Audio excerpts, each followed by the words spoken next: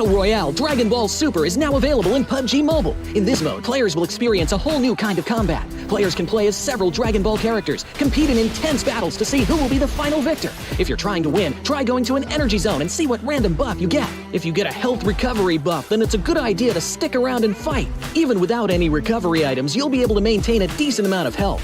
During a match, players can also use attacks while battling with others. These attacks require ki. Players can collect ki from the map. They can also choose to replenish ki by charging it up themselves. Players also need to be on the lookout for upgrade materials. These are used to level up attacks. Attacks have a total of 5 levels. Level 1 to 2 only require basic upgrade materials to level up. Level 3 and above require advanced upgrade materials. The higher an attack's level, the more damage it will deal. There's also various support items that can be found in the map. For example, the Buku Capsule and Smoke Capsule. After using a Buku Capsule, you'll be able to fly a certain distance. It's really useful for initiating battles or running away. But be careful when you run into Piccolo. He has an attack that can snipe you from far away, as well as a dash that can quickly close the distance. Smoke Capsules release ball-shaped smoke, which can obscure enemy vision. This smoke screen can help you retreat or relocate. Don't forget about accessories. Accessories can also make your attacks stronger. More advanced accessories provide better buffs. If you play as Vegeta or Ultimate Gohan, who can already attack pretty quickly, you can enhance it with an accessory for an even greater advantage. If you want to increase your chance of survival, look no further than the Armor item.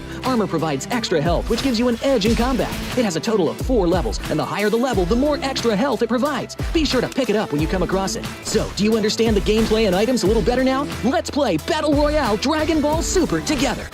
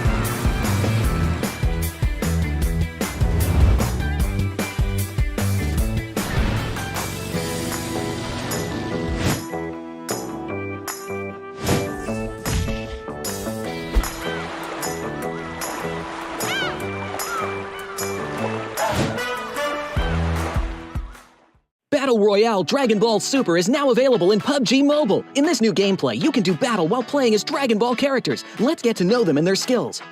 Son Goku's standard attack is a barrage of Kidan. Its damage output is reliable with an average rate of fire. It's crucial to find the right time to attack. In order to make this a bit easier, Son Goku's charged attack is a continuous Ki Blast, which can be charged up and fired to attack enemies. At the same time, Son Goku has a special movement skill, but this is great for mounting a surprise attack or to escape a dangerous situation. It can be stockpiled 3 times, allowing it to be used in quick succession. Get to know these moves and you'll be one step closer to victory. Similar to Goku, Vegeta's standard attack is also a barrage of Kidan. It has a faster rate of fire, but the Kidan travel a bit slower. It takes a bit of prediction to accurately hit enemies. However, Vegeta's charged attack fires a bunch of Kidan, which deals small area damage to the target. Vegeta charges up with energy when he hits enemies. Once fully charged, Vegeta can release all the stored energy at once to deal massive damage to an enemy.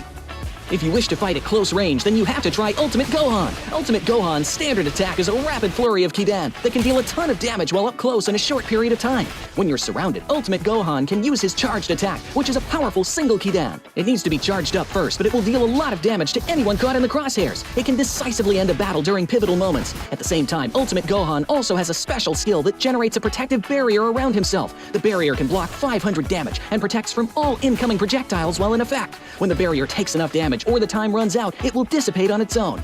Piccolo's standard attack deals high sustained damage. Its damage even increases the more it hits in a row, which will really test your aim. Furthermore, Piccolo's charged attack can snipe enemies from a distance. He can zoom in for this powerful single-shot attack, leaving enemies with no place to hide. Even if you miss, it's no big deal. Piccolo's special skill is a powerful dash that can be used to close in on enemies, even those in the air.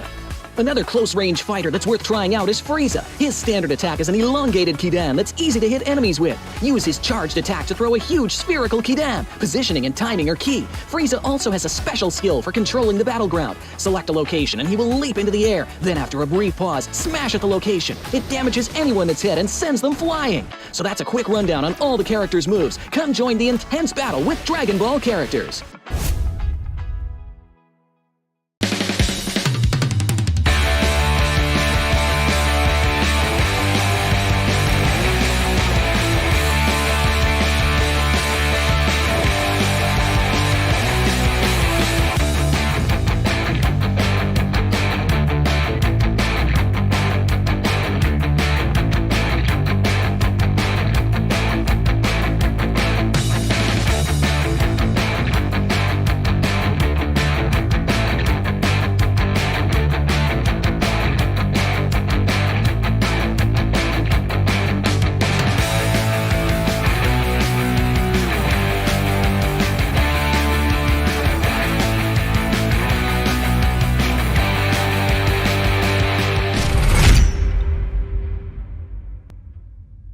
Dragon Ball Super Theme mode is here. Let's take a look at the key mechanic in this mode. In this mode, just like the characters in Dragon Ball, all players get a type of energy called ki. Ki is used to perform certain moves like Kamehameha and Bukujutsu or levitation technique.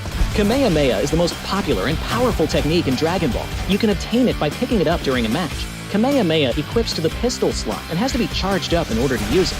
Once charged, you'll fire a continuous high-damage beam. You won't be able to move when charging it up or firing. Players with insufficient ki are unable to unleash Kamehameha. Kamehameha possesses astonishing destructive power, so find a perfect opportunity and use it to lay waste to your enemies. Similarly, you can also pick up Bukujutsu or levitation technique during a match. It also equips to the pistol slot. You can use this skill to fly freely in the air. Do keep in mind that Bukujutsu also consumes ki when used. While in use, you also won't be able to switch to your other weapons or throwables. Make good use of this skill to tactically move about the battleground. When you reach a certain amount of ki, the Release Ki button will appear. After tapping the button, you'll enter a releasing ki state, which enhances your abilities. When releasing ki, ki will be consumed more rapidly. When ki is completely depleted, your releasing ki state will end. So what are you waiting for? That's all there is to know about ki in Dragon Ball Super Theme mode. For more details, be sure to follow our official PUBG mobile community. Winner, winner, chicken dinner. See you next time.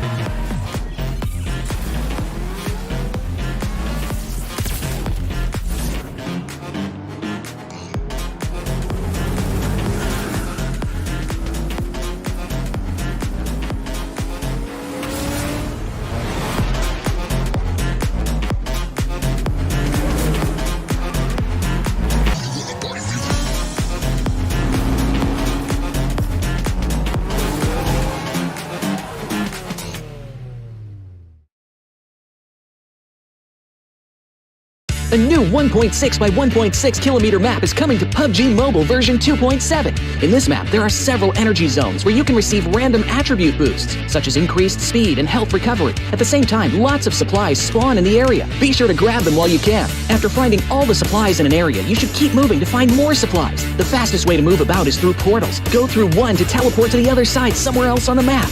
After exploring an area, it's best to teleport somewhere far. However, it's important to note that there's a cooldown after use, so it can't be used too frequently. If you want to travel across mid-distances, be sure to take note of the updrafts on the map. Get close to an updraft to get lifted into the air. After reaching a certain height, you'll descend back to the ground.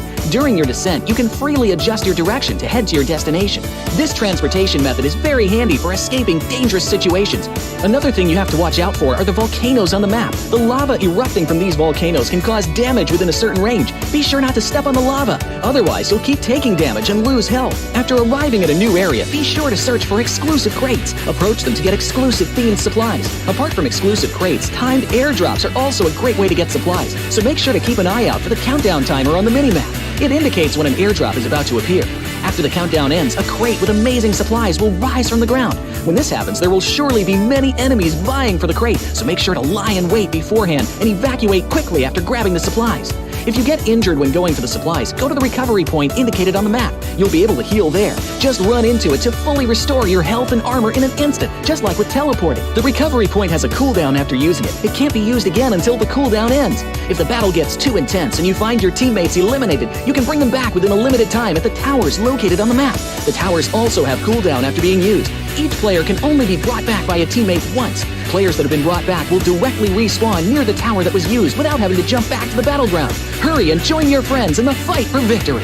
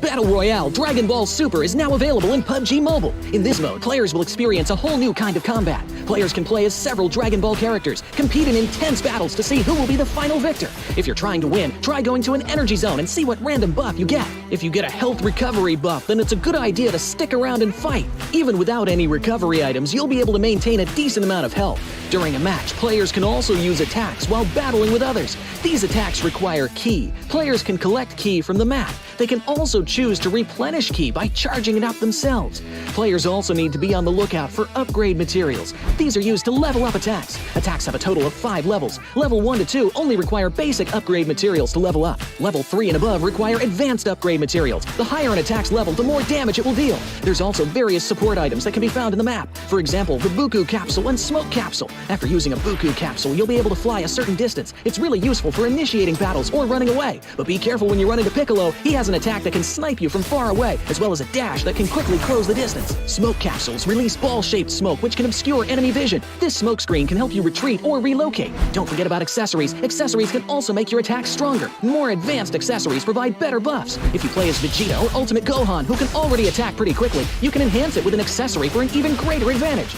If you want to increase your chance of survival, look no further than the Armor item. Armor provides extra health, which gives you an edge in combat. It has a total of 4 levels, and the higher the level, the more extra extra health it provides. Be sure to pick it up when you come across it. So, do you understand the gameplay and items a little better now? Let's play Battle Royale Dragon Ball Super together!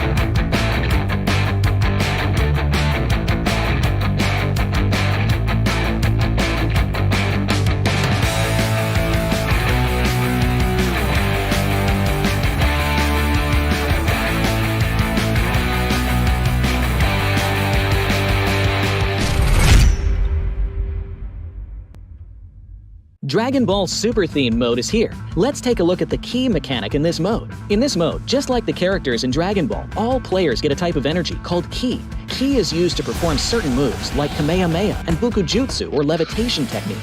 Kamehameha is the most popular and powerful technique in Dragon Ball. You can obtain it by picking it up during a match. Kamehameha equips to the pistol slot and has to be charged up in order to use it. Once charged, you'll fire a continuous high-damage beam. You won't be able to move when charging it up or firing. Players with insufficient ki are unable to unleash Kamehameha. Kamehameha possesses astonishing destructive power, so find a perfect opportunity and use it to lay waste to your enemies. Similarly, you can also pick up Bukujutsu or levitation technique during a match. It also equips to the pistol slot. You can use this skill to fly freely in the air. Do keep in mind that Bukujutsu also consumes ki when used. While in use, you also won't be able to switch to your other weapons or throwables. Make good use of this skill to tactically move about the battleground. When you reach a certain amount of ki, the Release Ki button will appear. After tapping the button, you'll enter a releasing ki state, which enhances your abilities. When releasing ki, ki will be consumed more rapidly. When ki is completely depleted, your releasing ki state will end. So what are you waiting for? That's all there is to know about ki in Dragon Ball Super Theme mode. For more details, be sure to follow our official PUBG mobile community. Winner, winner, chicken dinner. See you next time.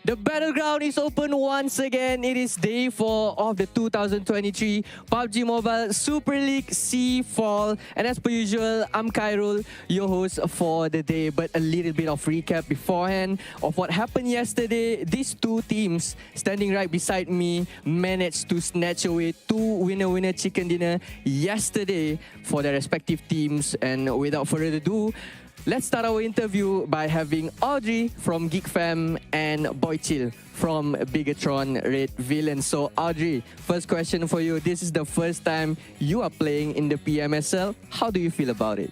Jadi ini adalah PMSL pertama kali kamu main di PMSL. Gimanakah perasaan kamu saat ini? Yang pasti senang banget. Soalnya ketemu tim-tim terbaik dari negara-negara lain dan juga tim-tim dari kita juga kan. Jadi ya semangat juga sih. So he feels very excited to play in PMSL is because of he gonna compete with all the best teams in Southeast Asia, especially from Indonesia. All right, that's good to hear. So you guys performed very well yesterday, but today is a new day with a new group. So is there any new strategy for today? Jadi semalam kamu perform dengan sangat-sangat baik dan akan tetapi hari ini tim yang baru, grup yang baru, adakah kamu melakukan beberapa perubahan strategi daripada hari semalam dan hari ini? Untuk strategi sih nggak ada perubahan sih, cuman buat hari ini kan jadi hari terakhir kita main di grup 1 week 1 ya. Jadi kita bakal maksimalin banget sih untuk hari ini. Okay, so basically what Audrey trying to say is actually today is their last day for the week 1 and they're gonna give their best to get a lot of points and get a high ranking. All right. Audrey, last but not least, other than the champion, do you have any objective or targets to achieve in this PMSL? Selain daripada champion, kamu ada nggak apa-apa target buat kamu sendiri yang kamu mau capai di PMSL ini? Target lain sih nggak ada sih. Kita semua pengen juara pastinya. So basically he don't have anything that he wanna get beside champion. So that's what GEEK Fam trying to get. Champion it is for Audrey. So I see you, Boy Chill. You're looking very happy today.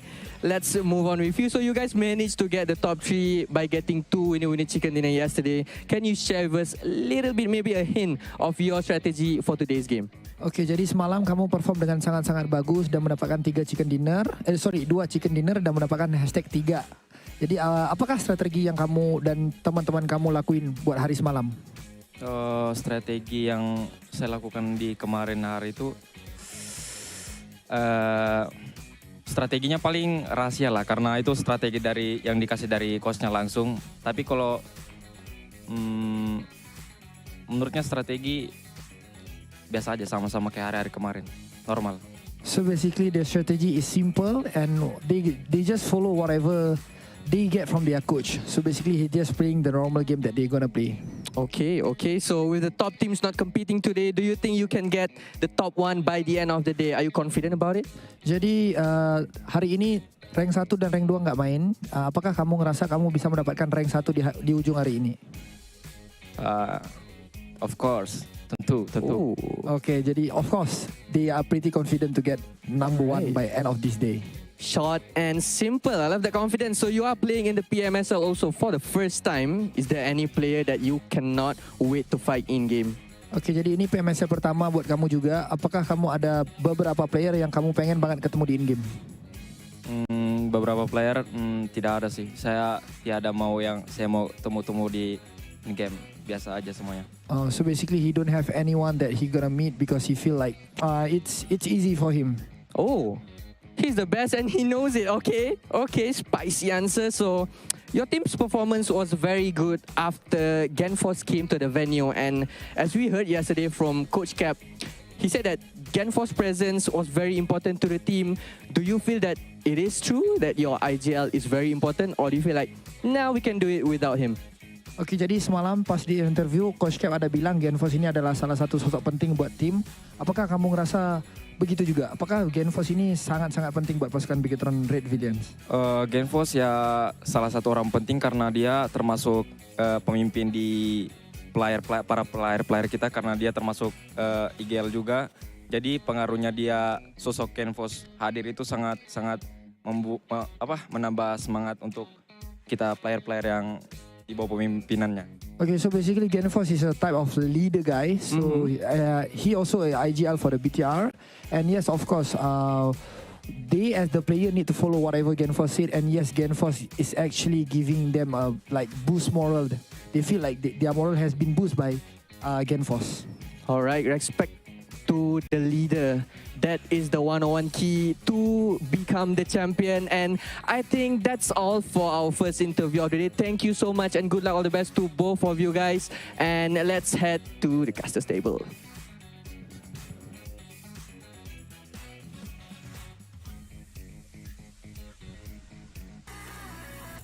Thank you very much, Cairo, for the opening interview, and welcome back to the PUBG Mobile Super League Southeast Asia. Today, you're going to be having me, Contra, as well as Sir Cloud to be your storytellers for the entirety of the evening. So, Cloud, I'm pretty sure that there's a lot to talk about for the course of this week itself, where we see so many Titans actually stand tall over the course of these past couple of days. But do you believe that there's going to be a lot of changes heading to the weekend? Yeah, the changes I think will be quite significant because we got like today and tomorrow, just as how changed his test style finally. So I believe it will be quite significant. So today we will have some powerhouses playing. Vampire Esports is back for grouping. Yeah, and I'm pretty sure that there's a lot to be stoked about. According to the interview as well, without the presence of XERXIA as well as DX, this opens up so much room for everybody else to actually climb up the chart. So yesterday's big performers, of course, being BIGETRON as well as GEEK Fam winning those chicken dinners. And now that you also brought up that Vampire Esports is also back online, man, we're definitely getting our top showing of the weekend. So with that being said, first for those of you guys who have joined in for the very first time for the PUBG Mobile Super League, we'll definitely show you how the course of the tournament will run. Yeah, and so, well, if you just today, where have you guys been? Because it has been an action-packed week, but just to explain the format, it's actually pretty much the same as the last seasons of PMSL, whereby we have 20 teams that are divided into 5 different groups. But groups will change next week and the following week depending on their league plan. But after 3 weeks of league gameplay, we will fill top 16 teams who will move on to the grand finals played on the 25th to the 27th August later this month for the total prize pool of $250,000 US. That's a lot of juicy money at stake here. But first, with all these teams still playing through the league in order to get to that qualifications, they'll definitely have to accumulate as many points as possible. So once week 1 is done, they will accumulate all the league ranking points to be carried forward, and the teams with the most points will be able to advance to the grand final. So the initial points is 50% of the 3 weeks league ranking points, which will also be used in the grand finals itself. Yes, that will be the starting point later on for our top 16 teams. And to note that to determine the top 16 teams into the grand finals, it is based on the bonus points, the weekly bonus points, not the total points collected. So that's something to keep an eye on.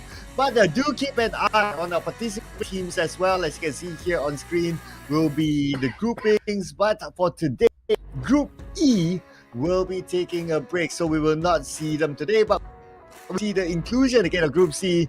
Powerhouses, Boom Esports, Sem9, who has been really performing, and of course we got Vampire Esports looking to take back the 1 spot.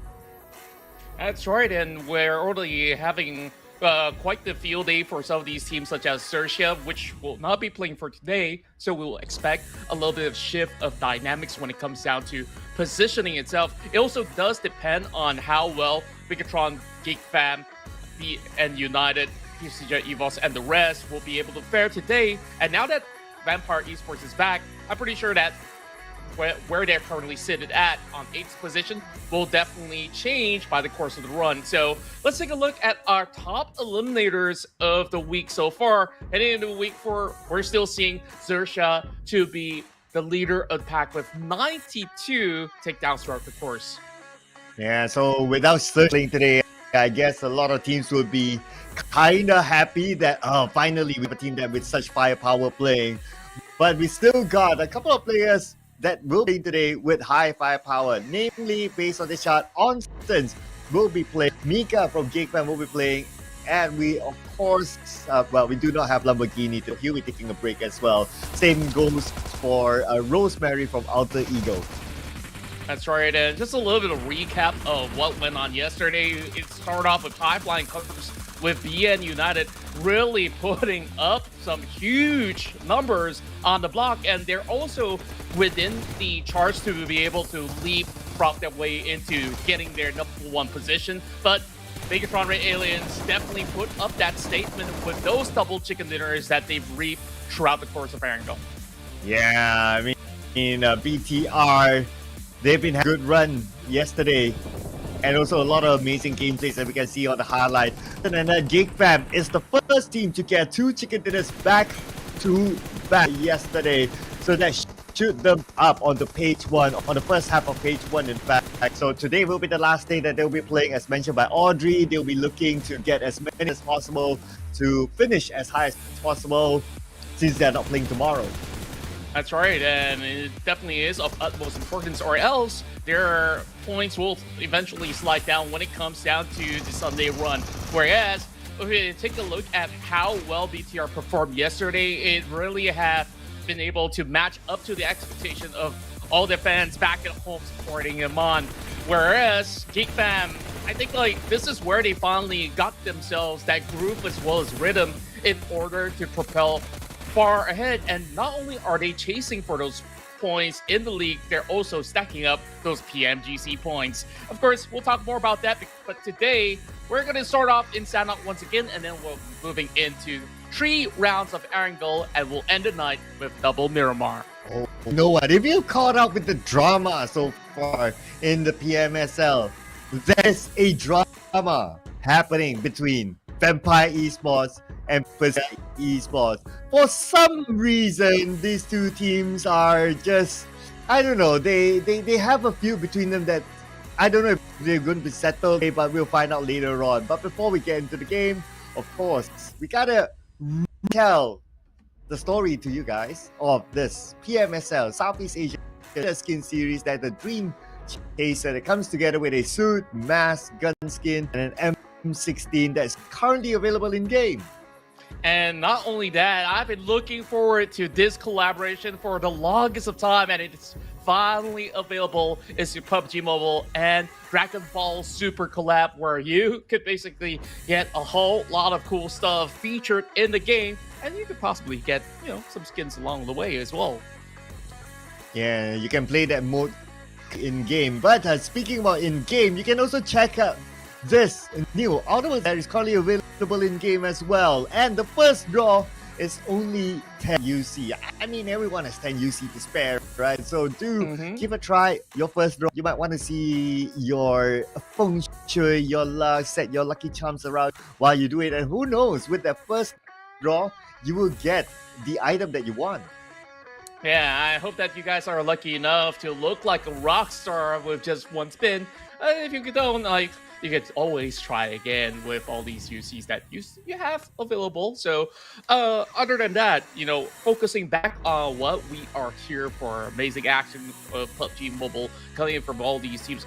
Now that we are also bringing back another group to be featured for our Saturday run, what do you think will be the biggest shift when it comes down to what it can bring to the results? Today, we've already touched a little bit on Vampire Esports. Are there also other teams out of this respective group that you're keeping your eyes on? Okay, I think the biggest shift today will be PERSIJA EVOS, because there's Vampire around, and somehow Vampire is their kryptonite. And for some reason, Vampire wants to challenge them in almost every map.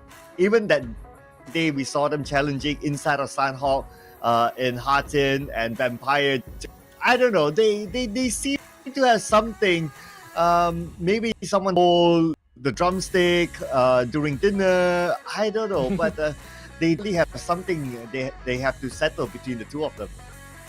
Yeah, and when we have seen some of all these other teams basically play out, most often than not, there isn't all too many of all these early allocations when it comes down to contesting for drop spots. So I guess that if everything goes well, then perhaps PERSIJA EVOS can actually have a good run. Maybe they've already changed some of these strats, knowing that Vampire Esports is going to be coming back up online. But I will basically stick to the stats of what we do have, because yesterday's run, we see phenomenal start coming in from BIGETRON as well as GEEK. I believe that this form of momentum will continue, and this being a very good chance for PERSIJA EVOS as well as Vampire Esports to really rake up those points. My eyes are on these three teams, and just a bonus, Vampire Esports. Great. Hit them up there. So that means you're not confident with Vampire in the first place. We'll definitely have to see.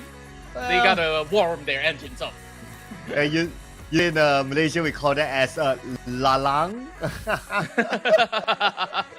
Well, call me out so early into the run, but you know what I do love is to actually see that all of the players are now gathered at the same location. We got the mighty boys of Yoodo Alliance in their signature black and green, and it's been quite a long time ever since that we've actually seen them really get into their peak of shape. So we're gonna touch on to some of the teams that are not really having the warmest of engine right now.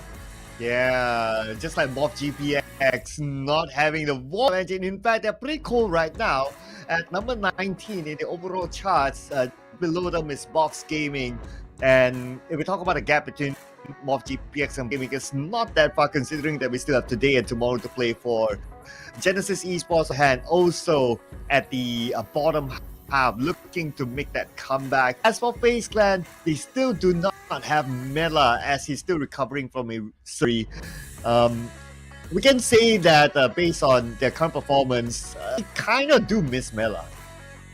Yeah, he's definitely a very integral part of the team overall. And speaking of changes, I believe that there's also, new players added into the rosters of some of all these teams out there.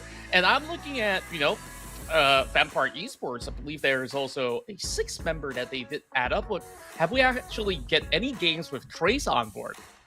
Yeah, we got a couple of games with Trace, but he has yet to re-shine. Maybe he is adapting to the team. I mean, he just joined for this season, so it's his first outing in the PMSL. So there's adapting to the team and adapting to the PMSL itself. So a lot of factors for Trace, who came from the Chinese region. But let's see, this could be his moment as we head on to the first game, Sadhawk.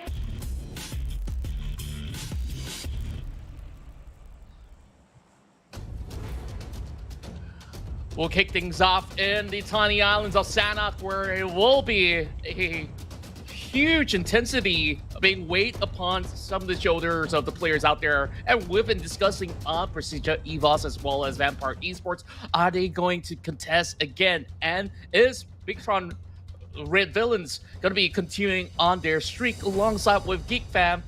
We'll definitely have to see how this one runs. As it goes, the flight pass is going to allow access for everybody to get into their respective drop spots. But do we get any form of contest in the early game? That is what we want to find out. Well, like you got your answer now. It's PBE and MORPH GPX, Drop Asami. And the last time these two teams clashed inside Asami, PBE won against MORPH GPS, but because the zone was way up north, so not survived the blue as well. So it was kind of like a lose-lose situation for both teams. But I guess wanna try to break that and see if they can win this clean as PBE Monboy takes the first shot. And this is going to be a little bit risky, as he's not have gotten any form of armor or even a helmet to begin with. So he's got to fall back for a little bit more. Thankfully, the rest of PLAYBOOK Esports is going to be pretty close by to be able to cover grounds for now. So very well looted up. It's still QEON that will be able to secure the very first knock, but coast is not clear just yet for them to push forward. Yeah, so both teams still a full squad, but they don't have the circle. Now, Monboy on his knees, one counters back onto Yoru. Yoru could be the first one to be eliminated. He's super duper right now, and in a position that it's going to be impossible for his teammates to revive him. Primon secures the elimination point. PBE now 4v3. A perfect vantage point from the top end as well.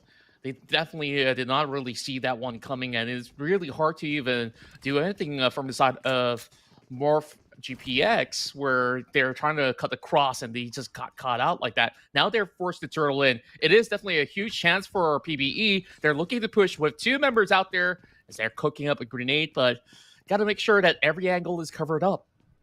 All right, here we go. Every angle, of course, for PBE, particularly with the numbers, they have the better possibility of covering more angles as compared to MORPH GPX. Now, for MORPH GPX, how are they going to get out of this? Because right now, the ratio win rate between the two teams is still favoring PBE. And in the current condition, PBE still has the better chance of winning this one as well. Yeah, Bomboy tries to sneak his way out. I'm wondering if he's going to be able to clip anybody with his grenade. This one looks pretty good as it's going to be dropping onto Rocky, and he does survive with only a slither of health. He's got to reposition, but my word, Bomboy! He puts in a Molotov in time. It even clips over onto Pepeng, and this is the perfect moment to strike for PBE. Oh man, here we go. PBE going into the compound. Nothing much that Pepeng can do. And now it's only QEON left, bailing this. But how far can he go? I mean, he can climb from building to building, but that's going to be it. They got him surrounded. Yeah, this is definitely going to be tough. He's got to find those angles in order to at least draw some blood. Now he knows the pushes is coming right through. Raimon now pushing forward, needing to deal with 2. QEON will not be able to survive, and that is MORPH GPX. First team to bow out. I mean, another difficult round for MORPH GPX. Now that they've lost at least twice with Esports, I don't know, man. Maybe tomorrow they might want to consider to let PLAYBOOK Esports the Sami instead. Yeah, I believe that in the early game, when you actually start off with another team, it's either you decide really quickly, do you want to take this battle or not? If you're not confident, you have to basically pull away. And there are circumstances where you are not allowed to do so, then you have to play extremely defensively. In that instance, I do believe that MORPH GPX, after losing 1, they were just held to the ground where they can't exactly leave and they can't really have that favorable position to even take a fight. So it really was rough, but kudos to the rest of PBE. They started off really well, and we do see BTR securing 1 knock from another angle, but Genfos, he's holding down some of these members of FaZe Clan. Basically, BTR is managing 2 teams at the same time, so this is a really interesting strategy that they have, but we don't see the elimination on to GE. Could be a long range, and it should be okay for GE to reset themselves. Now, looking over at Vam, Snipes is still taking a break. He actually only played 1, and after that, it was just this lineup since the second day now. So I don't know. To me, Snipes is one of the strongest in GEEK Fam, but maybe this time around he hasn't been feeling it yet. Yeah, perhaps they're saving some strategies for the upcoming week where we'll see a little bit more out of Snipes, but for now, I think things are still working very well for the side of GEEK Fam. Especially from yesterday's run, I'm pretty sure that their morale as well as their dynamics have been intact from that moment onwards. So for the time being, GEEK Fam, they're just looking to secure a very safe position in order to get themselves into a safe location of the map. Mormon now shoots over the wall. That sound may have actually drawn a little bit of attention for now, but it's not too worrisome. They are very well aware that there are members of BTR overlooking from the corners of the hill. So nothing much that FaZe Clan can actually do for now to even reposition at the moment. So we'll definitely have to take a look at what Vampire Esports have in store. Oh, they spot out PBE. Oh, and this Luke is playing instead of Stone. So a little bit of a substitution here for Vampire Esports, but it's not going to stop them from being the Vampire Esports that we know of. And Ravenclaw will pick up the point, and it's going to be more and more the Starman for PLAYBOOK Esports eliminated. Yeah, and that itself is one of the rougher ways to go, especially when you are trying to scout out up ahead. And Vampire Esports planet with a 2-2 formation. They have bird's eye view on top of the hill. So Playbook Esports definitely will have to think twice before proceeding up ahead. Meanwhile, over on the central areas of play, we even see DBD joining into the fray where they're surrounding this central location, trying to take control, but they have not spotted anything at all, while Sem9 are playing by the caves and spots out Mika from Geek Fam. Oh, okay. So looks like Tam is taking a break for this time, the IGL. So I suppose that Dep would be the IGL 9 this time. He does have IGL experience before this during the Manparang era, swapped in himself and Manparang and also Putra.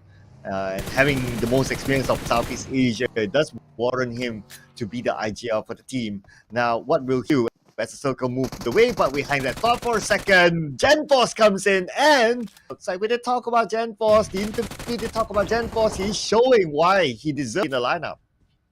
Yeah, and he started off really strong. Now he's going to be able to pop a smoke grenade in order to cover a little bit of grounds and nonsense. Trying to trade right back, but also reveals his own location to the rest of BIGETRON. I'm not really fancying his chances as three members are pushing forward, but he does get the knock on the Bujil. Oh, sharp shots coming in, but here comes Lapardo. Going to be priming grenades, and this exchange might look pretty good. The rest of FaZe Clan is swarming from the back as well. Oh, here we go. Onzens, he is alone in his compound, so if BTR chooses to rush in all together, that's going to be... But Onzens, wow! The youngest player of FaZe Clan knocks back-to-back. And that is basically 2 knocks in a row. Now, even Satar is having a little bit of a tough time from the back as Mormon arrives for the flank. Looking for GenForce, and he will secure back-to-back-to-back shots. FaZe Clan, they will eliminate BIGETRON. Wow, BIGETRON villains. The second team to go out. One elimination point in their hand. But FaZe Clan being shot at from afar, and it's going to be from the same region of Thailand. And Pi Esports, Tony K knocking them down. And that's just an instant response as well. How fast Tony K actually reacted to that. And we'll have Schweppes to do a drive-by to take out Mormon. So make it as easy as it could be. But Tony K, he's trying up close and personal. And we'll have to deal with Onsens. Oh, he managed to run across, but 1 tick of health left for side of Tony K. He is surrounded, and there you have it. FaZe Clan, next one to fall on 14. Wow, I really love the coordination from Vampire Esports. 1 knock, and it's not like you see them getting on their vehicles. They're already halfway driving to the compound. That is how fast they can execute a move. No wonder they are the scariest team in the PMSL now. Yeah, and I absolutely want to reinstate what you just mentioned as well. There's just little to no room for FaZe Clan to even react. And that's how scary Vampire Esports strikes, because that 1 knock you see in just a couple of seconds, it's a full send coming from Vampires. Despite FaZe Clan just winning out with that 1 trade, they just couldn't find themselves enough time for that reset. Yeah, I mean, skill move there by Vampire Esports. The fact that they didn't play yesterday, so today is a new day for them. They got a good rest, and looks like they're not slowing down. Break didn't really break their momentum. Not at all. And as for BIGETRON villains, it seemed like it was just an unfortunate altercation and very decisive strikes coming in from FaZe Clan that have shut them down here inside of Sanhok, but they do not need to worry too much heading into the bigger maps, because they will be as surrounded as compared to what they have here in South Sanhok. As we take a look at the update of the mini-map, we'll have majority of all these players to play along the central location, which is why you see majority of these teams are not playing just within covers, but also surrounding all these hills that are going to give them those elevated bird's eye view across other teams that's trying to cross by. Yeah, play with the high ground is always a good idea. And looks like for GE, okay, another thing about GE in this round, right? So normally they like to drop into Resort, and that is where Xavier likes to drop as well. So far, their score is 1-1, the both of them. And the fact that Xavier isn't playing today, GE, an easy start at least. Yeah, And for the time being, at the very least, GE, they would at least have all these members intact to get that smooth cruise into stage 4 eventually. And for the moment, speaking of getting across, boom, they tried to send one member through, and they did manage to open some room in order to knock one member down inside of Yoodo Alliance. It's going to be Iftar that will be needing a little bit more of a safety room for the time being. Adik Luke is going to try to hold off the fort as Razy. He's already pushing right across, so this reset has to come in instantaneously. Wow, you can see how fast the execution is. But Flex fast on his fingers as well as the X1 member of Boom. Grammary will be knocked down from afar by Volky, the newest member of Yoodo Alliance. But unfortunately, Volky countered by Yummy instead with a long range for gameplay. And now Volky's down his knees. Okay, Yummy 1v1. He has the DBS in, and we all know what Yummy can do with the DBS. Oh, the king of DBS hailing from Indonesia. Just needing 2 taps to secure the knock. And here comes the push. Adik Luke, he's got the DBS of his own, and that's 1 tap. Now he has to challenge the king of Indo of TBS. So let's see who's much quicker in this. Oh, here we go. Oh, wait! Come on, Echo. Come on. Adik Luke would have wanted that not because of the point, but because he wants to prove a point that he's also the king of DBS. But unfortunately, Echo had to butt in. And then that was just 1 tap. It felt like he just waited for that golden opportunity. Meanwhile, we have another fight breaking loose. BN United now getting pushed upon by Tony K. Break goes in for a revive, whereas a couple of all these nades are being lopped right down the hill in order to keep them at bay. Sheps is going to be able to supplement in terms of the hail of nades that they would be able to put against the rest of BN United. They gotta settle the scores really quick because there's a bunch of teams such as Box Gaming that will be lurking around these corners. And Tony K, he still lands most of the damage across. Oh, look at the circle. Looks like it shifted up north. So we got Vampire Esports on the side of the circle, but the zone is just behind them. So they can be the gatekeeper against some of these teams who will need to find their way in. Yeah, and that is definitely a perfect position for them to be on, unless if there's too much of a flock of crowd that will eventually collapse them in form of numbers. But for the time being, I think things are looking pretty great for the side of Vampires. Meanwhile, PERSIJA EVOS looking around the corners of Paradise Resort. They have a little bit more of that wiggle room. Meanwhile, GEEK Fam, they got a surprise from the back. Gosu charges forward, gets Sonic as well with Namcute supplementing the damage. Wow, Boss Gaming fighting for their lives. They don't the last team right now. And looks like they're motivated this time, but GEEK Fam, they have Audrey, the one who knocked down Gosu, and Audrey, the starman for GEEK Fam right now. Needs to go up against the rest of Boss Gaming, but the nade comes in from Namcute, breaking his heart. My word. We thought that Audrey will be able to pull off a last stand perfectly so, but Box Gaming, they were relentless. But Sem9, they've already spot the rest of Box Gaming. So this is definitely going to be a very difficult stance for Box Gaming to actually cut across. They have very little amount of time as the blue zone's already setting right in. Namcute tries to hook by the corners of it. He sees it's completely empty towards the left. He'll try to charge his way through, and the rest of the team will have to follow suit as well. Oh, but the zone is following suit to some of these teams on the outside right now. If, however, needs to pick up Adik Luke, but will it be clear enough for him to do so? Should be able to do that because Adik Luke is kind of rock. Yep, he's on right now. He goes in for the revive, and he should be okay, but he's also praying that GE doesn't come by.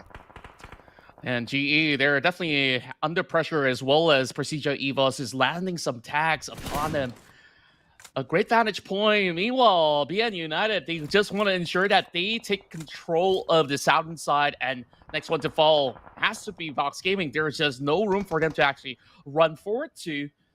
At the same time, we look at GE as well as Yoodo Alliance sharing the same vicinities, which some of these sides will have to tap out eventually, but they're creating enough spacing in between. And GE, lo and behold, they are directly in the center of the upcoming zone. Wow, nice position for GE, but not bad position for RRQ as well. They have a compound, it's just that they need to manage the circle ships away Hopefully they still get the circle, because nowadays, ever since the PN, the circle has been kind of wonky. It likes to pull itself to the edge. So with that being said, there is still possibility for RRQ to get the circle with a component. That's definitely what they'll be hoping for. Yeah, and if it's otherwise, then it will definitely be a tough bout for the rest of RQ to cut across the streets later on. So they definitely want to play a little bit more defensively. Meanwhile, same goes to BN United. Stuck by the corners, and there is going to be the blue zone setting in yet again. So 7-9, they are in favor of this position. Huge detonation by them. They do find SOAS, and a perfect lineup for Porsche, but will be stopped once again by 7-9. Oh, Mikael happening in the right place at the right moment. Save his teammate, but unfortunately they couldn't save Kenny, and Kenny will be taken out. There you go. It's taken out by Porsche. But now we move on by Esports. Still a full squad after all that action. But now they're going to face up against RR in the compound. Yeah, they definitely have to clear the way through. There's no other way but to fight forward. Meanwhile, RQ getting breached, and they will be able to find Ravenclaw from the outskirts as well. Great takedown for RRQ, but that is going to be stolen away by Rage, I believe.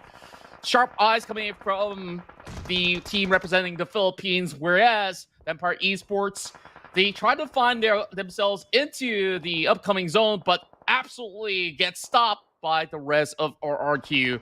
Meanwhile, DBD, they're pushing forward against PERSIJA EVOS. We go by the edge of the zone. PERSIJA EVOS, they have multiple teams to go with, and now the Infinity also waiting for them at the lower ground. But next, the circle will chip away from these teams. Where will it go? How far will it be? Not that far, but they still win the fight. Yeah, pushing forward through the smoke and immediately getting clipped off. This is definitely not going to be the best of advantages as Yen finds another one in the form of Misery. All these members of PERSIJA EVOS slowly gets depleted, and it's only Zuxi left to fend off. He's trading right back. Spots out Echo. Tries to see if he could actually land more upon them, and there you go. A knock onto Izane, leaving only 2 more members for DBD. Oh, Yen and Echo now need to find their way through. PERSIJA EVOS will not be making it easy for them. Zuxi, the legendary Zuxi, the only man standing for PERSIJA EVOS. Him alone holds DBD from afar. And at the same time, Rill pushing for the back will be the demise of DBD. Only Echo left for now as they're being pincered off by both PERSIJA as well as 7-9. A tiger, a lion, and every feline on board to just take a bite out of them. Okay, like how you put them as every feline on board. And true enough though, now that I noticed that is in fact the logo of that team. But for real, unfortunately, the fact is that he'll be knocked down by someone, I believe it was from Yoodo Alliance. Depth still by the edge of the circle. Because how close these teams are at this moment, including RRQ Asa, try to go out of the compound, had it been down. Yeah, it's only Def that's left standing, and at the very same time, when you take a look at the current position for 7-9, it's not all too clear just yet that he can still afford to get that revive off on the side of Mikael and carry on their run, as there's a lot of room for them to breathe, but the timing might actually be a little bit off. 5 seconds before the blue zone sets in, and he has to make a run for it. Meanwhile, Master Smile already climbs all the way upwards, and he's just going to drop nades after nades against the rest of these members of Infinity that's coming across the other side. Style holding on with West Carry, tries to flush them, but this is still going to be pretty tough for him. Eventually, GE will also have to turn all the way into the south side. Oh, here we go. Lobby from the high ground onto Raimon. Both now facing off. But both happen to be in the outside of the circle still. But the Infinity still has GE to deal with. And if they don't wipe out GE, well, pretty much almost no way for them to survive the zone. Meanwhile, they still have Master Smile taking full control from the top side, and that Molotov's really going to cut off their axis. One more shot is all it takes, and he will be knocked down instead. But that is a member of Infinity bleeding out through the blue zone itself as West Carry goes in for the back, finds more members from side of RRQ. Ifter taking out Cole, and it's going to be West Carry to save the day. GE They got to find a way to run right into the center of the area. And RRQ, like you said, does have the advantage. Oh yeah. Other than now, the circle is a no man's land. So with the 3 teams, all of them will need to get in. All of them will need to make the move. RRQ moving to the side. Sam9 still playing as a trio after all that action. But no mercy is not going to show any mercy to Sam9.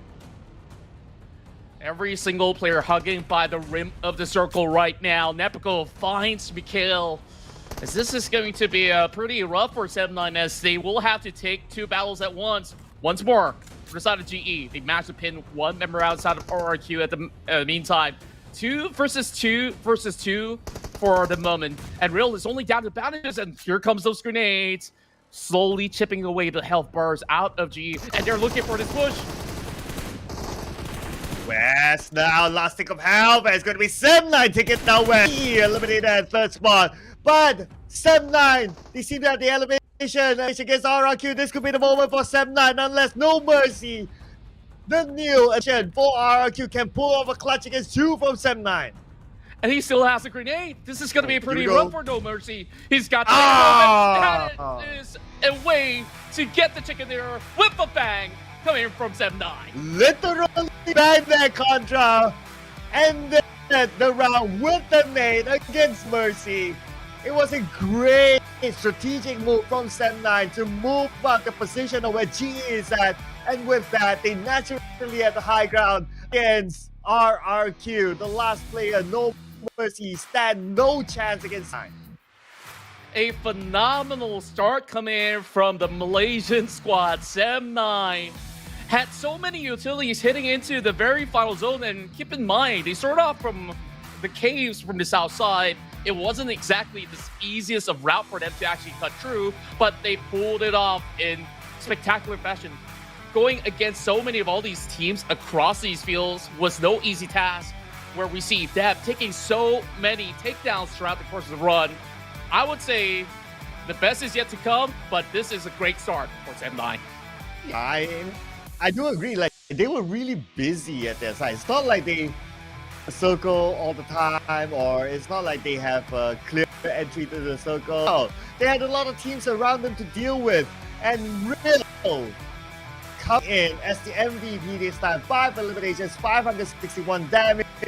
He missed out on the first few games of the PMSL, but it looks like that didn't stop his personal momentum now with this MVP status. And you can see how emotional he is. One of the first few times he's playing up against some of the giants of the Southeast Asian region itself. And lo and behold, the numbers speak for itself. It's definitely a huge team effort when we take a look at how well 7-9 has performed, where we have Depp as well as Mikhail to frontline most of all these fights, and then you have Real to always supplement and ensure that they nail all the points back in the team. Oh yeah, Real. 561 damage, most damage, dished out, damage taken, and most for the team, bringing them to 13 eliminations in total. So now with the chicken dinner, they scored themselves 23 points in round number 1. This is 7-9's second chicken dinner. They got a chicken dinner. They got 17 eliminations, which is pretty decent as well. Now, compared to the other teams up here, it's nice to see a good mix of regions as part of our watch in round number 1.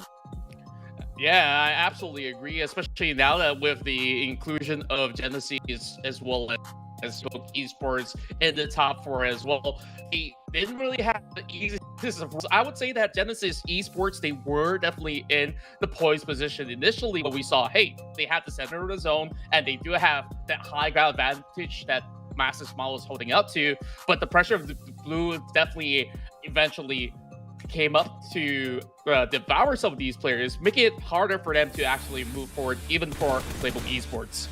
Yeah, speaking about PLAYBOOK Esports, they started out the fight with MORPH GPX inside of Sami, winning again for the second time. So now, if we talk about the King of Sami, these two teams, it's definitely going to be PLAYBOOK Esports. It will be a question of whether MORPH GPX will leave Sami for PvE tomorrow.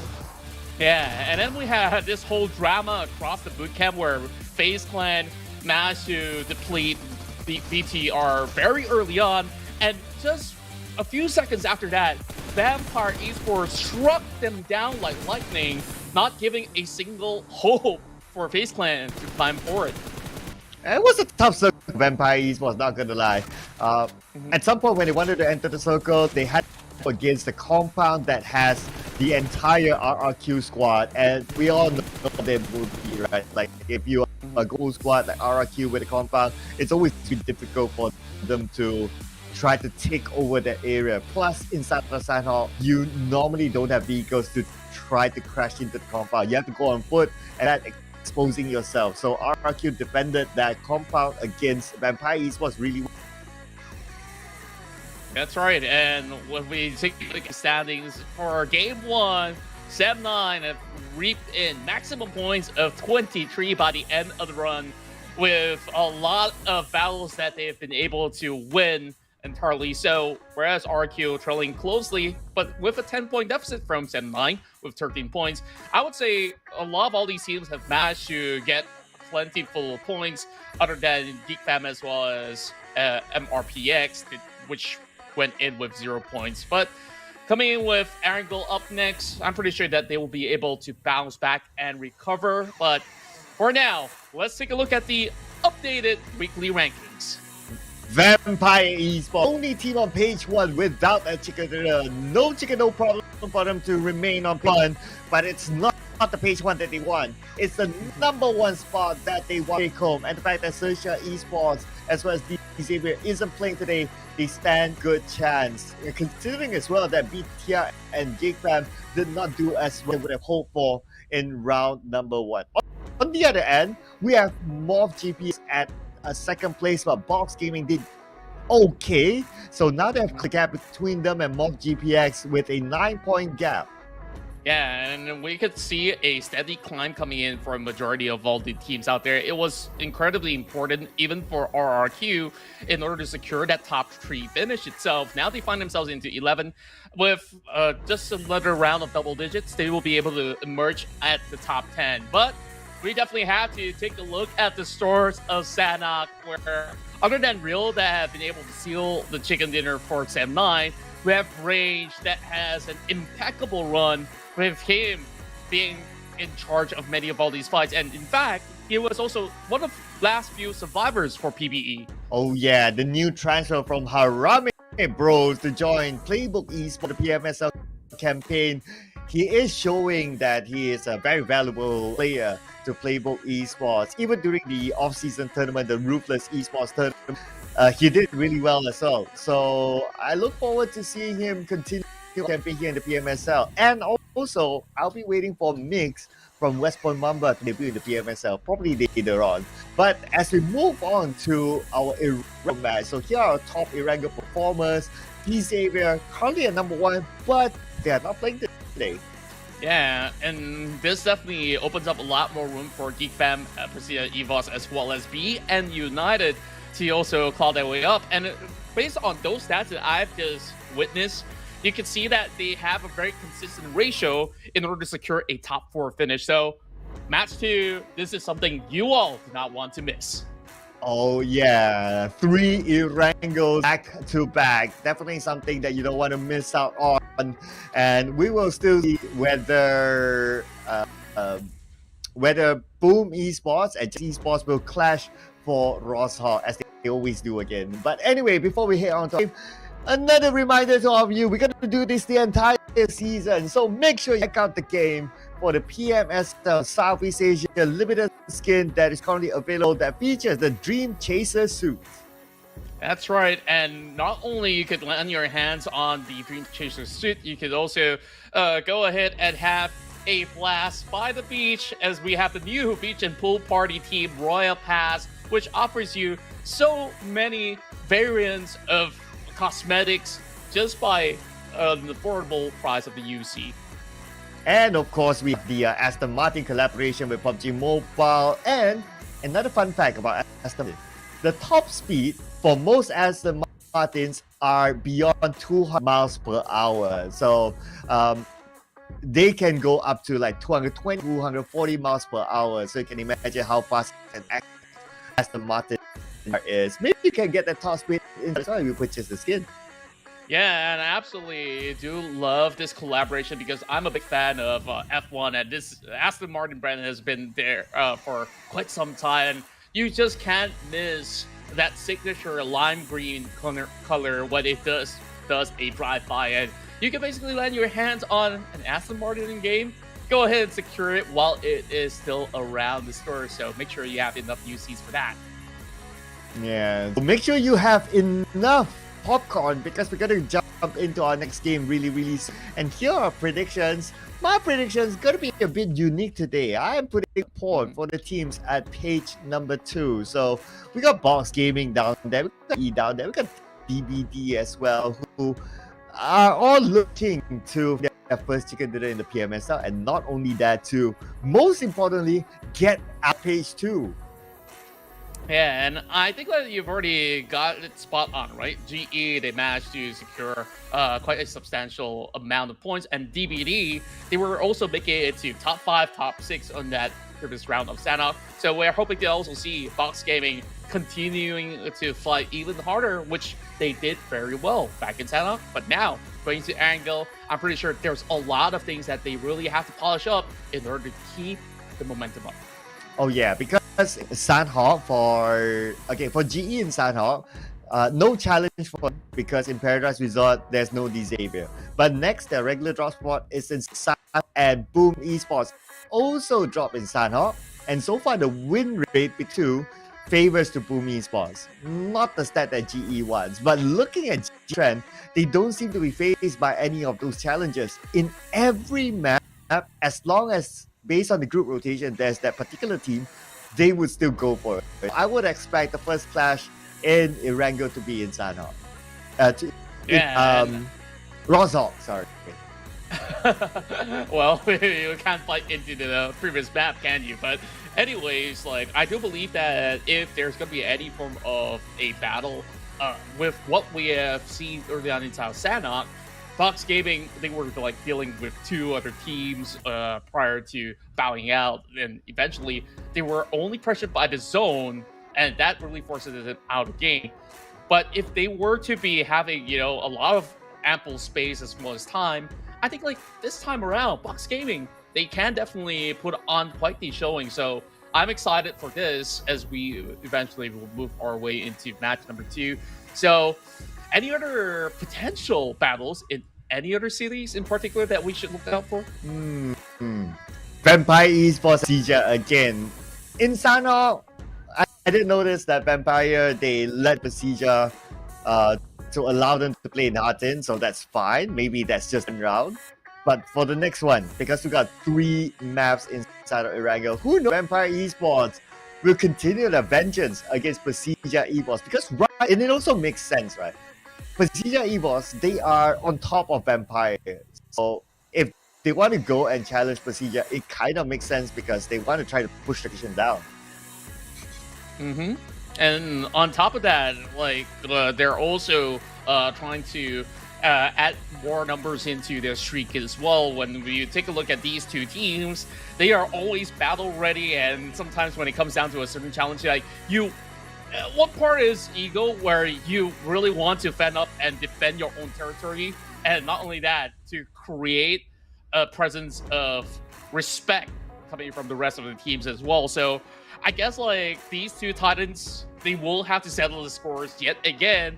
And we did definitely see the surrounding view of the studios where, Tony K definitely wasn't all too happy about the results back in Sanhok, but he stays focused in order to see what's coming up ahead for these bigger maps. But who do you think is the biggest improvers of map 1? Ooh, biggest improver of 1. I would say, I do agree that Boss Gaming seems to have improved for map 1. Yeah, I would give it to them. If not, then probably I would give it to Sem9. Because if we look at the games of Sem9, they took a break yesterday, but the day before, they ended the day at number 11. Hang on. 14, 11, 10, and 16. So basically, it's not even like top 9 or top onwards, so no placement points at all from their last few games. So with their chicken dinner, I would say I would give them the best improver, and the break definitely a favor. Yeah, and I believe that there's just a lot more that will be getting out of that squad. At the very same time, BN United have always been able to show a very consistent performance, but Game 1, maybe a little bit of a rough shakeup, but they are well prepared for what's about to come as we will be making our dive into our second map, Arangel in PMSL.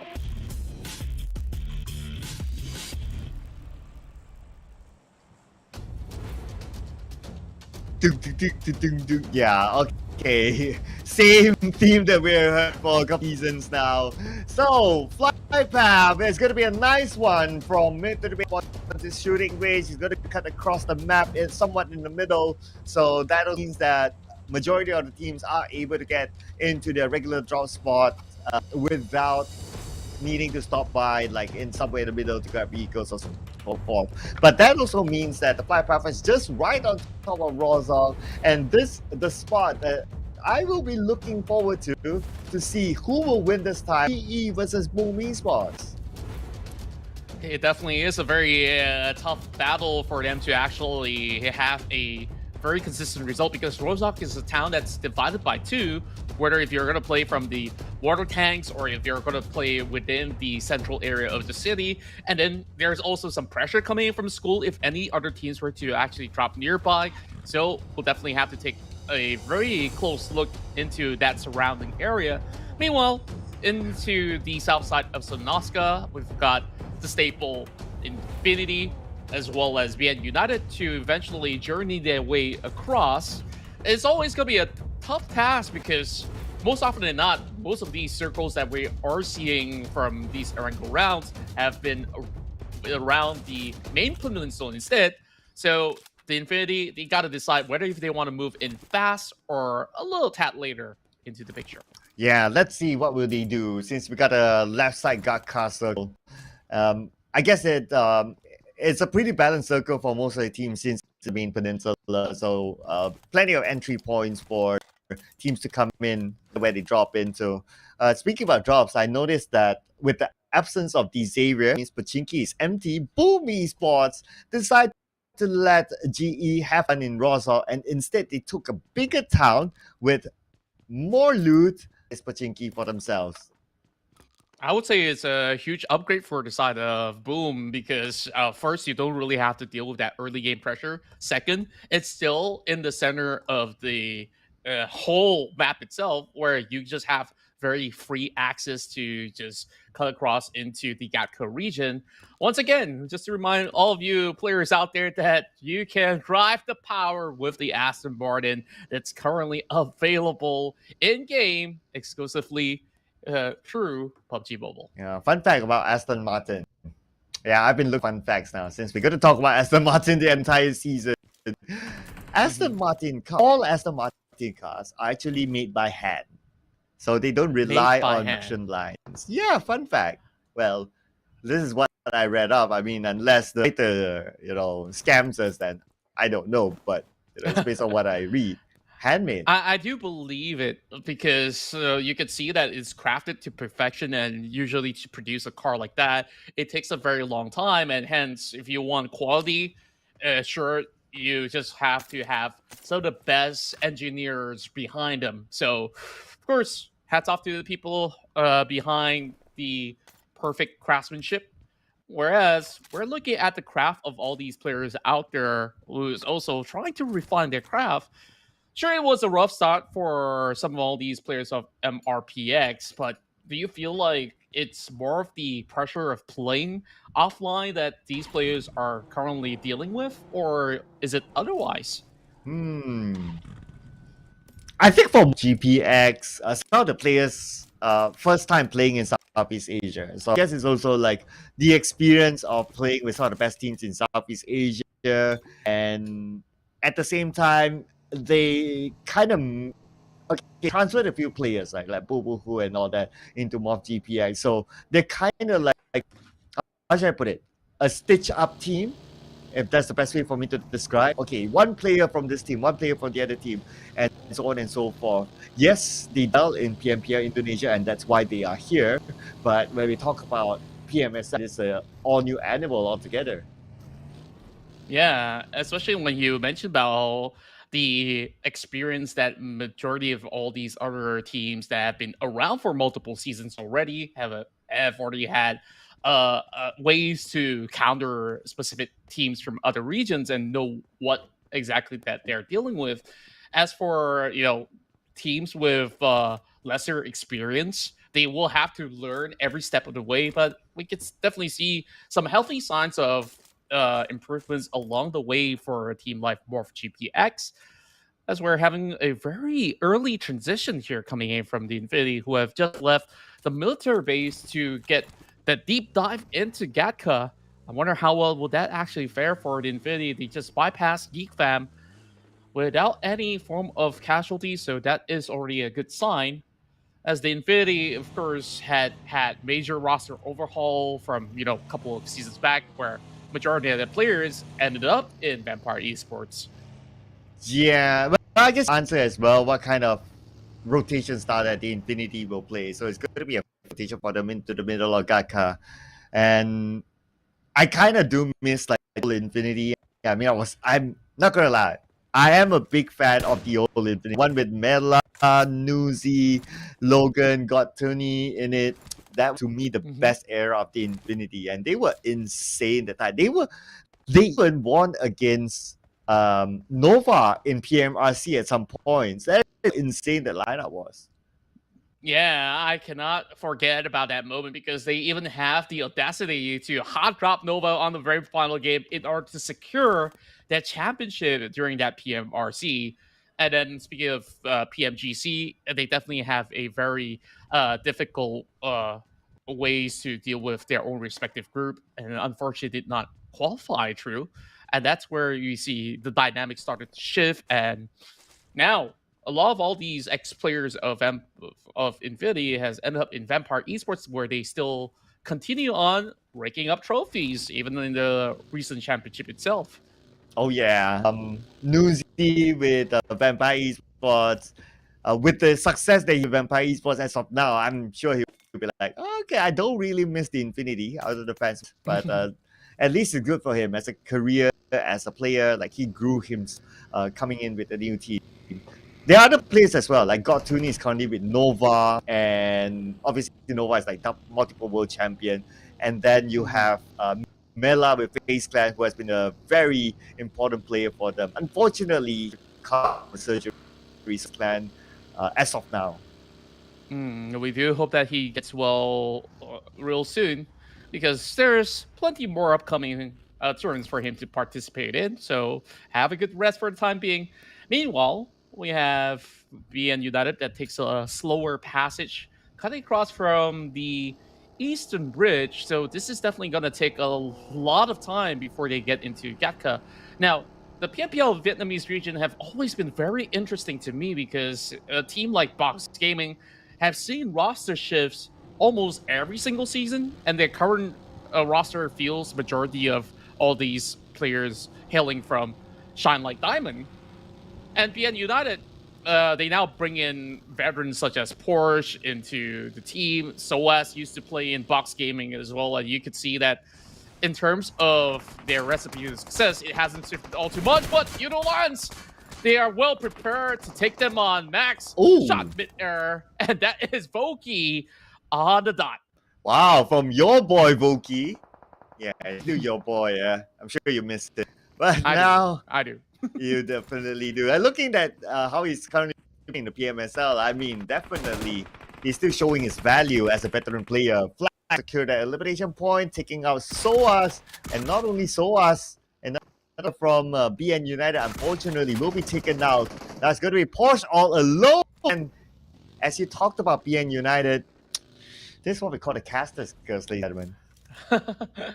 I gotta be very careful with my words from here on out. So, BN United, sure, they had some really good games throughout the course of the week, but I think like it definitely is a very tough spot for them to be in, because even when we were looking from the perspective itself, Yoodo Alliance was almost invisible. So that is actually a great effort coming from Yoodo Alliance that sets up this perfect trap through the highway in order to just clip them every step of the way. So that's definitely a clean start for Yoodo Alliance. Yeah, I really like that by Yoodo Alliance. It's as if they already studied the rotation of the teams, and they know that there's a high percentage that teams will come their direction, and they're ready for it. And 4 points in the pocket for Yoodo Alliance. BTR probably doing the same strategy, setting up for SEM 9, but lucky enough for SEM 9, they managed to get away. Although with that vehicle, at least no one got knocked. Yeah, it's really important for them to carry on their journey with their vehicles intact as well. It's still very early in the game where if you lose that vehicle, you're going to journey on foot for the rest of the run, unless the rest of the teammates do have something. And Box Gaming stepping up to the plate, challenges MORPH GPX. One member down, I believe that to be Yoru, as Kwang secures the first blood for Box Gaming.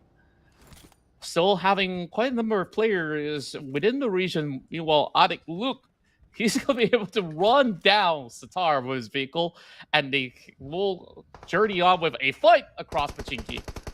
Yeah, Yoru unfortunately will first one to go out, but BTR now, okay, 1v1. Boysil waiting against Boki, but Boysil counter fire upon by Flax from the other side. So a little bit of a trade there between teams as Yoodo Alliance still duking out with BTR. Genforce last thing are still able to secure their elimination point, but that leaves only Genforce together with this other player that's still active. Iftar, however, the only member on his 2 feet for Yoodo Alliance, now being pinned down by BTR. It's just a great coverage coming from Lapar as well. He's just holding on to this really difficult to spot angles, and now Genforce, he throws the movement of Iftar. This is going to be a difficult 2 versus 2, and it will eventually be Yoodo Alliance to succumb to this onslaught of a pressure. So, BIGETRON Red Villains, they will only lose 1 member, but will have 4 points intact.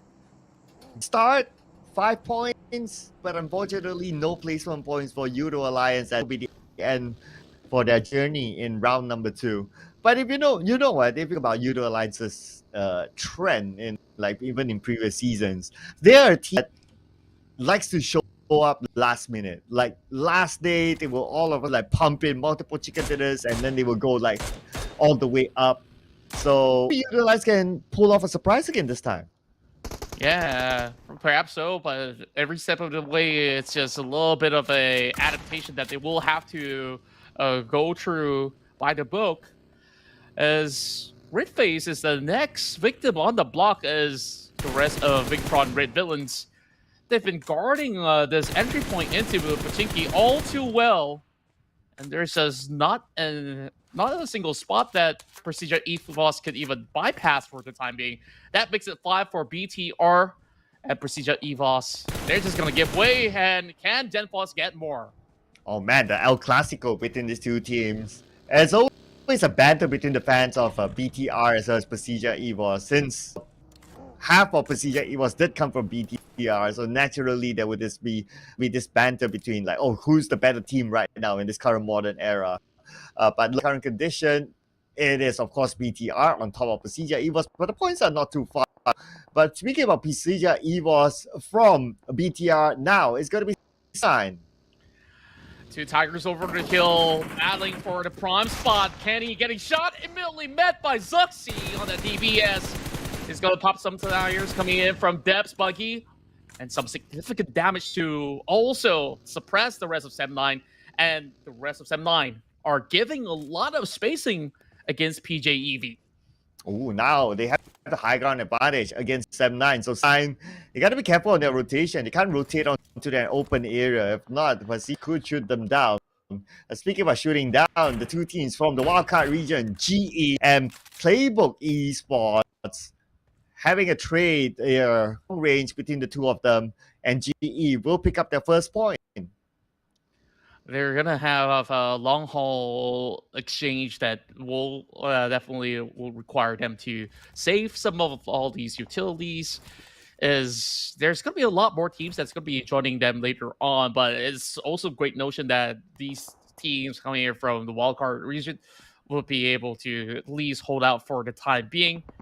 And we see an update on the circle. That also means that both GE as well as PBE will have to move further down into the flat grounds of Gatka. Not going to be easy, though. Gotta take their sweet time to plot this one out. Whereas PERSIJA EVOS, they do not stop on their engines. They will continue on driving across into the west side instead. But what exactly is going to be the best game plan? Because this isn't exactly the safest spot with RQ being around.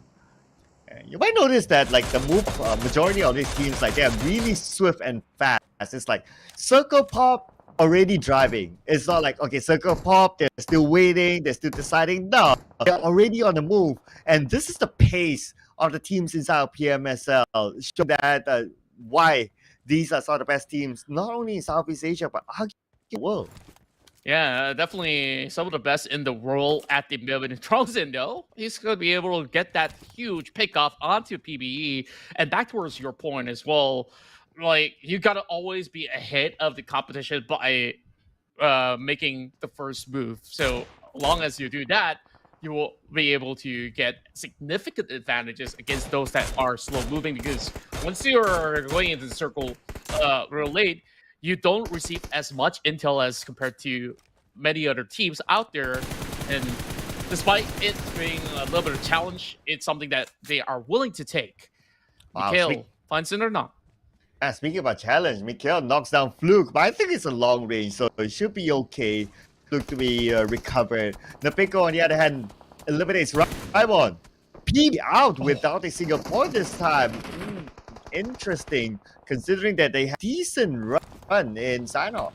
Yeah, and at the moment, you can see a lot of all these teams are also waiting by the outskirts at the very same time, because they are looking directly into the middle, which spot is going to be safe. FaZe Clan now will be charged with a couple of all these grenades by Yen. Going to be able to trade back. Mormon drops one, and Onsens finds Echo trying to lurk up ahead, and that flank will not be successful at all coming from a Malaysian team, but they're still back up on the way. We'll see how this one plays out. Okay, here we go. DBD playing with Echo this time, but this is a fight that they must tend to the circle. It's going to be FaZe Clan, still with a full squad. Molly from Onsens onto the high ground, but Emma thumbed down by Jimmy. Now they are back on equal grounds, but looks like Yen down as well, so it's going to be Aizen and Jimmy OP, the duo that's going to do it against FaZe Clan, but Ventores, the OG player, nades down Jimmy. And there's so little room for him to even revive Yen. And there is just no time to be bought right now. Aizen has to do it all alone. He's got to fend this one off, but he walks right into the nade. And there we have FaZe Clan, a perfect 4-point finish, and ace upon DBD. Ooh, with DBD only collecting 1 point so far, this allows room for GE to over DBD in the overall charts. And not only GE, potentially MORPH GPX. And, well, maybe Box, but Box needs to come up big. But GE definitely are currently on the same amount of points. And GE could potentially collect their next point now. Yeah, and at the very same time, while they're trying to farm out for some of all these points, they got to keep an eye out for Box Gaming that might be cutting them off at the very same time as they are dealing with the Infinity. We have Audrey now trading back against the rest of Vampires. Tags being sent towards the window as he's sharp enough to still land a couple of all these tags back onto Vampire Esports. 7-9. How are they supposed to leave this facility? They're surrounded by PJEV, Vampire Esports, as well as BIGETRON Red Villain. And now, battle will carry forward with Bull pushing upon Box. Oh, we go to knockdown now. Box Gaming probably only a player active. Make that 2 now. Razy wants to secure the elimination point out of Gosu. So on his knees, definitely will be eliminated. But Trongsi is on the other side. Okay, Trongsi using Gosu as somewhat of a bait. And if Boom, they go directly on the Gosu, then Trongsi could take advantage of it. But because Boom took their time, the Infinity still point away. That is just a perfect bird's eye view for him to be able to deter party out in the open grounds, especially with a couple of all these members from the side of Boom being covered by some of the smoke, so they won't be able to actually reap those rewards, even despite them securing the knocks instead. Now, Real, like about the edge is here. He does not have room to even run out in the open. Will have to put on his belly and deals with GenFoss. Both sides really low, but Real, he's got to keep his eyes forward and continue to crawl. Oh, he's got no time to even heal up. This is definitely going to be a big bummer for them, as Mikhail is the only healthy member for Sem9. Wow, he somehow still survives. Luckily, he is in the wheat field that can provide him decent amount of cover as he tries to crawl into the circle. For Game on the other end, we have RD as well as Sonic's Damroot might be taken out. But at the same time, Mercy takes out Ravenclaw from Vampire. So looks like the fight between Vampire and RRQ again, round 2. It definitely would be really a huge battle between these two teams again. But there is a rather safe spacing for the time being. Lapar just trying to keep himself safe from arm's reach. And Shorty, he's going to be spotted out by Westcarry, but he will initiate first, knocking him down. GenFoss will take the final member out of Sem9. So that will be a 10th place finish for Sem9, I do believe. With only one elimination point. Ouch, unfortunately for them. They got the chicken dinner, but this time it's going to be only 1 point for Sem9. As for Mercy, looks like he managed to get a knockdown to Schweppes. There's going to be a second knockdown of a Vampire Esports. PERSIJA tries to steal that knock away, or the elimination away, but unfortunately kind of tap onto that member of Vampire Esports. Now, FaZe Clan has the elimination against GEEK fam. As much as there is an advantage for the time being for FaZe Clan, it seems like it's a very difficult terrain for them to actually crack open the defenses of GEEK fam at the moment. Eventually, FaZe Clan will have to also push up ahead. That's going to be a circle that they will have to hug, and they're also trailing closer and closer towards the rest of RRQ. RRQ's been looking into the center of the zone, and they're definitely poised for another top 5 finish. Now they do get a knock upon GEEK fam. Wow, RRQ buying the circle this time. Not the circle again. My goodness, and I'm in the middle of it. But they need to fend off against FaZe Clan, who's just right beside them. Sonics will be knocked down by Zuxi from PERSIJA EVOS, leaving all as well as Damroot, the two members that are still active now. But I don't think Sonics is that far. They should be able to pick him. But now we move over to the Infinity versus GE. Oh, what a nade from Armstyle, connecting onto 2 members of GE, leaving only a duo alive for the time being. Master Ichi as well as Westcarry being pincered up. The solo for Westcarry, he runs out in the open without a single form of a chance. Now Ichi, last man standing for the side of GE. What's he gonna do? Slowly looking for an exit from the back instead. He's only carrying the DBS. Now dropping a few nades before he bows out. I don't think he survives. Nah, stage 6. I mean, he could go 1 heal with his first aid, but I guess he just decides to try to secure that 1 elimination somehow with a nade, but unfortunately, he did not. So went out without the extra point. Number 8, at least with 1 elimination point. Considering that they are at the bottom. Yeah, could be a little bit more if they were in a bigger spot, but they just have to make do for the time being.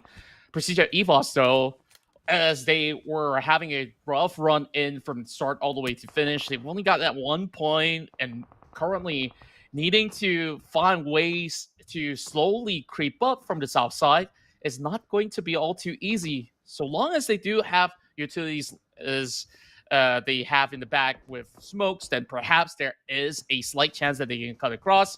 But the rest of GEEK fam, with them being so close by, it is a significant risk. Oh, speaking about risk, right? Boom, I want to take the risk against RRQ on the other side.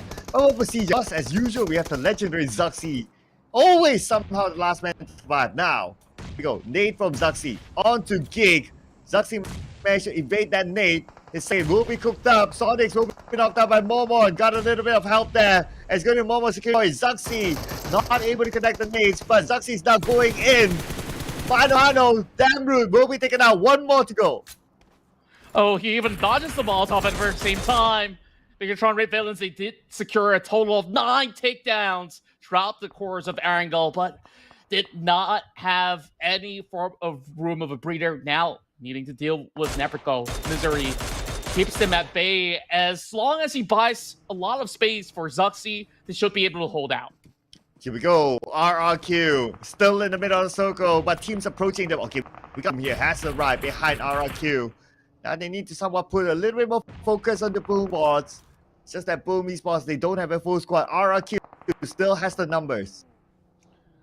And they're going to remain safe on top of the hill. No teams will be pushing forward for the time being. As both sides of the PERSIJA EVOS members are slowly getting tagged up, there's not much of a safe spot for them to even cut across. XERXIA pinned down to the ground with a beautiful spray from Mormon. Looks so good. Moved away from the teams at the bottom. So coming up to this high ground is going to be really hard. And FaZe Clan has eyes locked onto GEEK fam Audrey below.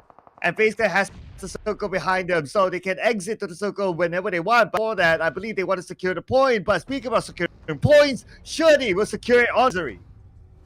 Here we have the top 5 teams, with majority of them hailing from Indonesia as well as Thailand. Only one member left standing in the way for the side of GEEK fam. Let's see whether if he could basically creep into a top 3 position. But as it stands, RQ with a significant 4-member advantage to fend off against the majority of teams, except for the Infinity that can close the threat. Speaking of which, they're already slowly melting their health bars off and just getting knocks after knocks, securing the points back in their favor. This could be a solid chance for the Infinity to get a win of their own. Oh, yes, they have the numbers now. 4v2 with 3v1. They have the numbers, all the other teams, but the Infinity still has a challenge. That's how the top teams right here. We got Boom Esports, we got FaZe Clan as well. Anything can happen. So the Infinity cannot let their guard down. But look at the current circle. Audrey still survives. FaZe Clan didn't finish him off, and he could bite him back. Oh, speaking of which, 1-8 will secure it for the rest of these players of the Infinity. As Mormon, he gets spotted out by Shorties from the outskirts instead. Onson's not really training back. With the Blue Zone closing in, they will have to proceed even further, but there's a lot more open space for the Infinity to slowly take down other players out there. Lobby needing one more tag onto Razy, but he managed to run across and keeps himself safe for the time being. The Infinity moves directly into the center of the zone and will eventually close things off against Boom. Ooh, the Infinity now starting to stand a better chance of getting this chicken dinner. FaZe Clan is on the other side. They will leave this fight between the two teams to go ahead and before maybe coming in as a third party. But the Infinity taking it hard and fast, going in despite them losing Shirley. Each of them will retreat back to Yummy meltdown by Style. And it's all dealing all the damage right now. 3 takedowns and still aiming for one final member of Boom who's driving all around. I'm not too sure if he could actually get Ika, if ever the case. Infinity already on 10. Can they find 11? With only one member standing in the way, Indonesia will eventually secure top 3. But it is an all-time battle. And also, he's getting spotted out by Onsons. Can he trade right back? Oh, one more to go. This could be the moment for FaZe Clan. And we thought that the Infinity will get the chicken, but not that easy. Because they left FaZe Clan behind. And now FaZe Clan coming as a third party. Omstyle left 1v2. Unless Omstyle, the man himself, taken time, can pull off a clutch against 2 members of FaZe Clan. And FaZe Clan, they were too occupied trying to take down members of the side of Boom, and they eventually left a little gap, but it doesn't matter. As FaZe Clan, they will come back up huge, moving into our map 2, securing the chicken dinner. It's all about the timing. Man, look at this. You always see Ventura giving hugs. Like, he's always like and that. that's why we love him. He's just a bear overall, and when it comes down to performance, he's a grizzly bear mowing down everybody else.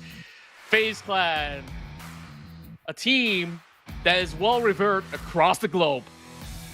You know, Ventura is like one of those like OG players who just don't stop. Oh, okay. Moment, he's having fun. They're definitely happy with the performance. 6 eliminations, 921, crowned the MVP for FaZe Clan this time. And to me, like, Venturas as OG guy since the PMCO days, still not dropping in terms of performance. Not at all. He's one of the most consistent players in the PMPL Thai region, and now with the addition of MORPH into the arsenal itself, you can see why this player has always been well respected for whichever team that he's been playing on. Now with FaZe Clan, he's still putting numbers on the chart with 921. I mean, for a moment out there, we thought, hey, the Infinity would have actually struck everybody out, but FaZe Clan, they got plans of their own. Yeah, I was about to pull out the Infinity jersey, but this guy got the chicken dinner, so I'll be keeping that aside for now.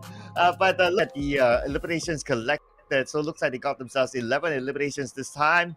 With the chicken dinner, so that's 21 points at the back for FaZe Clan. And but overall, they have been missing Mela. But with this chicken dinner, it does seem like they are starting to app without Mela because they have to. We don't know how long Mela will be. Yeah, and even without his presence, they are still charting in some significant numbers to close out rounds this angle. FaZe Clan is still in a very healthy state.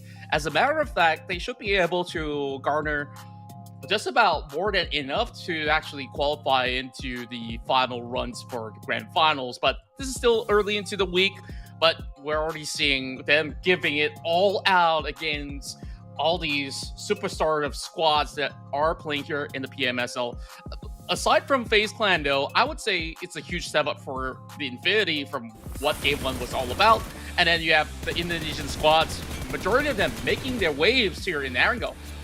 Yeah, actually, before the PMSL started, there were a lot of questions on how the Infinity would perform with the current lineup, in which the majority of their top players have to move on to the other teams. They are still showing that they are able to still remain somewhat consistent team and still be up there. They picked up some good players from Bacon Time who descended before this season started, and it is shown that they continue to perform despite their roster change. Yeah, and just look at how fast-paced all these players have been playing throughout the course of the run, and even for the Infinity, they have learned and adapted on the fly in order to secure a top 2, but FaZe Clan absolutely stole the show, and they will even overtake the Infinity with that 11 eliminations of their own, matching it evenly, but that chicken dinner definitely proves to be the significant difference between the two. Wow. In this match, what attracted me is BTR.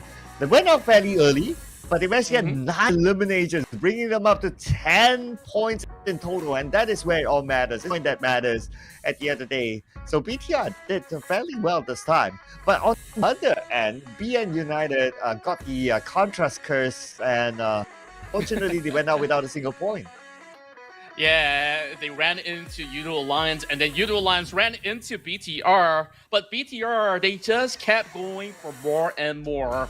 And you just love this team to bits on how aggressive they do play, and we find BTR to still remain in the top 3, needing only about less than 10 points to overtake DX. So by the end of the run, so long as they stay consistent, they should be able to eventually reach that top 1 eventually. And you know what? Vampire Esports now drops down to number 9. And okay, Sem9 is playing, so they could overtake.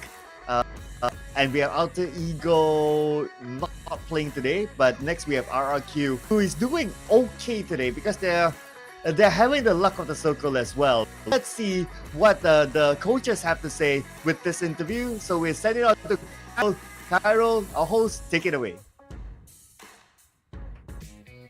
Match 2 has just ended and we're back at it again with another interview session, and here with me right now is none other than the backbone of the team, the carry of Sem9, the coach himself, Sly Diddy here with me. How are you, Sly Diddy? I'm good, thank you. Alright, so starting off with the first question, For sure, it is a good start for you guys. On match 1 to get a winner chicken dinner and a total of 13 eliminations in Map Sunhawk. Can you share with us what happened during that game? As for that game, I think the boys clearly they just took the game slowly, approached calmly, just analyzed the situation, deciding on what to do, and then take measurement and then just execute on what they think they should be doing. All right, all the best to Sam9 for the upcoming matches. But as a team coach for 2 seasons and with the majority of players are playing PMSL for the first time, how did your team's mental preparation for PMSL after returning from PMWI? After PMWI, of course, the team have a quiet meltdown because we were quite excited and has a goal for PMWI. But unfortunately, it turns out not that good. So I had like team session with my manager, handling the situation, preparing the mental so that we can, keep our head up and just move on, go for the next. As the saying goes, teamwork makes the dream work. And last but not least, which team or player do you consider as your biggest rival in this PMSL, and how are you preparing your team to face them?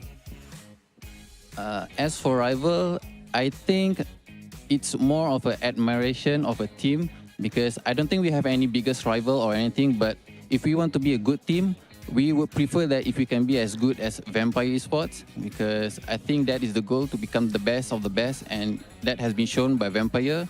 So it's either be like them or, not be anything at all.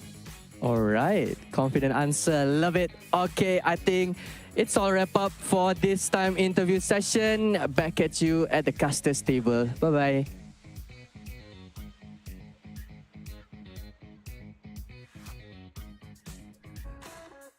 I just love what Slidy mentioned on the very final phrase. If you want to be a great team, you gotta aim to be like Vampire, or you don't be anything at all. When he said that as for rival, my immediate thought goes like 4 rivals he's playing. Some of the players are. Boki is though. Boki is your boy, and he's been doing well. It's just that unfortunate for Yoodo Alliance. They set up the trap for PN United. That was great. That was nice. But they had a taste of their own. That BTR set up a similar trap for them.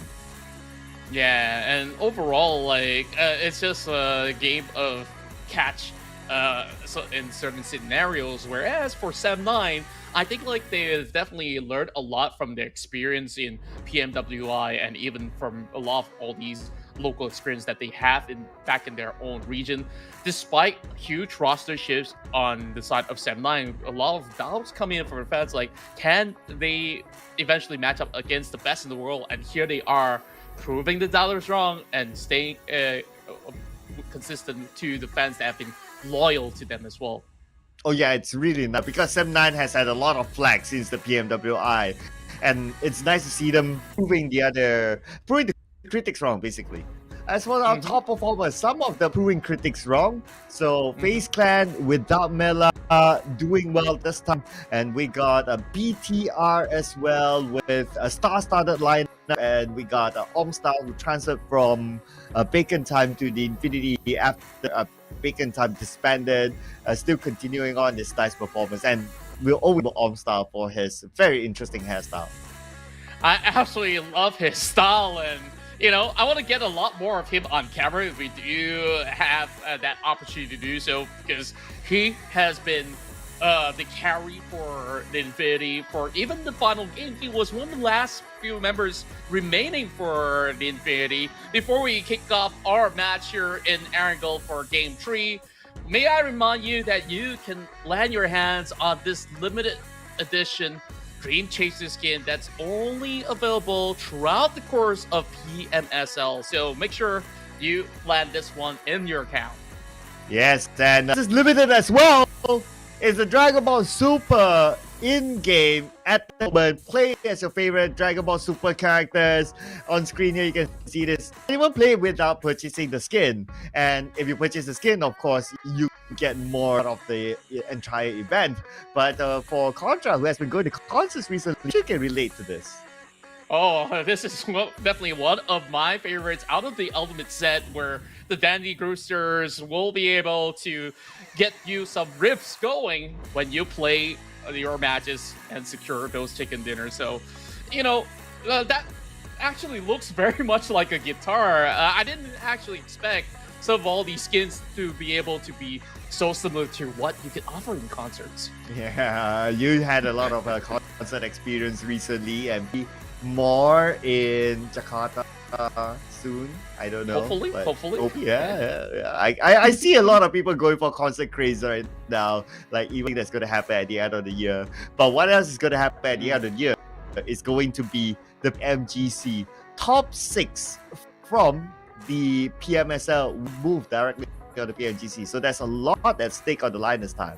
Yeah, I think like that is what the goal is for majority of the teams that are currently playing here in the league. And at the very same time, despite maybe some of them not making it into the top few spots in order to secure that slot itself, there is still that PMGC points that they are currently gathering for their own respective regions in order to qualify. So last I checked for Malaysia, I believe that it's GEEK currently leading. I have not checked for the rest. Maybe you have a few details about, the rest of the regions of Southeast Asia. Ooh, as for the other regions in Southeast Asia, I am still looking forward to see. I think the tight one will be Indonesia at this point. Yeah, the tight one will be Indonesia. Malaysia region also has a tight one. So I would say this too. For CAD region, it's almost pretty certain that GESPBE can pull off something insane. And for Vietnam region, well, I mean, Xavier, they have quite a significant gap. Yeah, come on. Yeah, and on top of that, when we look at the Thai region, one name definitely would be all the way up there, because Vampire Esports with their PMWI win, I believe that they should be the ones to be eventually featured as well. But here, they're still going to be putting all the hard work into play as we're having our teams getting set up for the second round of Erangel. The first round itself already starting off really rowdy in the middle fields of Gatka, as we take a closer look into all the setups. And I do notice for a fact that majority of these teams, their IGL will have, printed out maps in order to plot their journey. That's great practice coming in from majority of the teams. Yeah, it's nice to see all that adapt to the same preparation nowadays. A fist bump to you too, Vintorius. But I also want to clarify on the PMGC slot from the PMWI. So, because I noticed that some of our viewers as well in the comment section also talked about this, and I just want to clarify that Vampires do not get the automatic slot to PMGC as the champion of PMI. Instead, the slot will be given to the Thai region. So, meaning that the number 1 that's fair. And number 2 PC points from the Thai region will go on. Now, this comes to another point, which is who is the number 1 and number 2 in the Thai region for PMGC points? It is the Thai Esports and FaZe Clan. So, it's very unlikely for any team to be able to catch up to these two teams. So, although unofficial, I can say very, very, very likely we will see these two teams in PMGC.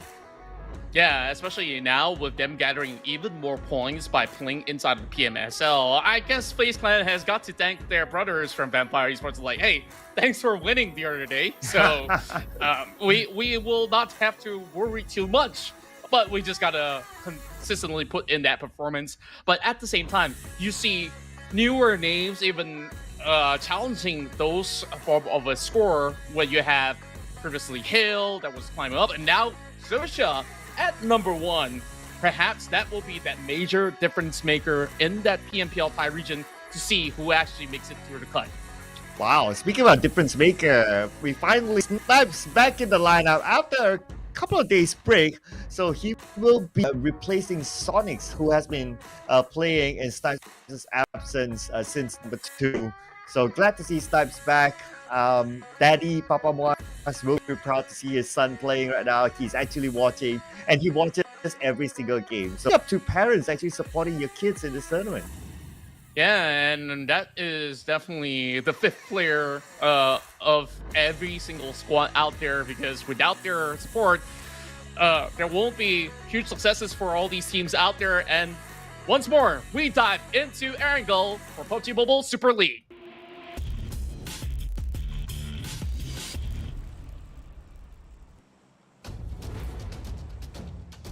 Erangel it is, the last before we head onto an extended break.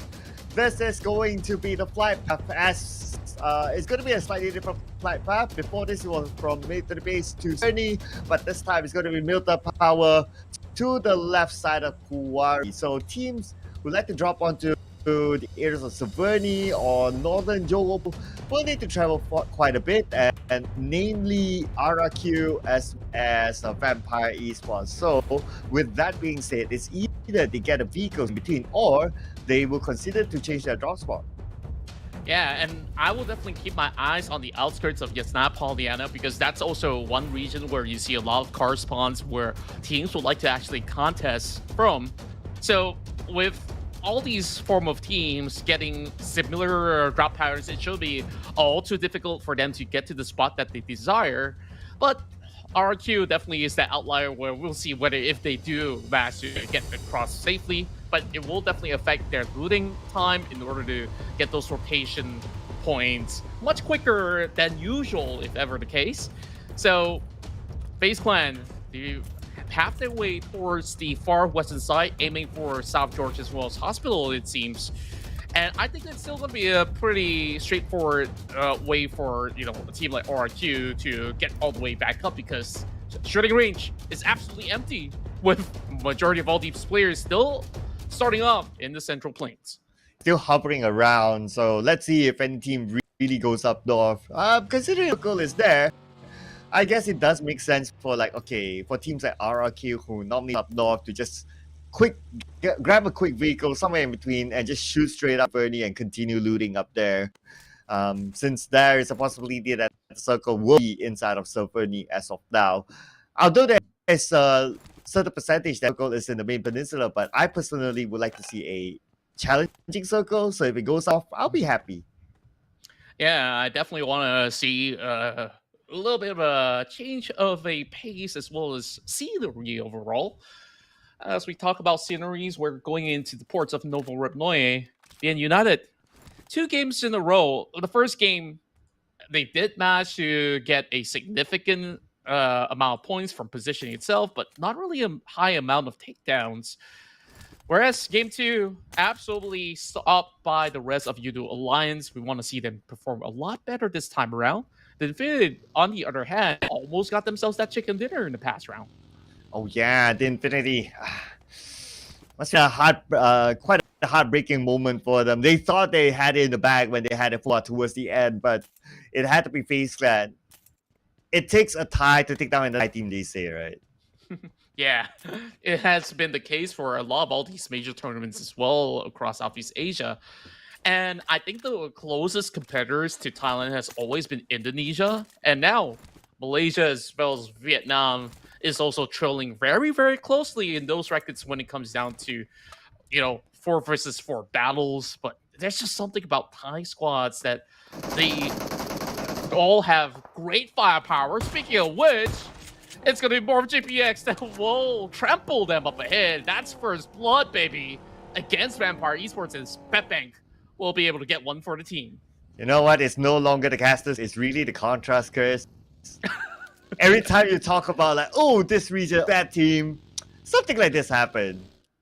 But you set me up. I mean, the question came from you. I mean, well, at least when I was talking about it, no one got it. Just saying. Man. I think nothing's going to happen in Quarry at least, right? So, DBD. Let's talk about DBD for a second. Because, sure, they have a few decent rounds back in the weekdays. But here on the weekend, it feels like they don't really have that same type of formula that they've been able to get to a consistent top 5 at the very least. But Box Gaming has been rather interesting. A very momentum-heavy based team where once they do get a top 2, top 3 kind of finish, you will see them having a very decent day. Yeah, that's still my prediction to get the chicken dinner today. So come on, Box Gaming, do it for me. At least I can prove that the Contra curse does exist. But Or it could be otherwise. It could definitely be otherwise if we jinx them once again. So I'm not all alone in this, right? I don't know, chat. Don't flame us too hard for this. But I would say if there's any form of assurance when it comes down to performance, FaZe Clan, even if they do bow out a little bit early on, they always walk away with high elimination points, if you do notice. Oh yeah, I mean, I think of them. It's also thanks to players like Onzens, even I think of Onzens. Onzens has been one of those young prodigy players from Thailand. If we gotta think about it, right? Thailand produces a lot of young prodigies, like they do. The Tony K. Yeah, Tony K. I think is one of the significant ones, and then you have Onzens, and you even have like players who didn't make it on the PMSL because of how competitive the Thai scene is. Yeah, and then when you do look into other regions as well, I think like Indonesia is also following up closely with Rosemary now being one of the top performers. But speaking of Thai teams, we have FaZe Clan at it against Boom, and that was just a drive-by that they just did upon Razy. Another prodigy that's looking to make a mark here in the PMSL, and MR5 brought right in here for our third match inside of Erangel. They've been having a little bit of a switch every other game, and yet they are still having the same form of ferocity. Yeah, and it's a very good from FaZe Clan. Now that they will be the gatekeeper of this bridge, if Zone does move up north, and there's that possibility, Boom might need to go through this bridge, and we all know that FaZe Clan will be waiting for them, and Boom has that mission as well. And I guess that's why they were like, okay, we're not in the mood to take fights. Let's do the other way then. Yeah, I think this is definitely the best measure coming out of Boom. With it being so early, you don't want to walk away with, minimal points in terms of elimination, and then after that, you just crash out of the game, not being able to even get more rewards. Currently, where Boom's currently standing at 10th, they don't really have the best spot possible. They want to ensure that if they get maximum points out of this, they can overtake perhaps Semline as well as RRQ. But for now, they will have to slowly find the same form of consistency that they had back in their own local league. As for Semline, I think things have been looking to be pretty clear for them. Almost catching up to all these teams like Vampire, Esports, FaZe Clan, and even Infinity. Yeah, making a kick from PMWI, doing a lot better for their PMWI outing. Although the round 2 wasn't really their round, they only managed to get 1 point. But at least they got it today. So that kind of compensated for the 2 rounds that they have been upping. Let's see what happens in this 3rd round. But we move over to GEEK Fam, and we have another team, the Infinity. So now GEEK Fam has them locked in on the other side of the bridge. So this is going to be tough. GEEK Fam not letting them go at all. Yeah, I think that Shirties might have actually seen some movements, which is why he's being so cautious right across the bridge. And this is going to get a lot more awkward with the more time that Infinity takes, as well as GEEK Fam. They are both not going to be getting into the zone with that form of safety net. But GEEK Fam, there's a clear passage over on their north. And Audrey, the first pickup onto Logan, is significant as they try to dent their hopes and dreams. Lobby the next one to falter as well. GEEK Fam with an immaculate setup.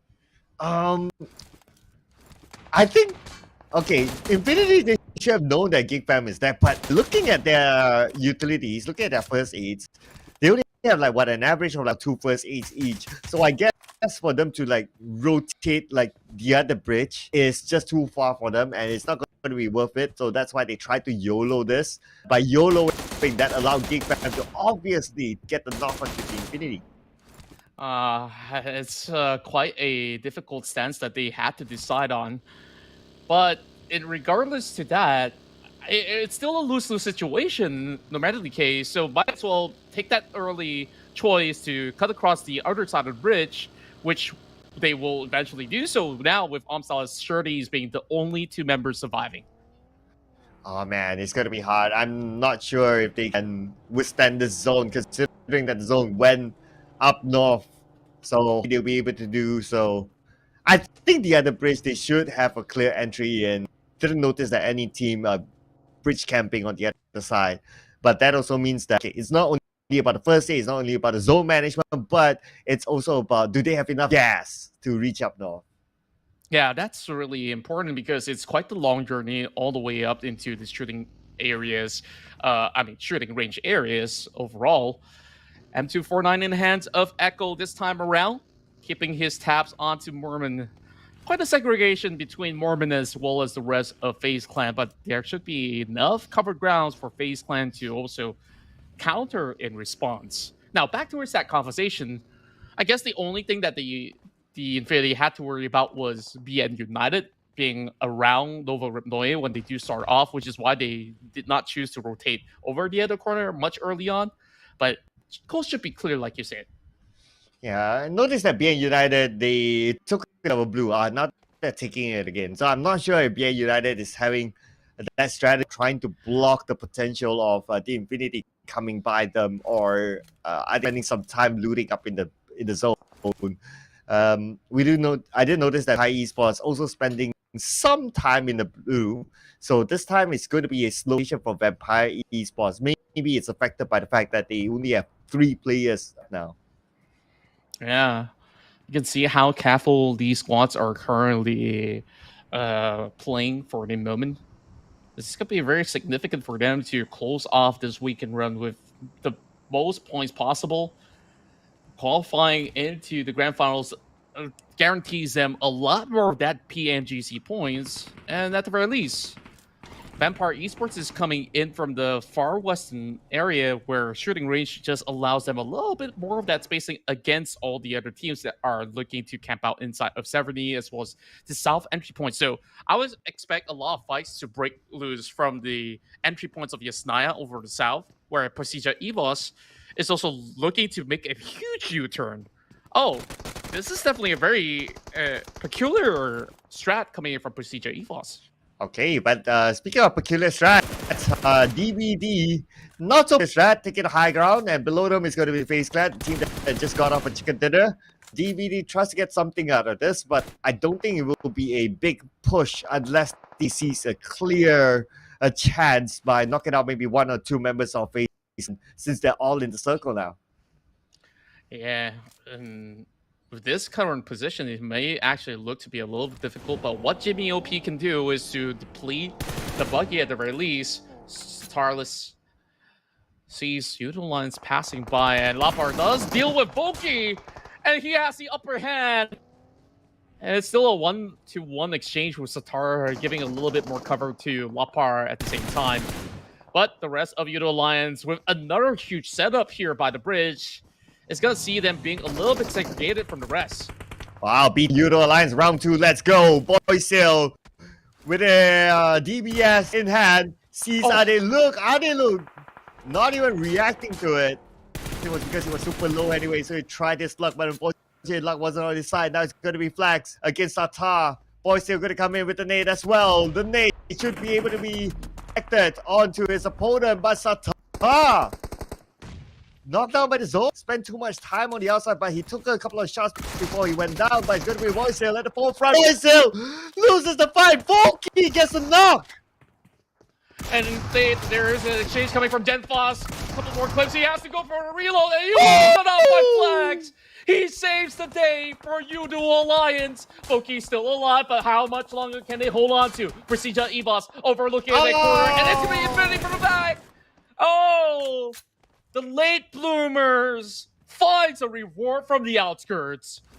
Just as when Yoodo Alliance want to celebrate the revenge against BIGETRON, they had to appear. Man, that is just heartbreaking. Man, it feels like they are a hitman, right? Like they put one team onto the list, and then once that checklist is done and secured, it feels like there is another hitman that was hired to actually take them out. This time, Infinity, they heard all that form of ruckus coming from far across, and It was just unfortunate for Yoodo Alliance to have 2 back-to-back rounds and in the same weird fashion. Oh yeah, but this time only 3 points. Before this, they got at least 5 points. So, but it's not much, right? It still doesn't affect them in the overall charts that significant. As in, like they are still at least from the list here, number 11. But that also opens up some room for GE to actually overtake Yoodo Alliance, and definitely Yoodo Alliance doesn't want that to happen. Yeah, and on top of that, Yoodo Alliance now securing at the very least a total of 80 points. They would have a fair shot into the upcoming round as Boom. Sure, it may not be the day where we see them pop off just about yet. If Boom does not secure any form of points, then it only leaves 1 point of gap for Yoodo Alliance to close up. Oh, double drops coming in a way. Whoever wins the battle between FaZe Clan as well as DVD might be able to get a lot of restock as GEEK Fam casually appears and bypasses the heal very safely so, but will be met by challenges coming in from the side of Box Gaming, and it will be Tongzin that takes down Mika. Audrey now going up close as he will draw everybody into that corner, and Namku holds down the fort. Literally, Box Gaming turned them into a box. And but unfortunately for Box Gaming to lose squad, Namku should be able to revive. We can see the smoke being deployed to go save him. And now FaZe Clan and DBD, the fight that we know is inevitable as FaZe Clan goes up to the high ground. DBD still defending the ground with Echo on his team. Yeah, and it piles him through the smoke, and he will be able to spot MORPH as well. He will be able to knock majority of FaZe Clan out of this match. And coming from the back, it's Tony K that shuts them off completely. DBD, you still have members on the ground. This is not going to be a clear plan for them to take on VP for now, but whatever they can do to reset, they will have to fend them off, no matter the cost, as they're slowly having members shun off one after another. Ravenclaw, give a grenade, but that is all that DBD has at 11. Well, again, Esports coming at the right timing. Mowing down DBD, not for DBD to reset at all. Again, Vampire Esports, despite them playing as a trio, it does feel like they're still playing as a full squad. Yeah, and that's how scary they are. Overall, they just have that sure finesse of a firepower. And as much as it was only 2 points garnered from the side of Vampire Esports, a lot of all these rooms have been opened up for the team to be able to eventually close off into the central areas of play, as other teams are also struggling to get themselves a safety ground. PJEV sees the rest of Genesis Esports cutting across, and that's where they have a full line of sight to trade back against Master Smile. Ooh, Smile knocked down now. Like West comes in for the other side with the DBS gameplay. Knocked down onto Break. So was will be knocked down by Ichi as well. Break finished off by West. And now PERSIJA EVOS comes in at the right timing. Not letting them go at all. Not letting time to breathe. The nade from Zaxi into the building. West eventually could be in trouble, and now West is the last man for GE. Comes out to defend his ground, but links it for the other side. West all alone as PERSIJA EVOS devours him. PERSIJA EVOS, sharp as a hawk, and they definitely out-finesse the rest of GE. They lock onto the targets, and they just have decisive strikes now. Vampire Esports deals with whatever's inside of the shelter. They will drop one grenade onto Boom. That's yummy. Down in the rut. There's no way for this team to actually escape, so they're going to be cornered up for the time being. Vampire Esports can just wait it all out for now. And Boom, what exactly can they do about this? Oh, well, I guess that's your answer. He knocks down one member of Vampire Esports. That's going to be Fook. And the rest of Vampire Esports only playing as a duo. Do they really want to do this? Because the circle is not in the same. I mean, they don't really have to push. They just got to wait it all out. There's just the blue zone slowly devouring them, and here comes Crazy. He's pushing forward. Tony K, he's getting shredded apart, but Boom will still be taken out cold by the Vampires. Oh, it's going to be Vampire Esports still hot this time. 6 elimination points for them as they take out Boom Esports, and they're currently dominating. Now, we move over to 7-9. Playing without that. On the other side, against MORPH GPX. It's just crazy how they've been able to do this with only 3 members, like you say, from the get-go. And even despite that, now being the top performers, 7-9 now, full sends it. 2 versus 1. Oh! Hank! Oh, a clutch coming in away for MORPH GPX. Wow, 2 back-to-back for Pepe. My goodness, this guy has been a lot of critics, but look at this sort of performance, taking out 2 members of 7-9, back eliminating the entire squad. Pepe is in the house. And he is just showing them how it's being done. The movements, the spray, and he was only being scratched for a little bit. Great recovery from the rest of the squad as well to back him up at the very same time. Meanwhile, Box Gaming, significant improvements as they do secure 5 elimination points of their own. And it's NamQ that's dished out majority of the damage upon all the other teams that were coming across. Ravenclaw out in the open, spotted out by Monboy. They do have a clear view from the top, but this is not the easiest of terrains for them to actually get everything being secured, as their backs are also exposed to certain other teams. Oh yeah, I mean they need to take care of multiple angles now. And speaking about multiple, okay, RRQ gonna come in, and RRQ, they definitely want to secure this elimination point. Hexas will be knocked down. Got a little bit of assistance from the other side, and I believe it was from another team. Okay, PBE takes down more. Okay, it's probably gonna be PBE. Yeah, PBE is close by. And as for the matter of fact, it's going to be a smooth cruise for PB to get into the circle where PERSIJA EVOS is one of the teams controlling the central of the area. And Ravenclaw, he tries to trade back through the smoke. And RRQ pulls it off in a very gut-wrenching moment. There was 3 squads out there. They had to settle with Vampire Esports. And even despite that, it wasn't absolutely clear. But RRQ failed. Meanwhile, PBE, they tried to push on forward. They left a lot of room into the center ground, and this isn't exactly going to be the clearest of the entries, but more, they're pushing forward, and they're going to find themselves stuck in between PBE. Oh, PBE now 5 elimination points, looking good, made themselves into the top 5.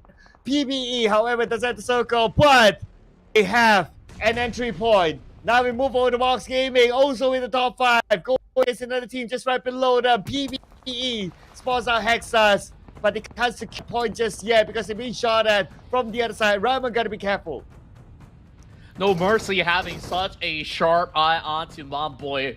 Every single time he tries to take a peek, he always soaks in a little bit more of that damage, but here comes Gosu, dropping a Molotov into the smoke. Won't be able to find members inside of PERSIJA EVOS. There's only 2 more left, but we've seen what Zuxi can do back into the first round of Erangel, and he's definitely gonna put them to work once again. PBE, 4-man members still alive, but they're not having the best of rounds to work with Nepreco. He's going to spray through members inside of Box Gaming when Gosu tried to make it work. Not enough cover, especially with the grenades flying in. Oh, 3 teams just next to each other. PERSIJA EVOS on the other side, but it's gonna be Max from BA United. He will get 1. NamQ will be taken as well. Max from BA United secures 2 elimination points back to back. Insane performance coming in from the Soul Ranger of BN United. Now he's soaking a little bit of pressure coming in from the side of RQ. Still looking for Asa with a tiny gap through the shack. He's trying to deal with the rest of RRQ.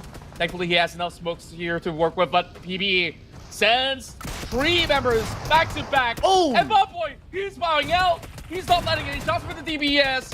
And in fact, he's putting the SLK. 1 more to eventually clear them up. Max, can he do it though?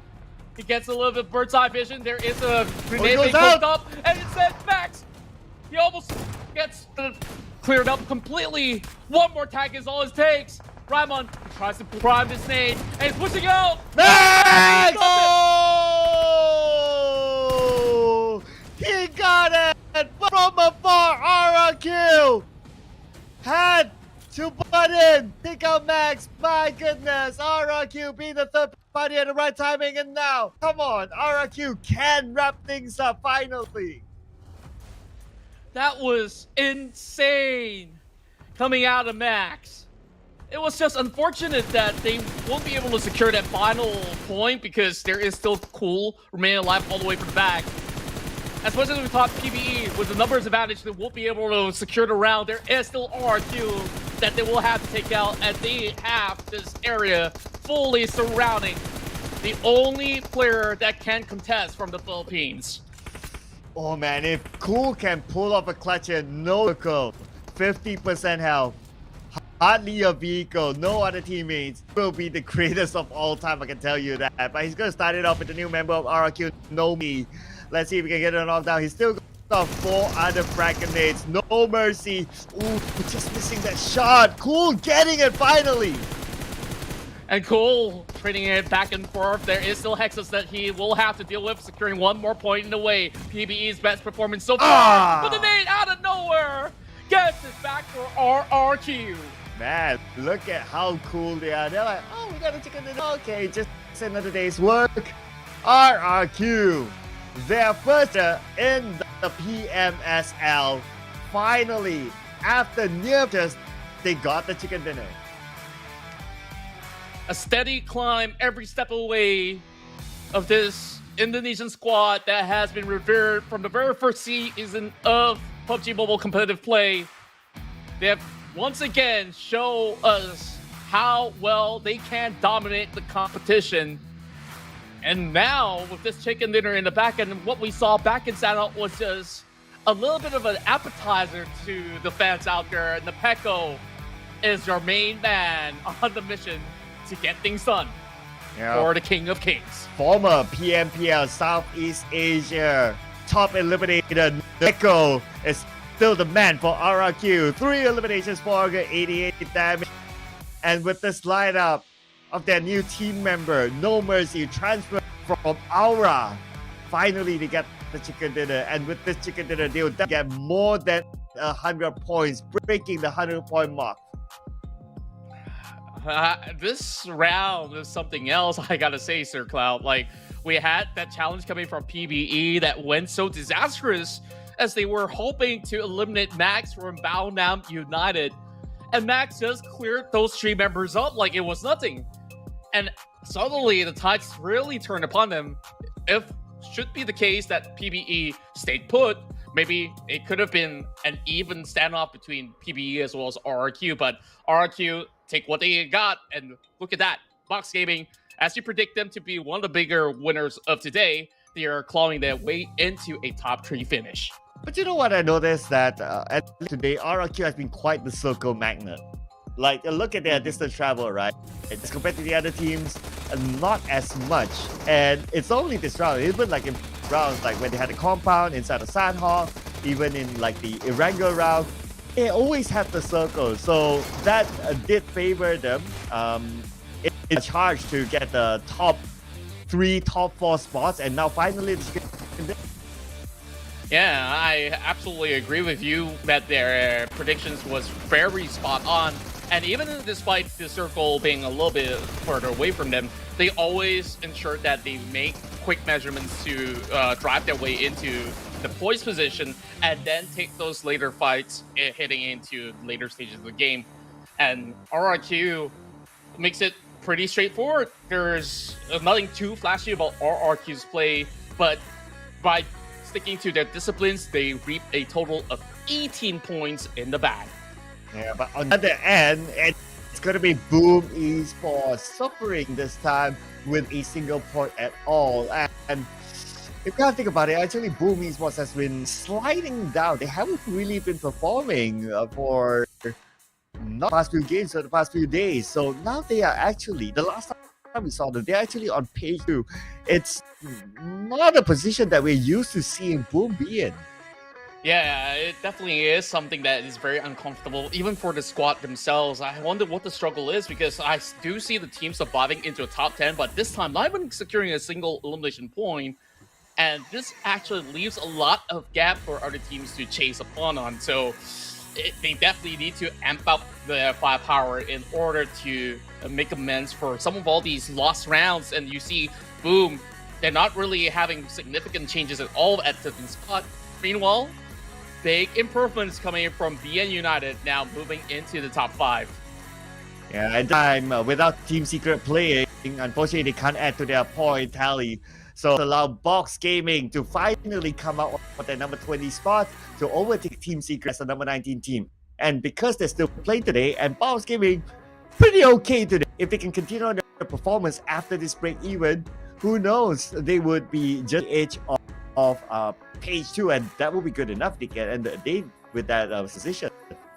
Yeah, and overall, like, I just do love that these players still see themselves a lot more of all these opportunities to just keep propelling forward and not even thinking that, hey, it's okay, it's just one round, and just basically give into other teams. Like, this is the fighting spirit that we all know and love about teams like Box Gaming that has been a household name of Vietnam, and that's just championship mentality, what we do require all these teams to have here in the PUBG Mobile Super League. Yes, so after this, ladies and gentlemen, we will be taking a break. So this will always be the question, right? Will the break benefit the teams? Or will the break the momentum of some of the teams? This has always been the question mark, because some of the teams, like when they have like a good run, for example, like RRQ, they always want to keep playing and playing, and they don't want to take that break if possible. But the arrangement is such that they must take this break. So I wonder if RRQ can continue to perform when they come back. I do think that this is a much needed break for a majority of the teams out there. For RRQ, I don't think it will be significantly affecting them too much, because they have their formula to secure a top 5 finish at the very least throughout the course of the day. I think they stick to the game plan. Nothing will be too significantly changing for the team. Whereas for those that have a rough run in, like what you mentioned about Boom, they definitely needed this break to really think again what exactly is the best course of action heading into all these other maps, especially heading into Miramar. Do they want to start using substitutes? Do they want to change certain strategies when it comes down to how the last remaining games to be played out inside of this Saturday run? Yeah, you know what? Boom's Coach Ken, he has a reputation of being rather military, so to speak. So I don't know if the players will want to see him during the break. Yeah, but anyway, they can't avoid it. He's still the coach. Unless anything changes after the pep talk from Coach Ken himself for Boom Esports. We'll be taking a short break, so we'll see you after this.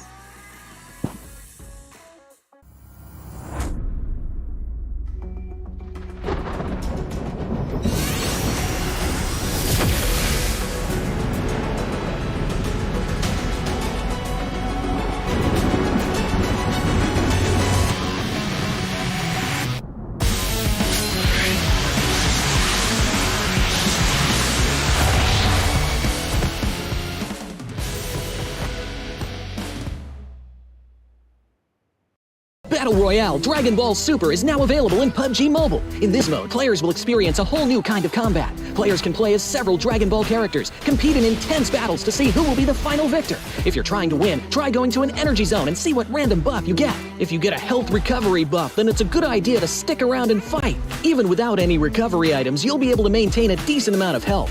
During a match, players can also use attacks while battling with others. These attacks require ki. Players can collect ki from the map. They can also choose to replenish ki by charging it up themselves. Players also need to be on the lookout for upgrade materials. These are used to level up attacks. Attacks have a total of 5 levels. Level 1 to 2 only require basic upgrade materials to level up. Level 3 and above require advanced upgrade materials. The higher an attack's level, the more damage it will deal. There's also various support items that can be found in the map. For example, the Buku Capsule and Smoke Capsule. After using a Buku Capsule, you'll be able to fly a certain distance. It's really useful for initiating battles or running away. But be careful when you run into Piccolo. He has an attack that can snipe you from far away, as well as a dash that can quickly close the distance. Smoke Capsules release ball-shaped smoke, which can obscure enemy vision. This smoke screen can help you retreat or relocate. Don't forget about accessories. Accessories can also make your attacks stronger. More advanced accessories provide better buffs. If you play as Vegeta or Ultimate Gohan, who can already attack pretty quickly, you can enhance it with an accessory for an even greater advantage. If you want to increase your chance of survival, look no further than the Armor item.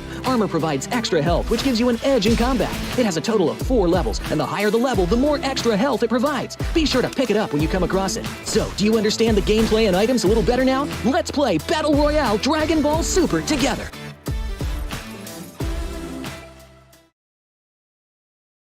Battle Battle Royale Dragon Ball Super is now available in PUBG Mobile. In this new gameplay, you can do battle while playing as Dragon Ball characters. Let's get to know them and their skills. Son Goku's standard attack is a barrage of Kidan. Its damage output is reliable with an average rate of fire. It's crucial to find the right time to attack. In order to make this a bit easier, Son Goku's charged attack is a continuous ki blast, which can be charged up and fired to attack enemies. At the same time, Son Goku has a special movement skill, but this is great for mounting a surprise attack or to escape a dangerous situation. It can be stockpiled 3 times, allowing it to be used in quick succession. Get to know these moves and you'll be one step closer to victory. Similar to Goku, Vegeta's standard attack is also a barrage of Kidan. It has a faster rate of fire, but the Kidan travel a bit slower. It takes a bit of prediction to accurately hit enemies. However, Vegeta's charged attack fires a bunch of Kidan, which deals small area damage to the target. Vegeta charges up with energy when he hits enemies. Once fully charged, Vegeta can release all the stored energy at once to deal massive damage to an enemy.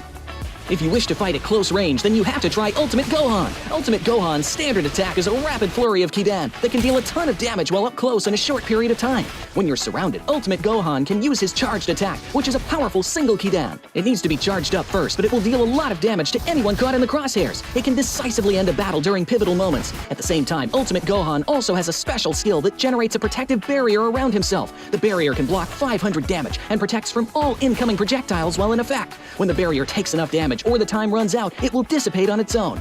Piccolo's standard attack deals high sustained damage. Its damage even increases the more it hits in a row, which will really test your aim. Furthermore, Piccolo's charged attack can snipe enemies from a distance. He can zoom in for this powerful single-shot attack, leaving enemies with no place to hide. Even if you miss, it's no big deal. Piccolo's special skill is a powerful dash that can be used to close in on enemies, even those in the air.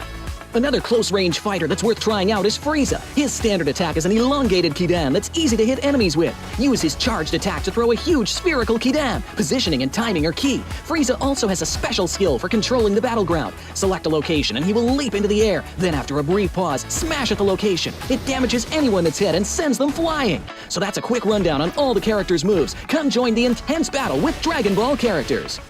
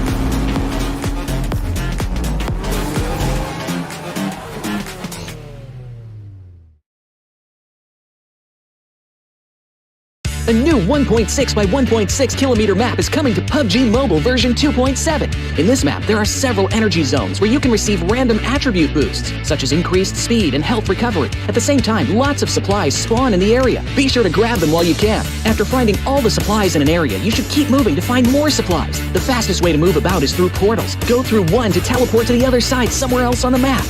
After exploring an area, it's best to teleport somewhere far. However, it's important to note that there's a cooldown after use, so it can't be used too frequently. If you want to travel across mid-distances, be sure to take note of the updrafts on the map. Get close to an updraft to get lifted into the air. After reaching a certain height, you'll descend back to the ground. During your descent, you can freely adjust your direction to head to your destination.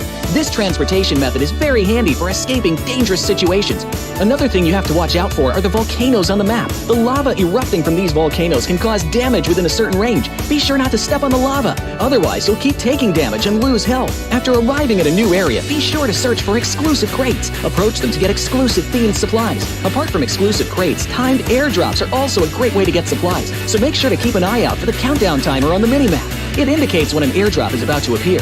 After the countdown ends, a crate with amazing supplies will rise from the ground. When this happens, there will surely be many enemies vying for the crate, so make sure to lie in wait beforehand and evacuate quickly after grabbing the supplies.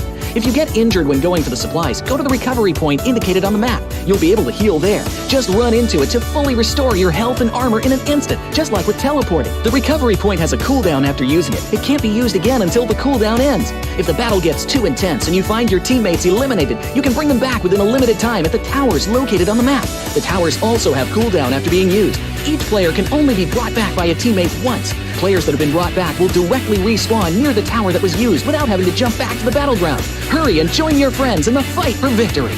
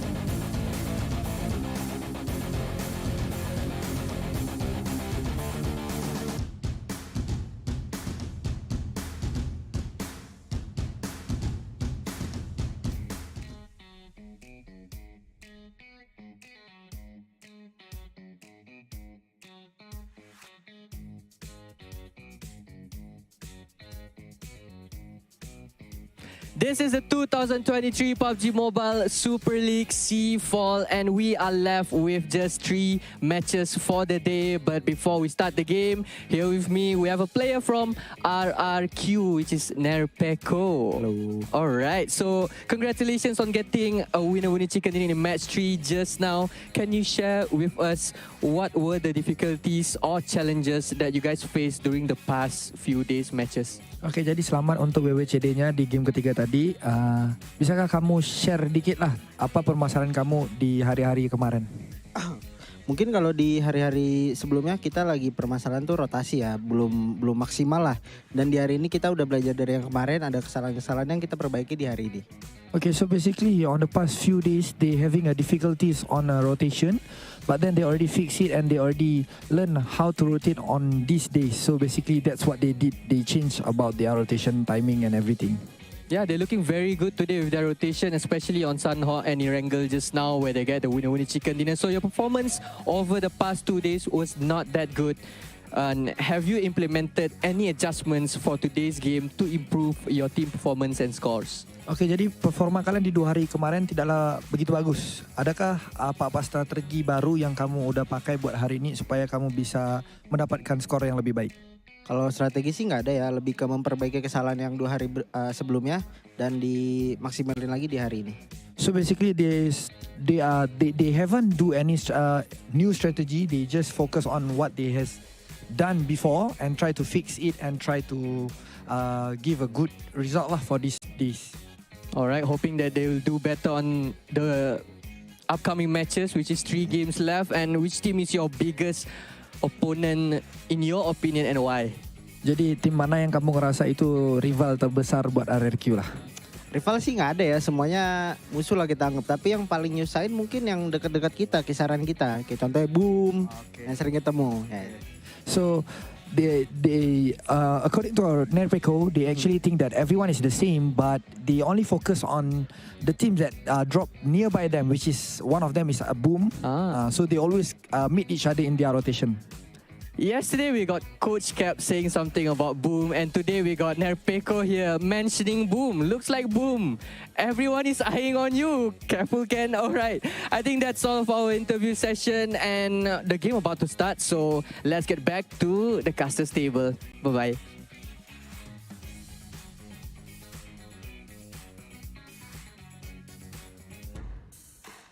Yeah. And once again, welcome back to the PUBG Mobile Super League. We heard it from the Petco before we kickstart our second half of our Saturday run, and looks like they have been eyeing on Boom because they kept running into them. So will this happen as we move into our final round of Erangel? Well, at least for RRQ, they should overtake Boom in the overall so far, and Boom is now on page number 2. A very, I would say, unusual spot for Boom to be in, and I'm pretty sure they're not happy about it. I'm pretty sure Coach Ken isn't happy about it. A guy who has a military attitude against his own team. So let's see if the thought during the break does help them to come back in our final ranker that's going to happen after this. Yeah, and overall, I think like from what they've mentioned, there's not too many significant changes onto how RQ actually plays the game, but to actually fix rotations. And I think that is actually essentially the bread and butter for a majority of these teams, because what are the teams that have always been held back by rotations? If you look back, Infinity is one of the teams out there, and then you have Yoodo Alliance. Sure, they set up that checkpoint, and once they move from that checkpoint, it's rotations that actually got then clipped up as well. So fixing rotations is not something so easily done because every other game is going to be different, but we'll definitely want to see who are the top performers throughout the course of our 3 rounds so far. Yeah, so some of the top performers here. Names as we have seen. So we got Ravenclaw, the IGL from Vampire Esports. He is still performing despite overall for Vampire Esports. I said because they're Vampire Esports, right? Because they're PMWI champions, so the fans will be acting a lot more from Vampire Esports. But for BN United, especially Box Gaming, who was at the last place for this, performed well today, doing so far so good, and they managed to open a team secret in the overall charts. And of course, we have a member of GE up there who did fairly well as well today. Yeah, and I want to highlight once again on BN United because Max LV actually secured majority of that elimination from that outstanding play that he had in round 3 where he was going up against PBE. So hopefully there's a lot more coming in from Max LV because that was a show-stopping performance. But before we get into our game, may I remind you that we have an exclusive skin just for you throughout the course of the PUBG Mobile Super League. You can get your hands on the Dream Chaser set. So make sure you get it before it runs out. Yeah, and for all of you waifu lovers, you gotta get this as well, which is the new beach party theme Royal Pass that is only available until the 3rd of September. So it will run out at some point. Get it last. Yeah, and on top of that, if you guys love speed, Aston Martin has got something special for you, as you can drive the power with the new collaboration between PUBG Mobile as well as Aston Martin. So you can basically leave everybody in dust while you glow in green. Yeah, glow in green. That is the color that the teams will be hoping to achieve as they fight for the next chicken dinner. You want all of your members to be in green as you get the chicken dinner. That means that you don't give any point away to any other team. Now coming into this REGUM, based on the talent predictions, how are you feeling about your predictions so far? So far, I feel like whatever I've guessed earlier through the day was more on the results that these teams have churned out from yesterday. I would say that they are still performing decently all right, but not exactly up to my expectations because it wasn't as shows such a exorbitant amount of elimination points or even ranking points to be accrued by PJEV, GEEK Fam, as well as BTR. But that's also due to the fact that they've always contested against other teams very early on than to prioritize for that late game. But in the upcoming rounds of Miramar, I do fancy these chances for these teams to be able to come back with their own resurgence. Yeah, resurgence, that's the key word for Contra. Really rings a bell, yeah? I don't know why, but MORPH has been related to them. Today has been doing okay. But it's just unfortunate they always bump into teams like fairly early on, especially for the past two they got eliminated. It was through BTR again. So maybe they want to go back to the drawing board about whether they still want to take that fight BTR, if they do have the same rotation, or just go somewhere else. Yeah, and Yoodo Alliance, as much as they've exacted vengeance upon BTR in that specific round itself, eventually there was also other teams that caught up. Infinity that took, I don't know, it felt like hours for them to rotate in, did manage to spot them out as well. So I feel like there's a little bit of cleaning up to do post-fight every single time that Yoodo Alliance goes for all these form of challenges. So they gotta always be on the lookout if ever the case. For BTR though, I gotta say, sometimes their effort actually result in a lot of elimination points, and other times, like, they walk in with bare minimum. The last I checked, it was like 3 points in the past round. They definitely need a lot more. Yeah, because they also got into early fights with Yoodo Alliance. And Yoodo Alliance, of course, no pushover team. Even if they go out, they would take out like 1 or 2 members of BTR, leaving them handicapped very early on in the round. So it's something for themselves to consider what they're going to do next. Do they still want to play with the same strategy of trying to block the rotation of Yoodo Alliance, or again do something else? Actually, about doing something else, at least for Boom, they changed their drop spot to D-Xavier would normally drop, which is inside of Pochinki. So this has brought them an easier start as compared to them having to fight against GE in Rosshawk. But easier does not mean easier end. Boom will need to find an easier end this round. Yeah, and a lot of adjustments need to be done by Boom in order to achieve that. First, avoid RRQ at the very same time, because RRQ don't want to meet them either ways. Then maybe they will have a little bit more of a smoother run into the later stage of the game. Hope you guys have already got your dinner, while the players are hoping for an extra dinner in the form of chicken dinners. PBE, I think the last round definitely showed that they have what it takes to actually walk away with a chicken dinner. With maybe a few steps to be refined, they could be able to challenge for that big win in particular, finishing in the top 2. And here we have What a legend Whoa. coming into the scene. Luxy reunited with his Tachibana twin, Zuxi. So definitely the pacing for PJEB will shift with a veteran coming to the scene. You know, it took me a while. Like, okay, is this who I think it is? Because you know they are twins, right? So it needs to pop up before. Okay, it is Luxy that's coming to the frame. A lot of fans asking, "Oh, where is Luxy?" They want to see Luxy play now. Today, ladies and gentlemen, it's your lucky day that you get to see the legendary duo playing together for the first time in this PMSL. Yeah, and I'm just happy to see that they would eventually bring what they're known best for. The way that they have, I'm trying to even look for the words here. Unrivaled chemistry amongst all the players out there. So with that being said, is this a boost for PERSIJA EVOS? We'll have to see. Yeah, we'll have to see because it's going to be the last game inside Arango. So this will be the final push for map before they need to switch their plays into Miramar. Let's head on to it.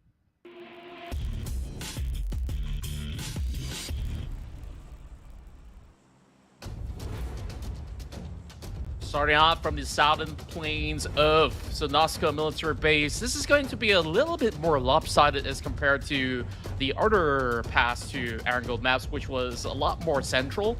So we're looking at points like Isnaya, Pollyanna, Stalber, as well as Kameshki to be slightly cut off from the parachute markers, as we'll see majority of the teams would still get that firm access into most of the township that's currently available. Yeah, so I think see like similar drops again like before. Like nothing was going to change since the map is not too far for these teams to reach to their regular drop spots. In Empire, this time they can drop onto North George again, so it's not going to be a big issue. Same goes for Q in Saverny. That's going to be okay for them. Interesting stuff. Military base is normally taken by the Infinity, but they choose to go there. I think it's because of the bridge camp from GEEK fam in the previous round did leave a mark onto them, so they're changing their drop spot. They're floating onto the areas of Princeton.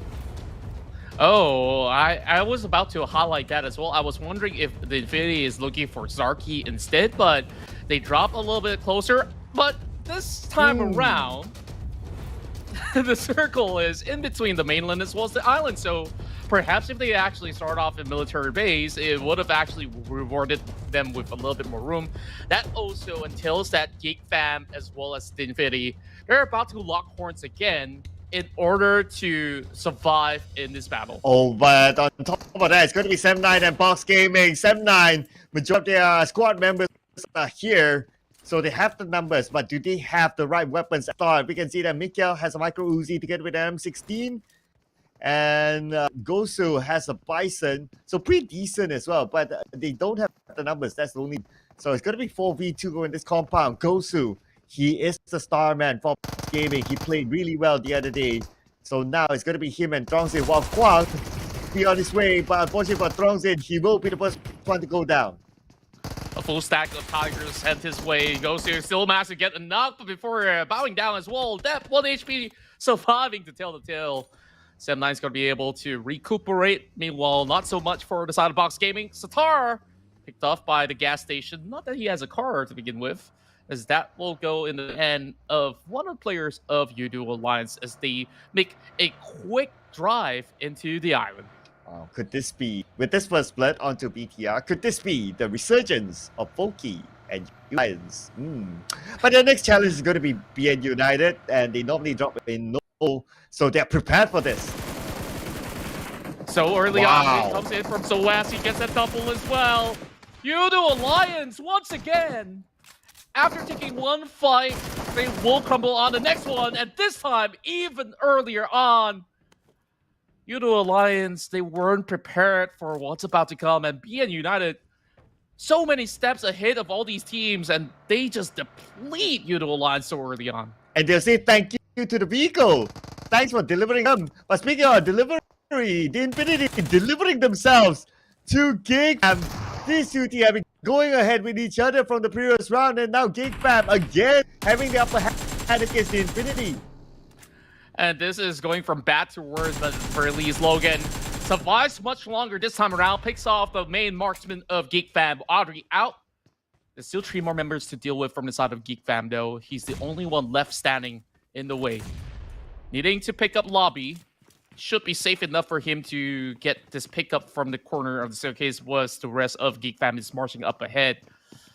Just a smoke covering a low ground, but he is being spotted out. He survives only for the slightest bit. Snipes hunting out, but there's no escaping the wrath of Geek Fam. If only he went like a little bit further, then maybe he would have bought enough time to revive his teammate and play as a duo. But unfortunately, the gap was just enough for Snipes to spot out Logan, and that is where Infinity will be the second team to bow out. It's just so sad for the Infinity, right? Because of the decisions that they make. This could have actually been an easy circle for them. But they decided, hey, we don't want to have that problem by the bridge. Now you have a problem by Ferry Pier, a territory which I would say they're not entirely the most accustomed to, with Geek Fam being around as well. We're going to get ourselves another fight between DVD versus Boom. DVD, Pombit currently on his knees.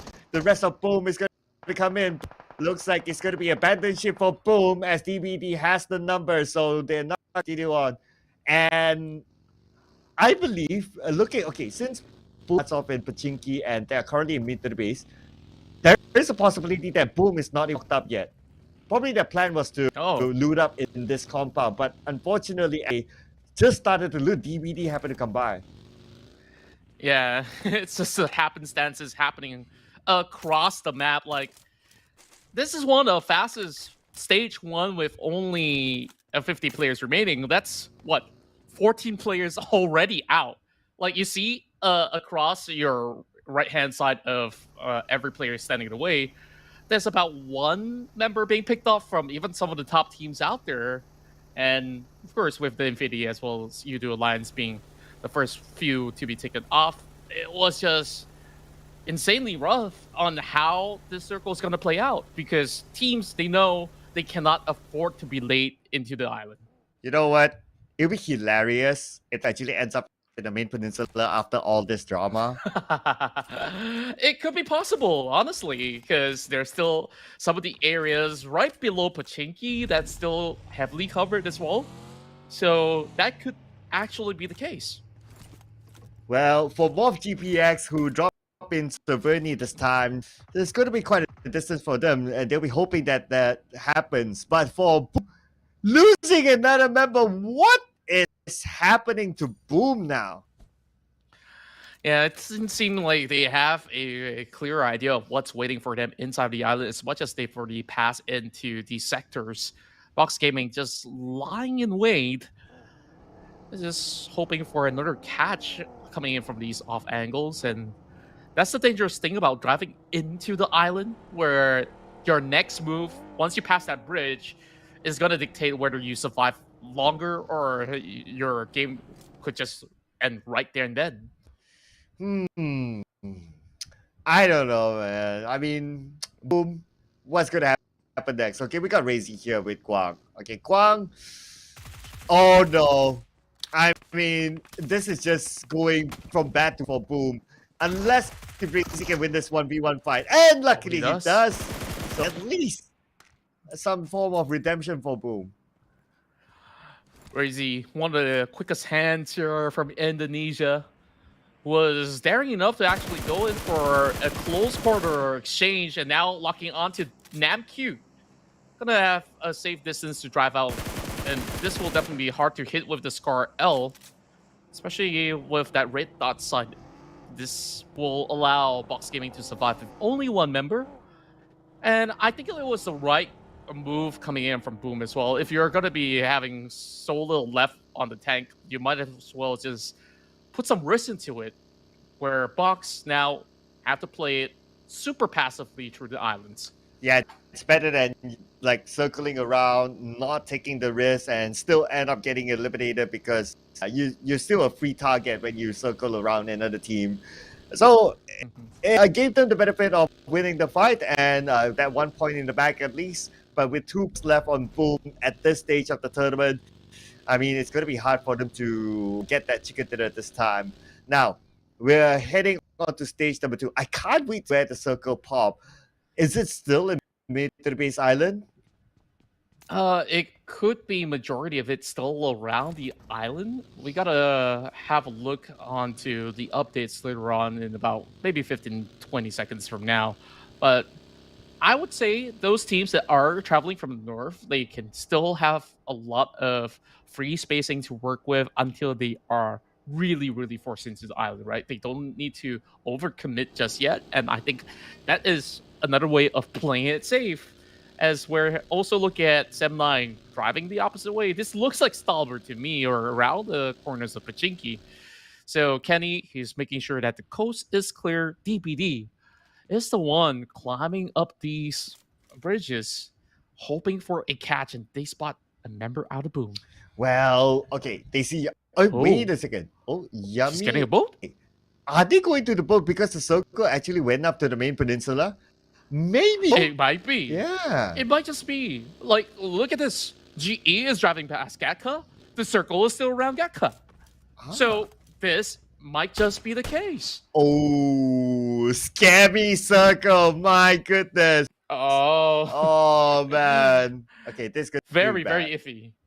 I mean, I always say, like, if in this kind of situation, it's like from the pan to the fire, this is literally from the car to the water instead. Car to the water from a submarine into the water. Let's not talk about submarines. I mean, that's just a boat. Oh, okay. So, I mean, that could be added to the game one day. Just saying. Just saying. Yeah, and then you add the ability to shoot missiles from the submarine. I mean, why not, right? Might as well. Or have your friend be on the remote control. Oh, but speaking about that, that's actually not a bad idea. You know, can you imagine all these vehicles, like they have their own attached guns on it? They shoot while you drive. That would be pretty nice. Yeah, that actually changes the course of some of all these battles where, you know, there's a lot of drive-bys that actually happen. And sometimes being on a buggy makes you feel so vulnerable because it's already opened up. What if there's like, a machine gun attached to the backseat? Then you can still basically trade back. And yes, it does move back into the mainland. It's going to be around Quarry, to be specific. PERSIJA EVOS, they're taking control of the northern area where you have Vampire Esports being in the center of Quarry itself. So this will definitely be some of the top teams here to dictate who gets in and who actually gets out. BTR overcommits into the island, and they are now tanking the zone. Honestly, you know, the saddest bunch of all of these teams is actually Boom, because they actually start in Pachinki. They quick rotation down to mid base just to lose 2 players, and now they have to go back up. Like, I don't know what else, man. They need to, like, they need to, I don't know, bring all the lucky charms they can get, because this is just so unfortunate. I don't even know what to say about that. Now that you highlighted it, I just can't feel any worse for the team, right? Well, needing to pull all the way back. And even for a team like BTR, they made a very early entry in. They also lost 2 members because of that pursuit. And now needing to trail back, it just is one of the roughest game out there. And maybe even for Infinity or Yoodo Alliance, they're like, you know what? We're glad we're not even part of this anymore. Yeah, we're like, okay, we'd rather stick around, right? Rather than trying to go through this. It's like, it's not worth it, guys. Oh, but when the going gets tough, the tough gets going. And Boom, they managed to make it across. Yummy was struggling by the waters as there was a little bit of a pressure coming from DBD from the bridges. Now he docks by the port with still more members of DBD waiting for him in the corner. Oh, you know what? I thought of another contender for the saddest team round. It's actually Yoodo Alliance. Because they normally drop in farm, they made their way out thinking that the circle would go in the base just to be stopped by BN United, and they eliminated for that. Oh, it just gets sadder from here on. I feel like we gotta let them recuperate from some of these losses already. Meanwhile, Vampire Esports, as much as they are holding on to Quarry, seems like there are already early challenges coming from the side of MORPH GPX. And it's interesting to see, MORPH bouncing back into these regional battles. They were one of the early few to qualify into Southeast Asia tournaments many years back. And now, collaborating with even Gang Kapax, they managed to revive their former glory days and reestablish themselves as a household name of Indonesia. Whenever you say Gang Kapas, it reminds me of Kung Fu Hustle for some reason. Oh. I know that scene. Yeah. A hilarious show. If you guys have not checked that out, I don't know if you're living under the rock or not, but oh boy. And then the terrain just gets worse and worse from here on. Oh, look at where man. it goes. Into the hills of Quarry. Oh man, I have a feeling that Yummy, the rest of Boom, Ken, they all need a hug right now. Yeah, I think it's just Yummy, right? Like Yummy's the last one standing. Like he's all alone. And I don't know how he's gonna deal with this. He's got no vehicles, by the way. Whereas DBD still stands a chance, but there's GenForce around. Can GenForce get anything at all is going to be the question. I don't think from this angle he'll be able to get any form of pickup, but he's definitely running into what seems to be a harbor warfare between FaZe Clan and DBD. Okay, here we go. FaZe Clan now. What? DB needs to win his fight, but the nade comes in directly onto Isaiah from Onsens, the youngest player of FaZe Clan. Yen is just right in front of him though, so Onsen, I wonder does he know that Yen is there, but he can't get a clear shot. It definitely is tap difficult, especially with a little bit of a dip of the terrain, giving themselves covers. But whatever grenades that they can lob, they will eventually fancy that chance to get those knocks, and that's going to be on top of Ventores, which will not be rescued by FaZe Clan because he's so far away. Okay, here we go. Echo onto GenForce, and that is it. BTR out as well. Another typical, but for FaZe Clan, they're having fun picking out the points as members of DBD got eliminated. Now Echo will secure this spot. Okay, wait. He doesn't know that. He doesn't know that Ventores there. So Ventores has a second chance. What? Onsen saved Ventores. Ow! Insane prediction coming in from Onsens. He's inside of the smoke, and yet again, like, he just relied on the intel that Ventores provides to say, okay, I'm by the corner of this broken truck, just spam through. And he gets it completely. Man, 3 takedowns. And he saved his IGL, Ventores, after that. Okay, Onsens, man, he is really on point this time. His game sense is just level. But now his next challenge is going to be PLAYBOOK Esports. Ryman wants to try to think, but looking at them driving by, they might be safe and using the terrain to their advantage. And I'm not too sure if Ramon wants to pry on this any further, but if he sees that vehicle smoking up, he definitely wants to secure a double if he can. Damage being sprayed across the board upon members inside of FaZe Clan, but none to be taken out just yet. But boy, final bullet on the tank does knock one out. Oh man, FaZe Clan now. Second time around, they need to deal with a team that is trying to stop them from getting into the circle. The zone is onto them right now, and definitely not going to have a good time. Another spray coming from one boy this time, knocked onto MR5 from Cool. FaZe Clan might be eliminated now that the zone has arrived. There's not much time left. They just really have to cut their losses right now. PBE suppressing them all throughout. Foreman is trying to heal up. Does he have enough time? Just about enough. But can he go in for a quick restock and make that run across? Because he needs to get across the shore in order to get into safety. And there's also Geek Fam by the other end of it as well. Right, here we go. Circle goes up to the area of Quarry where Vampire Esports is at. And it's scary for teams trying to get up to that high ground. Moment somehow survives, but how? No vehicle. He's using his last first aid. Can he make it across? He should be able to though. Oh, he should be just about in the nick of time. Yes, he does. But there's still damage. Oh boy. Not like that. Oh. This round is It's just depressing. a series of heartbreak, my friend. Cloud, I don't think I can stand to watch this any further, but we gotta keep on with the program. Man, I'm feeling the teams now, you know. It's like all teams eliminated. Like we got like what 7 teams already out. All of them eliminated in an unfortunate situation. This is just one of the hardest games to play out. And I can't really fault some of these teams for bowing out early. Maybe some are decision related, some are just luck related, right? Majority of it luck related. Especially now inside of Quarry, it's about who lasts the longest in these battles. So Vampire Esports, they didn't really have all too much of a difficult time inside of the township.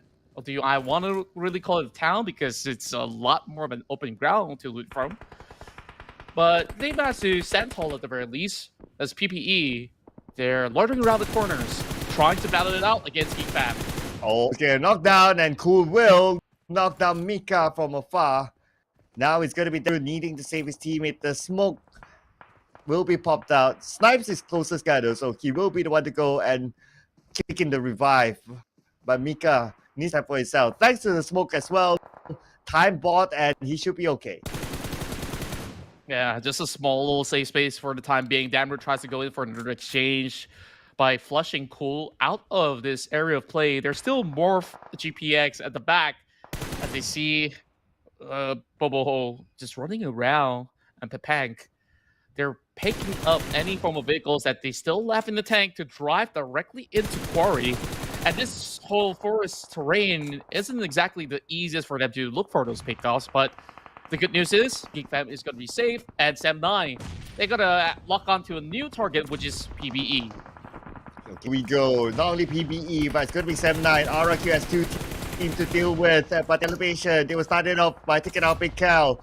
But the nade, luckily for Beko, he managed to evade it. But for the members of PBE, 7-9 is there to stop them as well. Mon going to be the last man, 50% of health left. Kenny with a nade on the Mon Boy, but Mon Boy ran away. He's got to sprint as far as he can. Kenny lost sight of him for now.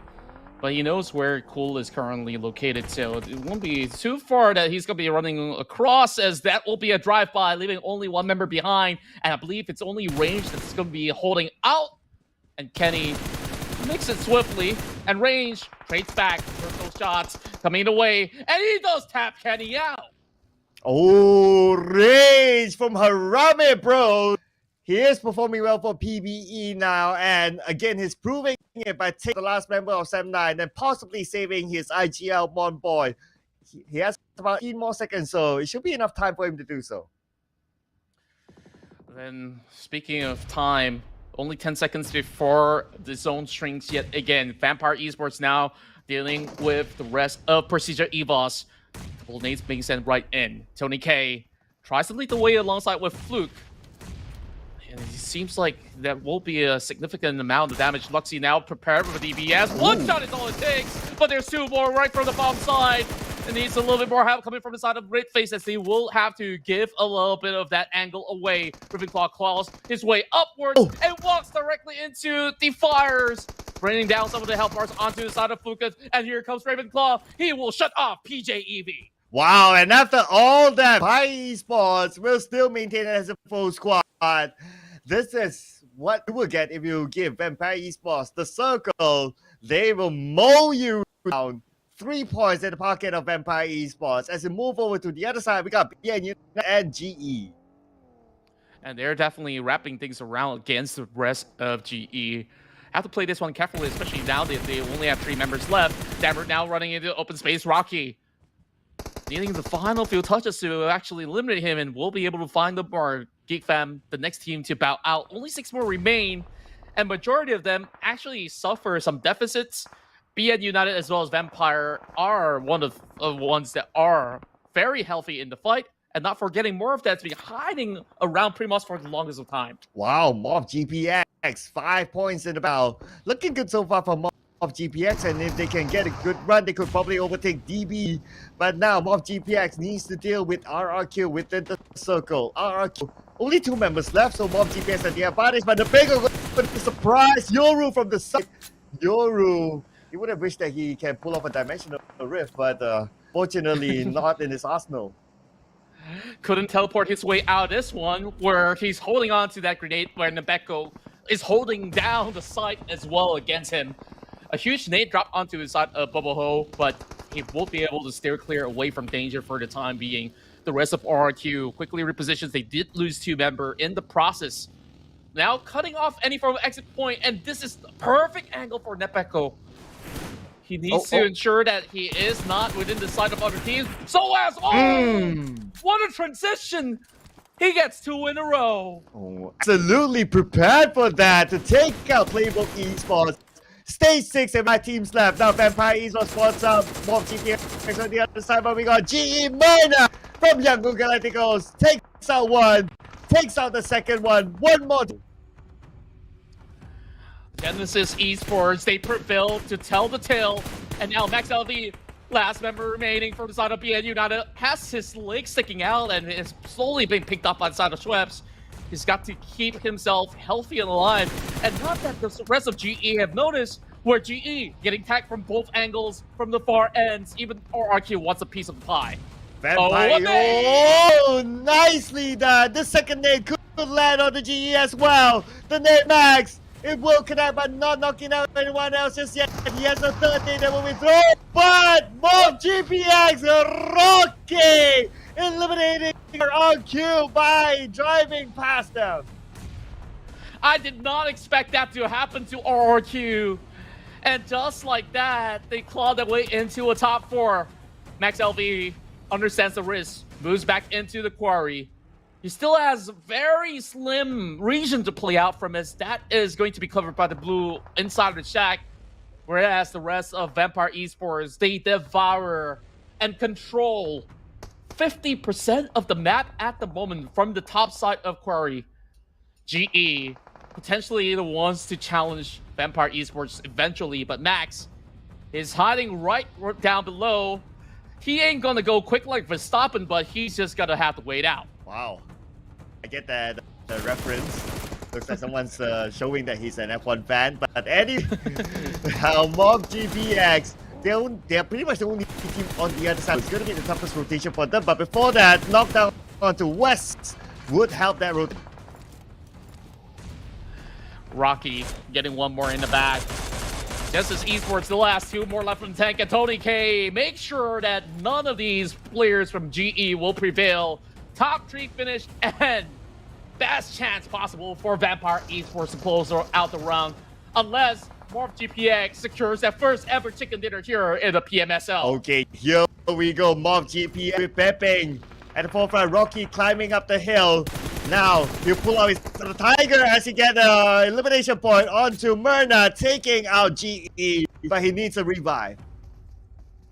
There's still Max hiding right below the noses of these members of Vampire Esports.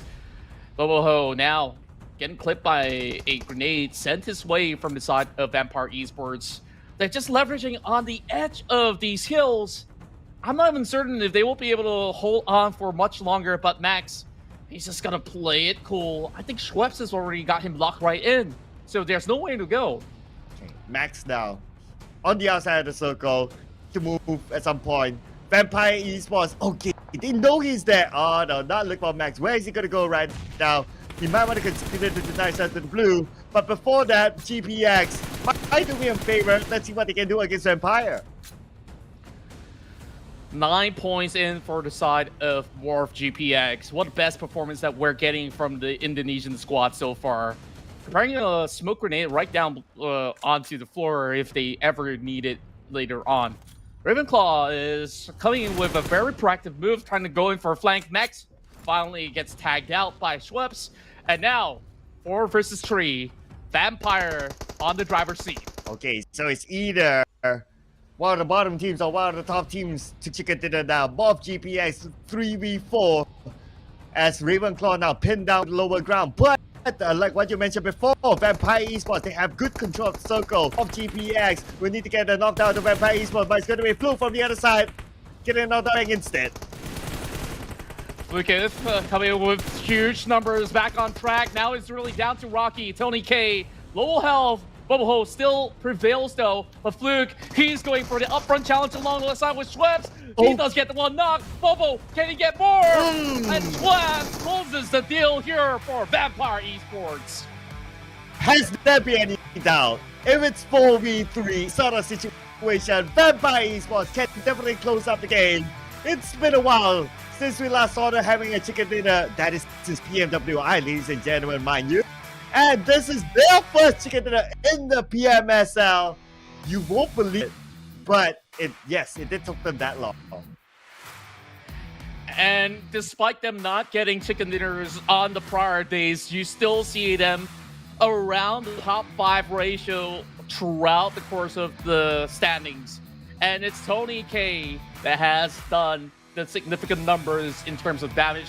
And we saw how challenging this map of Erangel was, and they were unhinged. They were not even phased about any sort of challenges sent their way inside the quarry. Tony K, the overall MVP for PMWI, now coming in with an MVP for him in the PMSL. And if you kind of look at the stats, right, they're quite well spread. Like you got Fluke with the lowest damage taken, and then you got Schweppes with the highest eliminations, Tony with the most damage, and you have Ravenclaw as well. He's the IGL, so gotta cut him some slack. But it just shows that Vampire Esports is a team that not necessarily depend on a single player to perform. Like every one of them can contribute. Yeah, and that's what's magnificent about this squad, because everybody does basically everything in order to keep themselves afloat. So, of course, Tony K was outstanding on the amount of damage as well as knockouts that he actually provides for the team. But Ravenclaw, you saw how important it was for him to move all alone into the low grounds in order to seek out the rest of the squad of MORPH GPX. Now, look, games to watch. Again, it's nice to see like a good mix of different regions on the team from Thailand, Indonesia, Vietnam, as well as Myanmar, represented by Esports. So it's also nice to see that out of these teams, we got 2 of them who are from the bottom, which is MORPH GPX as well as GEEK. So with the last 2 days, including today, this could be the rise of the teams from the bottom. Yeah, and it's about high time that they get those points back up, because these are lifeline points that they're hanging onto in order to make it into the grand finals. Let's go back into the chaotic run from start to finish, where it started off with BN United getting a full clip onto its Yoodo Alliance. And we thought Yoodo Alliance have been able to recuperate out of some of these fights and losses that they've had back in Erangel. I'm pretty sure that they're looking forward to Miramar already. Yeah, I mean, Yoodo Alliance, Bull, I mean, those are the 2 significant teams that suffered from this kind of circle that was really scammy. They thought it was like military base all the way until it went back up onto the areas of quarry, and they got gamed basically. So I'm pretty sure they're done with Erangel. Yeah, pretty much done and dusted, and Vampire Esports securing their first ever chicken dinner here in this 4th round here in the Saturday run. And I would say that there's plenty more underway for the boys in black and red. Here we go. Orange, you may say. Yeah, more like an orange. So 10 elimination points for Vampire Esports, bringing it up to 20 points. Of GPX, this is the best round in the PMSL. Now, second place finish with 9 elimination points, pretty nice. 15 points that they like. This will definitely bring them up a few notches in the overall charts later on, considering that teams like DVD, who's just close by with them, only managed to get like 3 points, and you got Box Gaming only 3 points. So it's a really good haul for MORPH GPX. Yeah, and on top of that, we saw how much that Geek fam actually struggled in this round, and still, despite all of those struggles, they still walk away with 5 takedowns in order to add a total of 6 back onto the block. So they will retain number 4, but BN United, because of that show-stopping performance that Max had, today he is on fire, and that will push Bao Nam into the 3rd spot. Oh, I'm surprised that Page 2 did not move at all, but at least the point gap now is really small. So MORPH GPX only 1 point than a DVD. But On the other side, like what you mentioned, I think one of the interesting surprises is PN United now at the top 3.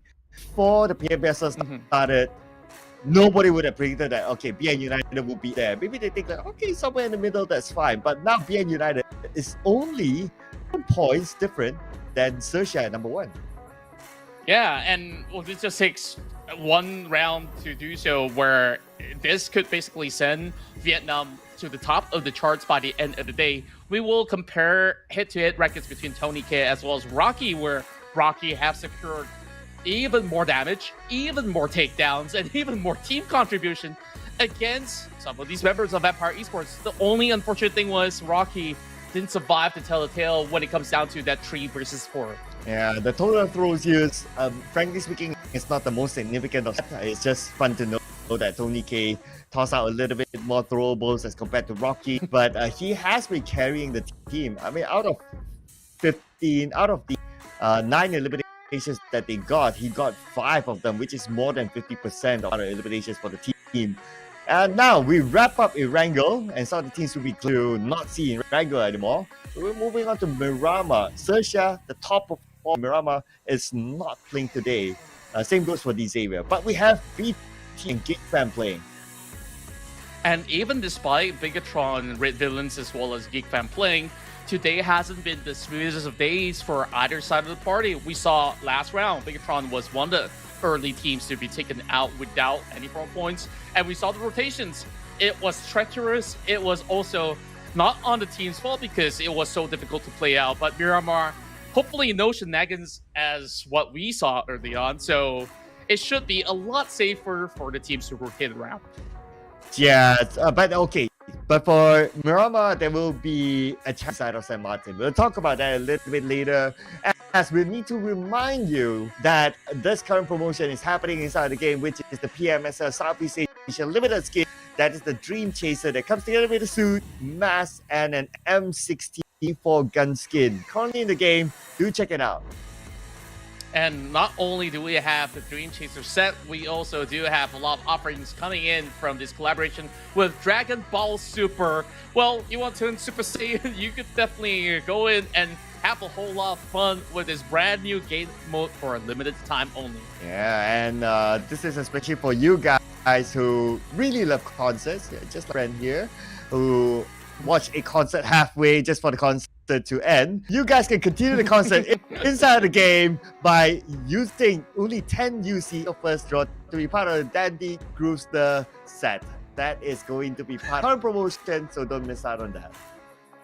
Yeah, and I'm pretty sure that this is going to be permanent as well. So, like, if there's no stopping you from rocking it out. So, with that being said, you know, it's definitely something that, you know, it was interesting to me from, you know, a couple of experiences that I've gone through. I'm not going to go dive too deep onto that, but diving into Miramar, where it's hot, humid, and as much as Erangel has been probably one of the hardest games to be played out by a majority of these teams, Miramar is not going to get any easier at all. Like, I want to hear your thoughts, you know, moving into the past couple of days that these teams have.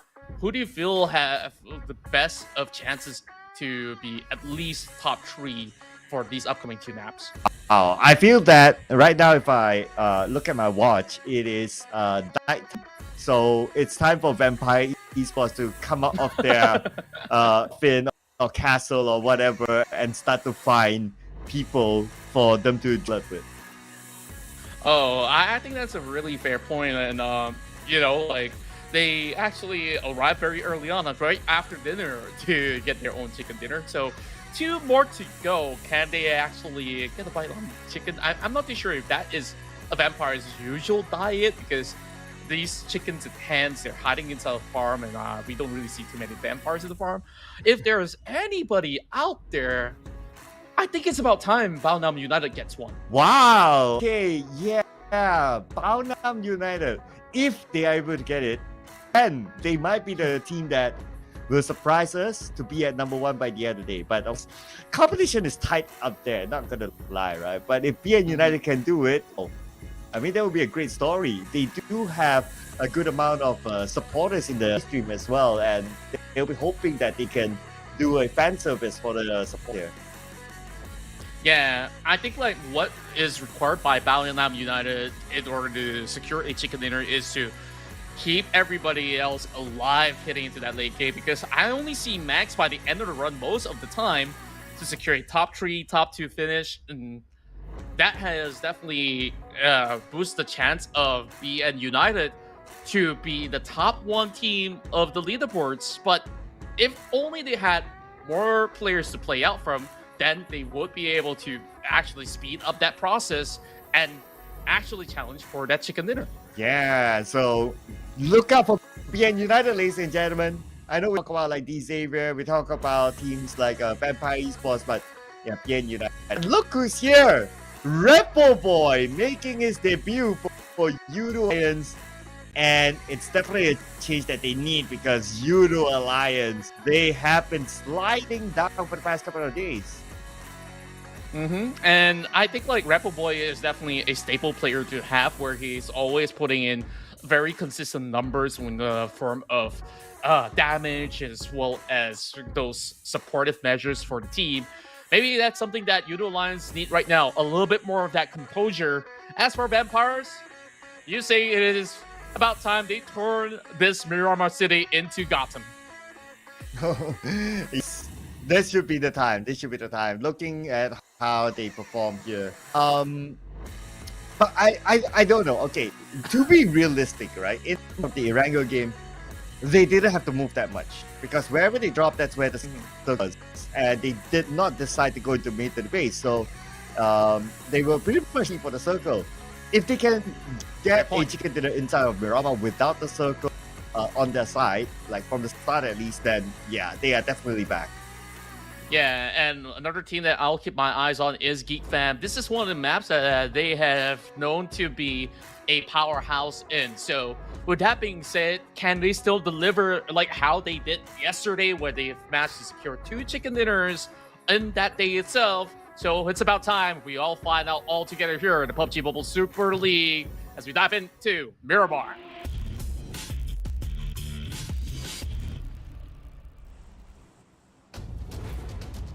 Oh man, Miramar, the map that some teams can't wait to play, and some teams are totally done with Erangel. Here we go, Miramar. Look at the flag power. It's going to be a right side of flag power, starting from Los Eagles, ending around the areas of El Azhar. So for teams to drop in El Pozo, La Cobera, it'll take a bit for them to travel. But San Martin. Okay, I want to talk about San Martin, right? Because San Martin is the place of contention between GE and Box Gaming. They have not been able to let go of San Martin. Yeah, and now with this flight path being in such an order of the eastern terrains, you might actually see even more of these teams battling for some of these hot locations like Chumacera. Los Leones might actually see a lot more visitors, including Impala, which is going to be a direct drop spot for some of these teams. So we'll keep our eyes onto St. Martin still, and I wonder what will happen later on. Is it going to be a northern type of ending? This is definitely heavily favoring the teams that starts off the east. Oh, you know what? There's another drama inside of Miramar. It's the drama between Vampire and PERSIJA EVOS. For some reason, PERSIJA EVOS has been hunting down... Vampire has been hunting down PERSIJA EVOS. And looking at their drop, they just need each other. But at least this time, the difference is that PERSIJA EVOS drops back into Lawless rather than trying to contest Vampire Esports. Because it's quite apparent that the win rate does favor Vampire Esports. So they're letting Vampire go for now. Yeah, at the very same time, PERSIJA EVOS, they may not have to deal with bats in particular, or, you know, vampires in specific, but there's a werewolf waiting over south side, and that's Boom. So another Indonesian affair might actually break loose over on the south side if they were to clash early on. But we're already seeing some casualties over onto the middle of the circle. Sem9 takes on what I do believe is to be MORPH GPX, and another team smacked that right in the center, and it is RRQ. Ooh, okay. Go suffering some significant damage, but Hexas managed to get the first. and I believe they took out the member of MORPH GPX. So, as when MORPH GPX was having a good round, unfortunately this round is not going to be a good start. But it might not be a good start for Mernat. He's been chased down by BTR. What a start of the run here inside of Miramar. Because of that flight path, you see majority of these teams battle for vehicles, and usually this is going to be the consequence of not securing it in time. 7-9 now getting charged upon by the side of MORPH GPX as well. They were hoping to get that pick off against RRQ, but 7-9, their vehicles are smoking up. They got to finish this fight early. Oh, what 3 teams in the same area. MORPH GPX, come upon 7-9. They're very low on ammunition. Yoodo only has 3 bullets in the micro Uzi chamber. Kenny and Real currently down. That well. 7-9, only 1 left. Oh no. I can't believe my eyes that we have a 3-way battle in the early stages of the game. And 7-9, they were hoping to go in for a flank, and in that process, they lost 3 members. And Mikhail, he's got no business being here any longer. So once the dust settles, I believe they will start respecting each other's boundaries. Very important, that is. And RQ is the bigger victors in that matchup with 3 points secured. Oh yeah, good here for RRQ. And it's not like they have like their favorite weapons in hand. Like they have like a pistol, Winchester, and maybe the best is an AK. Still managed to get like 3 eliminations early on, just showing their level of versatility that they have. But now, let's check out the replay. I believe this is where Hexas gets the first blood. Straightforward elimination for him. As much as it's straightforward, you gotta also say, oh, well, I'll hold that top for now. GE, they're taking this fight against FaZe Clan. Close quarter terrains. Master Ichi's only got that M16, trying to get the first fire down. And there's a lot of time here for Mormon to go in for the full medkit heal. He wants to be at 100%. Whereas Hanson's is getting picked off as well. Master Ichi with a long-range S1 shot. Oh my goodness. Oh! FaZe Clan. They got annihilated.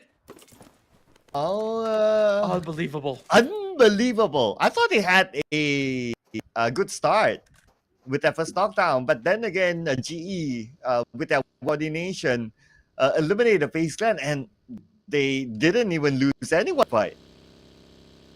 I was really surprised. I believe the sequence of that fight was either one of these parties actually crashing with that monster truck, and then after that, it's just GE being very well prepared from the outskirts. They took that fight head on, and I think it was Onsens that was hoping to get the full heal. That leaves Mormon to be all alone in that fight. Wow, our fight's not stopping yet. Now Boom wants to get one over PERSIJA EVOS. PERSIJA EVOS, Zuxi knocks down Yummy by driving by. Now they're coming into the compound where Razy is at. So now Luxy is coming in with the DBS in hand, but there's two of them that Razy needs to deal with. They're splitting up, and Razy knocks Zuxi. And that's the power of the Tachibana twin brothers here, delivering every shot on the way. Luxy is hunting out for the final member. Boom! And he will eventually get it in hand. And that is what PJEV is known for. Pure brutality sent towards Boom. Boom clearly needs a hug now, like for real. Like I have no words to explain what's happening to Boom right now. Like, okay, if we talk about the Iran, fine. Unfortunate, the circle was just terrible for them. But this time it's just straight up losing a fight. It's a bad day for them. Like, initially we thought, hey, they have the advantage against PERSIJA EVOS because they were on wheels. But even on wheels, out of nowhere, they managed to get one run over and then DPS shots not kinetic. And now, here comes another classic matchup. RQ versus BTR. Netbacko ready with the DBS. 1 versus 2. You got Yuhai on the block as well this time around. When Netbacko left the building for now, he's no Elvis, but he's definitely up for a dance-off. Here we go. I'm not sure Elvis. Okay, yeah, Elvis is good at dancing. But anyway, I know someone's been to college recently. He's still in the mood. But for RRQ and BTR, they're definitely in the mood to fight. Nepeko better finish this dance and not make this dance be his last dance as this name. Ooh, just in front of his face. That was really, really close. And now he does connect. One tap is all it takes, but he that needs to check those angles clear. Satalis finds him running across. But the show's not over just yet. 3 members of RQF just arrived at the scene. Here we go. Hexas needs to go into the other side, but before that, he'll pick up Nepeko, so he'll be buying some time. His team is will be buying time. Keenan knocked down GenForce. It's the only one standing for BTR. Oh man, not looking good for GenForce now. Exactly where he is. They're going in for him. GenForce with an 8 in hand. Is he going to be surprise his opponent? Looks like the answer is no, as they didn't bite the bait. There's still another nade being cooked up. Oh, almost clipped onto him as well. He's being absolutely surrounded. I'm not sure if he's going to get any form of chance getting out of this one alive. Any form of Molotov now being tossed towards the staircase, but there is a lot of definitely set the rest of RQ can expand. They don't really have to use too many utilities. They just got to full send their way, hoping to not lose members in the process. 3 members running through. Deadlock takes 1. And that's all that he has. In a 3-man rush against a barrel, it's very unlikely for the barrel to win. So it's going to be RRQ winning the fight. 7 elimination points already. And we are just in stage number 2. Can you believe this? But next, maybe the Infinity will be interested to try to come in. I'm not sure if that's going to be a wise decision considering how strong RRQ looks right now. They managed to clip majority of these members hailing in from 7-9 to kick off the game. And then after that, there was a few members of MORPH GPX, or should I just say one single target. And then even BTR. Today, BTR is just getting stopped every single fight that they actually got themselves into. So it was pretty rough when it comes down to those close quarter combat. RRQ, they're looking at the timer and they know it's about time to leave. Infinity might have actually missed the chance to take them on. Yeah, if only the Infinity confront after that fight, then maybe they would stand a chance. But if it's a 50-50 in the blue at stage 2, like what you say, it's definitely not going to be worth it. The Infinity choose to bail this, which I think is the right move. Yeah, better be safe than sorry, because there's still a lot of stages to be played out here inside of Miramar. DBD will have a smoother cruise for the time being, but I'm unsure how DBD has their vehicle already smoking up so early on. At least making it to the center of the map, Milan's General is rather safe is a clear sign, and for Infinity, they're still drilling onto RRQ. This time, managed to stop one in between, and that's going to be Hexas off the wheels. Shorties, he's taking a huge risk right now, and Lobby is just going to find those angles and will knock Hexas down. Wow, but Echo there, taking one step ahead. Armstyle on the other side. Well, just taking steps ahead of each other right now. Armstyle with the knockdown to the back. Now, RRQ, I believe they have only 1 player that's still active. Make that 2. But in they only have 2 as well. So, okay, this is the part where I worry that it's a lose-lose situation for both teams. Yeah, they're already losing members to the zone, and perhaps they can go afford 1 save, but Armstall, he says, nope, you're not going to go in for the pickup. I'm just going to continue on with the streak. Now that only leaves 1 member remaining for RRQ. How the tables have turned. Oh, this is just rough. We were just talking about how it's not worth picking up fights on the outskirts. This is the reason why. Yeah, exactly. And I don't know if Damroot, who's close by, wants to take advantage of things, but we do see another knockdown. Okay. And it's going to be Damroot. All right. He'll say, okay, thank you, guys. I'll be happy to take that point, and ciao.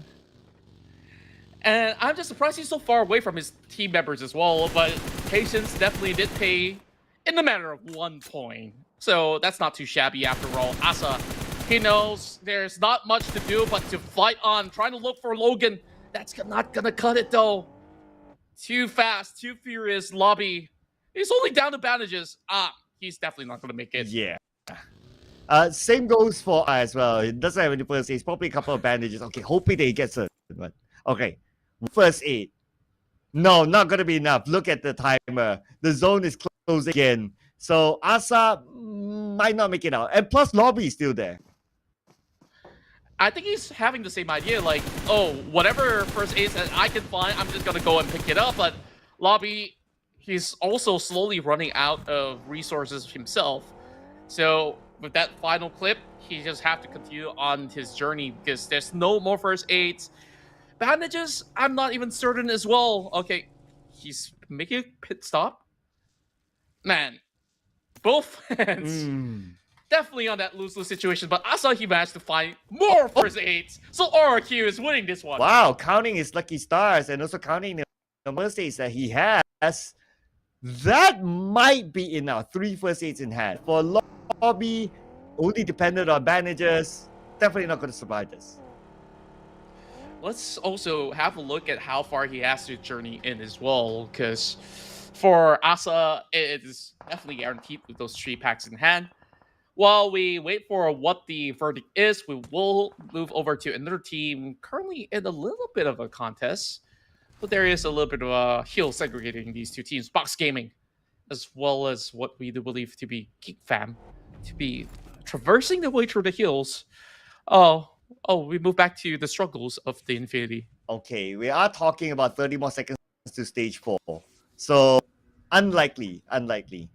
Even though he has a lot of bandages, but can you like stopping every 100 meters just to heal up again, 500 meters away from the zone, he's stuck it. Yeah, unless Logan actually drives all the way back to go in for a miraculous save. That also requires Logan to give his first aid out, so he's only got 1 pack, so that is not doable. Which is why the Infinity did not make a U-turn for the player that's currently outskirts. Lobby's still trying to salvage the situation. Shots now being fired over the side of DBD. That is not going to be a safe spot for Logan to drive towards, but he's just gonna wing it and book it. Audrey now looking for a target as well. Izane locks onto Logan, but he managed to cut across. Infinity having Logan as the last hope for the team. And that's what we kind of expected, that he will be taken out by the zone. And so happened, Logan didn't make it too far as well. DB will take him out. That is going to be an early elimination for the Infinity. I mean, honestly, the Infinity, they could have changed their fate by not fighting onto RRQ. Yeah, that makes a major difference, right? Like, these 2 teams can basically survive with all their players alive and actually have a decent chance to get into the circle. But, you know, micro decisions can turn into something pretty huge in terms of what the fate offers by the end of it. At least for RRQ, right? With these early circumstances that they've managed to win in forms of battles, they can walk away with 8 points and they could still grin in the face that, hey, we possibly have a better finish than some of these teams by the end of top 5. Yeah, I would say it's the Infinity. RRQ would have done okay and they got into the circle. But that is a discussion that's already closed. Now it's going to be MORPH GPX, PBE, high ground against them. And PBE didn't do that well in the previous round. Now they'll be looking to gather some points against MORPH GPX, who is looking to rise from the depth. And there's also a shot coming in from PJEV from the bottom side of the hill. Whoa! That's a huge blow-up coming in from MORPH GPX. Yoru will suppress the rest of PBE for the time being. No time for a pickup on either side just about yet. The exchanges will go through. And Yoru slowly getting clipped up as well. Just trying to keep the rest of PBE from advancing forward. Oh, here we go. Okay, pickup time. This time? Okay, so far on the clear. RRQ. Wait. Oh, it's easily exploded Asa's vehicle. So RRQ is out. But at least they got 8 elimination points. Not too shabby. But they could have had more players if not because of the Infinity. Indeed. And now another knockdown over the bottom end, and this is where it will have both sides locking on really closely. Red FaZe, he spots out range. This might just be a free pointer going in the hands of PERSIJA EVOS while they're waiting for everything to subside over the top end. Monboy managed to save a little face against the likes of MORPH for the time being. Ooh, now more pinned down by PERSIJA EVOS. Rocky will be. MORPH might be the next victim. MORPH is still okay, but he's still outside the circle though. The zone will arrive onto him anytime soon. Gotta make this fast. What a way to go from here because PERSIJA EVOS is overlooking them, so not much space for them to play with. Yeah, meanwhile, same fate for some of these teams out there. MORPH GPX did not manage to survive much longer. And MORPH, he's trying to push forward from another angle instead, but this is going to be towards the directories of BN United, so as having a field day out, suppressing MORPH to the lower slopes instead. Gosu in the center zone. Mikhail as well. A lot of Lone Rangers remaining in the matchup. Well, I say a lot, that's just two teams. Yeah, there's 7-9 and Box Gaming now, so how long they can last. But Vampire Esports now in action against DBD. Situated full squad, Yen, 10% of health. He'll take his time to reset. Fluke will need to be picked up by K, but he doesn't have the time. And now Aizen comes in. Tony K nails down Yen. Aizen, that's fun. He will go up against Vampire Esports all alone. His teammates are behind him. Tony K with another sublime nade drops right over onto Aizen. Two members left on the side of DBD. They gotta find a way out of this battlefield. There's no chance for them to actually go in for the pickoff as well. DBD absolutely been gated off by the rest of Empires, and like you said, this team shines brightest when it's nighttime, baby. And Tony K further putting pressure into the smoke. Ravenclaw will finish off Aizen. Yeah, and still limping over onto the back of the rock. But there's just no time for Echo to go in for the rescue. Oh yeah, he needs to win the fight somehow. But we're talking about Esports here. They would try to choke him down. Jimmy backing up on the other side. Ravenclaw knocked down. Ravenclaw will finish up by Jimmy. But not yet. Ravenclaw still survive. 40 health left. He's bleeding out though. Jimmy wants to finish off Ravenclaw, and he will. Huge nade coming out from inside of Jimmy, and with that push coming from Echo, they are working in tandem. They can deplete the rest of Vampire Esports with Echo. His shoulder is popping out. Jimmy OP needs to stand tall against Tony K as well as Schweppes. Another nade being sent in. Can be a potential revive, but the angles are not right just yet. Oh! Cooked in the nick of time. Tony K obliterates them with the nade. Well, there is no question about the skill level of Tony K. 6 elimination points for himself this time, as of now. But the red face had to spoil the party. K now down on his knees, but at least he has his teammate around to save him. And we've been keeping our tabs onto Redface. He's been excellent on all these long-range changes and with those pickups as well. Tony K, he got knocked down early on and it will knock him again.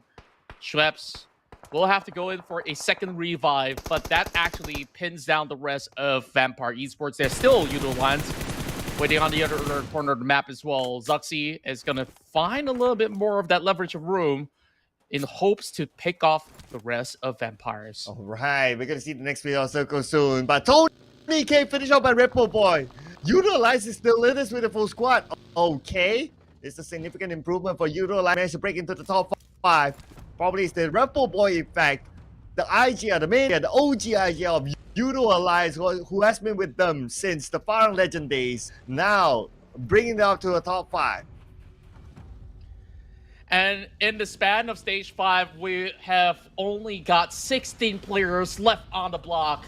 Mikhail, being the sole survivor for the side of 7-9, has a crate very close by.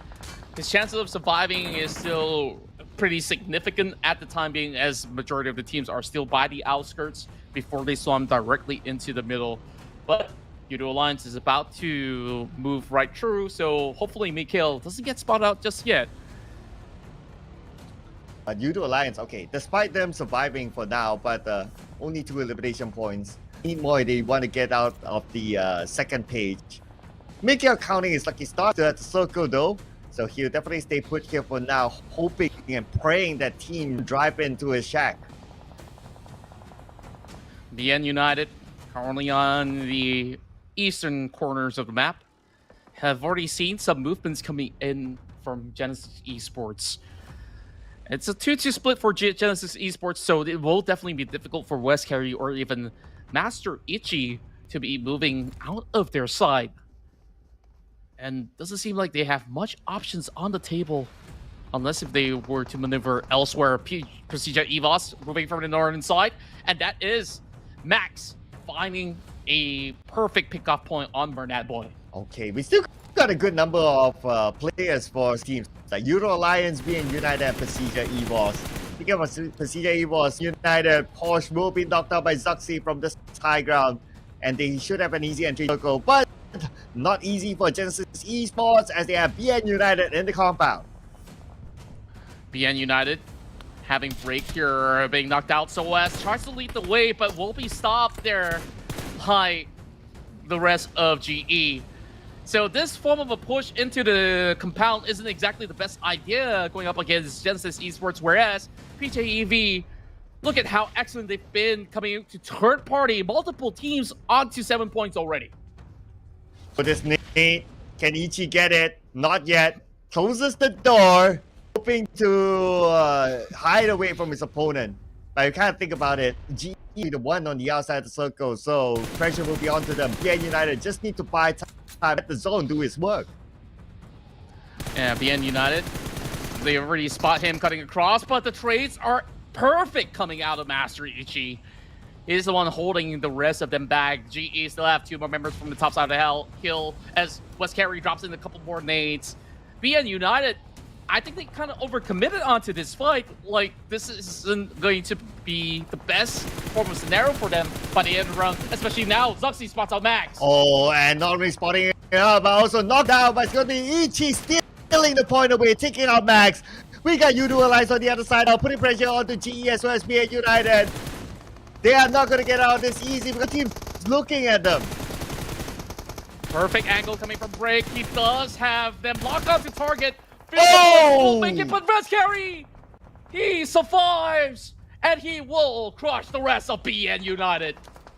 Nice by West, but now how he's going to get out of this? Look at the circle, he moved away from GE. That they need to go up to the high ground. But the moment they do so, PERSIJA, EVOS, and Yoodo Alliance will be waiting for them. It's all boiling down to how well West Carry could still hold out against that member of PERSIJA EVOS. West Carry and Co, look at their performance so far. 9 elimination points for the team of Myanmar. Now, having a solid shot in the chicken dinner, surely there's still PERSIJA EVOS as well as Yoodo Alliance to deal with, as they still have a 4 stack remaining. But they can play it as slow as possible. There's not much utilities left on the side of West Carry. He has to find ways to slowly lurk towards Zuxi. He's not leaving the spot just yet. Yeah, Zuxi really wants to take out West now. He knows that this is a point that he can get. Fortunately for West, his teammate Bernard is taken out. Zuxi now 1v1 against West. And West, wow, hitting the shots onto Zuxi, forcing him to move away. And now Zuxi is just backing off as well. He knows that this isn't going to be worth the cost. They will redirect their way into the circle, whereas it's a long-range pickup onto Bernat Boy. So it's only down to West to tell the tale. Bernard definitely not going to survive this. Red Bull Boy is going to be happy to pick up the point. And not only that, they have an airdrop as a bonus for them. So level 3 vest and helmets, the hands of Yoodo Alliance. But now Misery with the high ground against Yoodo Alliance. This patient will favor them. But West, oh my goodness, how? But oh, it's Voki taking out West instead. And he only survived with 1 HP, and Voki sauce, you know, this is that perfect opportunity to land that final tag. And now it's really boiling down to these 2 Titans hailing from Indonesia as well as Malaysia, and 1 outlier in the form of Mikhail. But he's definitely just going to be the judge in between the fight of 2 different sides of the angles. A huge split up coming in from both Yoodo Alliance as well as PERSIJA EVOS. PJEV hoping to take control over the corners of the hill. Yoodo Alliance with a wide 2-2 split. They spot out Zuxi, but Adik Lug unable to land shots at him. And Yoodo Alliance has the circle, so now good advantage for Yoodo Alliance, but they need to find a way to hold ground. but it will be insane if Mikhail shoots Yoodo Alliance from being the third party. As PERSIJA EVOS still needing to find their way into the circle on the outside of it. Misery with a nade in his hand, tossing on the Adelu. Adelu now being the target. PERSIJA EVOS. They're pushing right through with 3 members across. Voki spots one. He's looking for a huge flank. And now being spotted out as well, PJEV, they will have full intel of where the rest of Yoodo Alliance are. The only person that they did not manage to see is Flax, but they do have a clue. There's not going to be angles onto XERXIA for the time being, as both sides have already had a little bit more of a room to play out. And Sem9, they're still hiding. Oh, Mikhail, he's safe for now. He sees Voki, but can he take this golden opportunity to mark him down? Okay, he's up. All right, he has a clear shot. Voki, oh no! Hey, behind you! Voki behind! No! Mikhail! Voki! That does it! Voki goes down! Surprise! And that is all that they can basically do coming from the Sem9. He draws attention. He gets Mikhail! Oh, he takes out Repo. Can he get Flex as well? The Tornado Flash for Sem9. PJEV, they see this as a golden opportunity. And XERXIA says, thank you very much. I'll take 1 point from you. And PJEV will terrorize the match here in Miramar to be the Tigers at the top. So now Mick knows who's buying dinner for him tonight. PERSIJA EVOS owes him because of his double knockdown on the Yoodo Alliance. PERSIJA EVOS took it from it and just went on to get the chicken dinner. That's why you can see like PERSIJA EVOS, they're not like oh nah, yeah, it's fully our effort. We got the chicken dinner because of our effort. They had Mikhail bagged in that fight. Impressive performance from all the teams out there, but what an ending it was. It was an even fight until Mikhail just turned the backs on his own Malaysian brothers from another team. And out of nowhere, Yoodo Alliance lost their golden opportunity for that chicken dinner. MVP of the match has to be XERXIA on the amount of damage and eliminations he got. But the impact that XERXIA also brings have been able to supplement PERSIJA EVOS here in Miramar. Wow, look at this. XERXIA, the legendary XERXIA. 7 nation points, 1,084 damage, the MVP for this round. And it's not his first MVP for PERSIJA EVOS. I think it was like at least his second, third time MVP for them when they got the chicken dinner. So again, a very consistent game for XERXIA. As for the other teammates, everyone at least contributed to at least elimination point. So everyone pretty much pulled their weight. But you can't deny the consistency of this guy called XERXIA since the day of TO. Yeah, and he is the type of player that can win out front confrontations. And you saw throughout the course of the battle, PJEV was actively looking for those third-party pickoffs, and which is why you see so many knocks coming from RedFace as well as XERXIA at the very same time. Just as Esports is another team that have really surprised me throughout today. This Myanmar team have so much to offer. Oh, yes, Genesis Esports, the back-to-back PMPL wildcard champions, showing that they are worthy of being in PMSL. The last time around, they did not make it onto the grand finals, but they are definitely looking a lot better from their last PMSL showing. So, at least based on the first few days that we see their performance, they're looking good so far.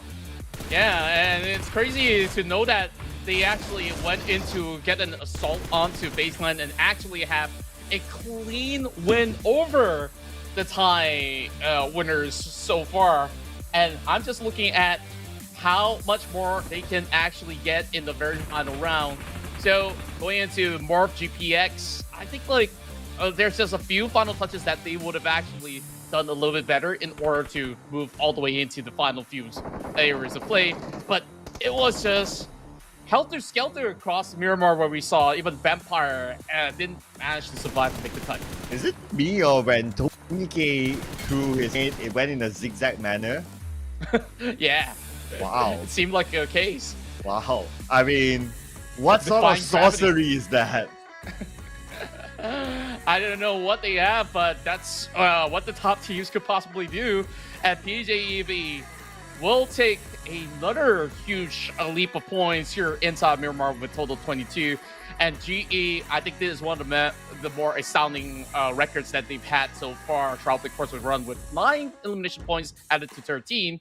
And Vampire Esports with 11. Despite having 7-9 managing to make a top 3 finish, they only had 2 elimination points, which puts them in the 6th place. And on the other end, another sad case, Boom, even BTR as well, no points this time.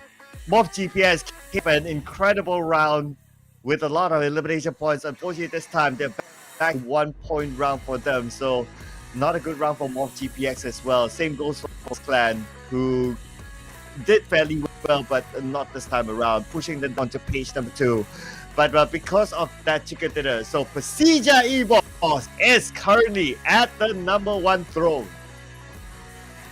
And we thought that Baonam United would have the best opportunity to cut into that number 1 spot, but PJEV outshines, outperformed Baonam, despite Baonam also chasing it into the top 5 position.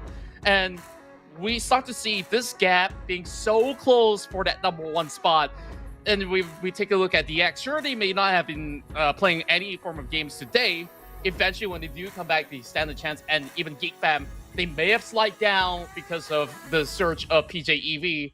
But in one more game, if any of these teams actually perform, including Vampire Esports, it is anyone's game to see who gets that number 1 spot. Yeah, it's only 10 points difference between Vampire Esports and PERSIJA EVOS, so it can happen in just 1 round, which is going to be the final round after this.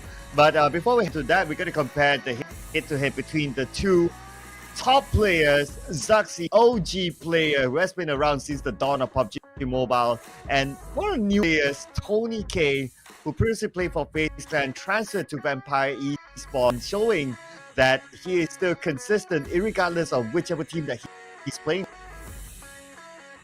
Yeah, and we definitely want to see what else does he have here on the very final matchup here in Miramar. So with these legendary players jet set and ready, we'll definitely want to see how or who will get that final chicken dinner. So before we get ready for our final matchup, there is still a lot of great offerings coming from PUBG Mobile, starting off with the Dream Chasers limited edition skin, available only during the PUBG Mobile Super League. Yeah, and if you want to preview how it looks like, it's the exact skin that the players are using right now. But for you guys got to do some content. Let us know how it actually looks inside the game with this new beach and party theme that comes together with the Royal Pass. And so, I mean, it's a we all know how it works. Get it and play and get rewarded at the same time. Yeah, and at the same time, if you guys want something extremely special and you can flex onto anybody in your matches, get your hands onto the brand new Aston Martin skins that's currently available exclusively in PUBG Mobile. Yes, so those are the available promotions right now. Make sure you don't miss it because for a limited time only.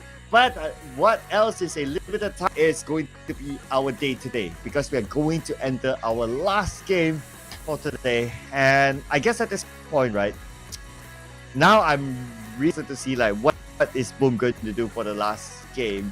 How is it going to be for them? Because this is a very different Boom that we know of. Yeah, it really felt like there's almost nothing that they could have done in those past couple rounds for them to actually get anything at all. So it's really either they come into the final game, go guns blazing, and cause a rupture in the scene, or just do exactly the same and not actually receive any form of result. So could it actually be the case that, once again, going back to rotations, they keep bumping into so many teams in the early game? Yeah. Okay, so the Irango one was, well, it was just a circle, right? But the Miramar one, yeah, it was just them bumping into another team. But if you kind of think about it, is it that bad bump into another team? I mean, you are a team with a lot of firepower, right? So if you bump into one team that is, you bump into BTR, they should be able to take the fight, but somehow was it BTR or was it another team? I think it was another team. But anyway, whoever it is, you have that opportunity to fight, and you are a team like Boom. To a certain, you are expected to be able to win the fight. If not win the fight, at least come out with tricks. Mm-hmm. Yeah, and I feel like even when it comes down to the trades, they don't look too cohesive when they do try to strike onto a target or so. And their micro managing of how things are supposed to look like didn't really result into what it was supposed to be. So at the same time, I guess that when we look into predictions today, I think you've been quite spot on some of the teams that have improved drastically. Box Gaming in these early rounds back in Erangel, GE, final few showdowns from Erangel to Miramar and DBD. Fair enough to say, they did add significant points throughout the course of the battle. Yeah, they had a couple of good rounds as well. And they really pushed PERSIJA EVOS in the previous round. They just were caught in a position that was really tough for them to play as well, because there were like so many teams around the same area. And in overall, our Miramar game was really hard and fast. Like teams really dropped out like flies. And since we're coming into the final round, so again the Miramar, and normally in final rounds, teams just crazy. Yeah, I feel like some of these teams, they want to get it over and done with, whether if it's just going to be taking fights after fights after fights, or they could be the latter where they understand, hey, a lot of all these teams are going haywire with their chase of elimination points.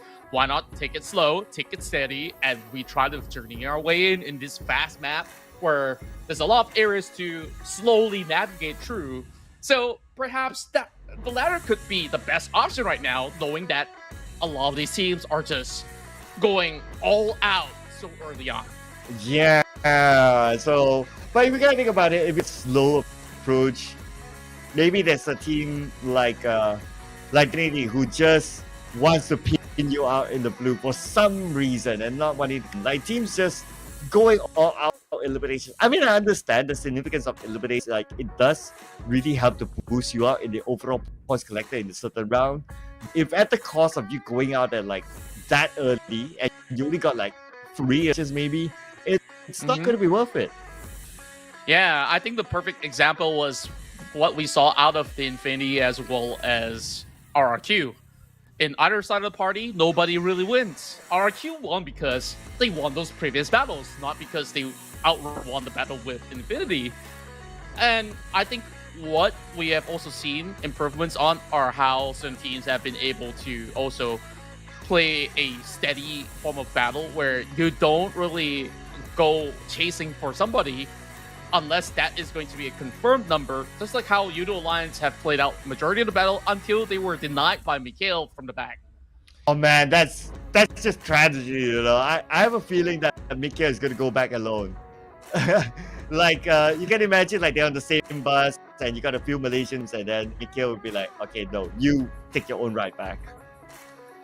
And going into the story of Boom as well, it seems like they made a substitution on Razy, as today hasn't been the hottest form coming out of Razy, and they brought in Akul, which I believe to have, you know, very fresh hands to kick off the very final round, and perhaps that boost of energy is what they needed throughout the course of Miramar.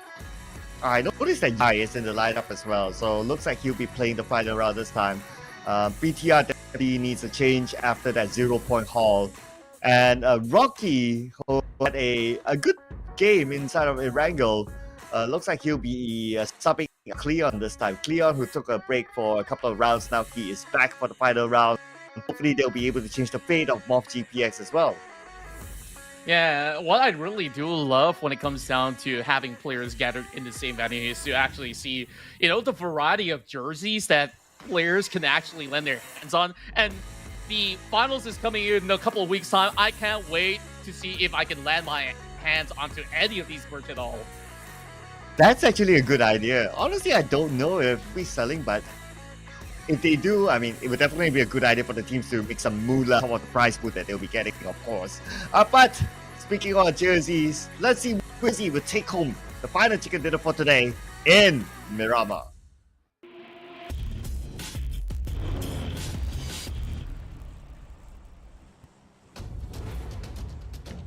The Saturday run of PMSL have definitely brought forward a wind of change for majority of the teams that have been competing throughout the course of week 1. And now, on the final hurdle in Miramar, we see another skewed flight path towards the northern plains instead. And with this form of a flight path, I think a lot of the teams that were around Los Angeles will have to make amends onto how they're supposed to parachute in this game itself. Oh man, this is where I worry for PERSIJA EVOS, because if they do go to the Bandita, then it's going to be Vampire waiting for them, and Vampire has been winning the fights against PERSIJA in the past few days.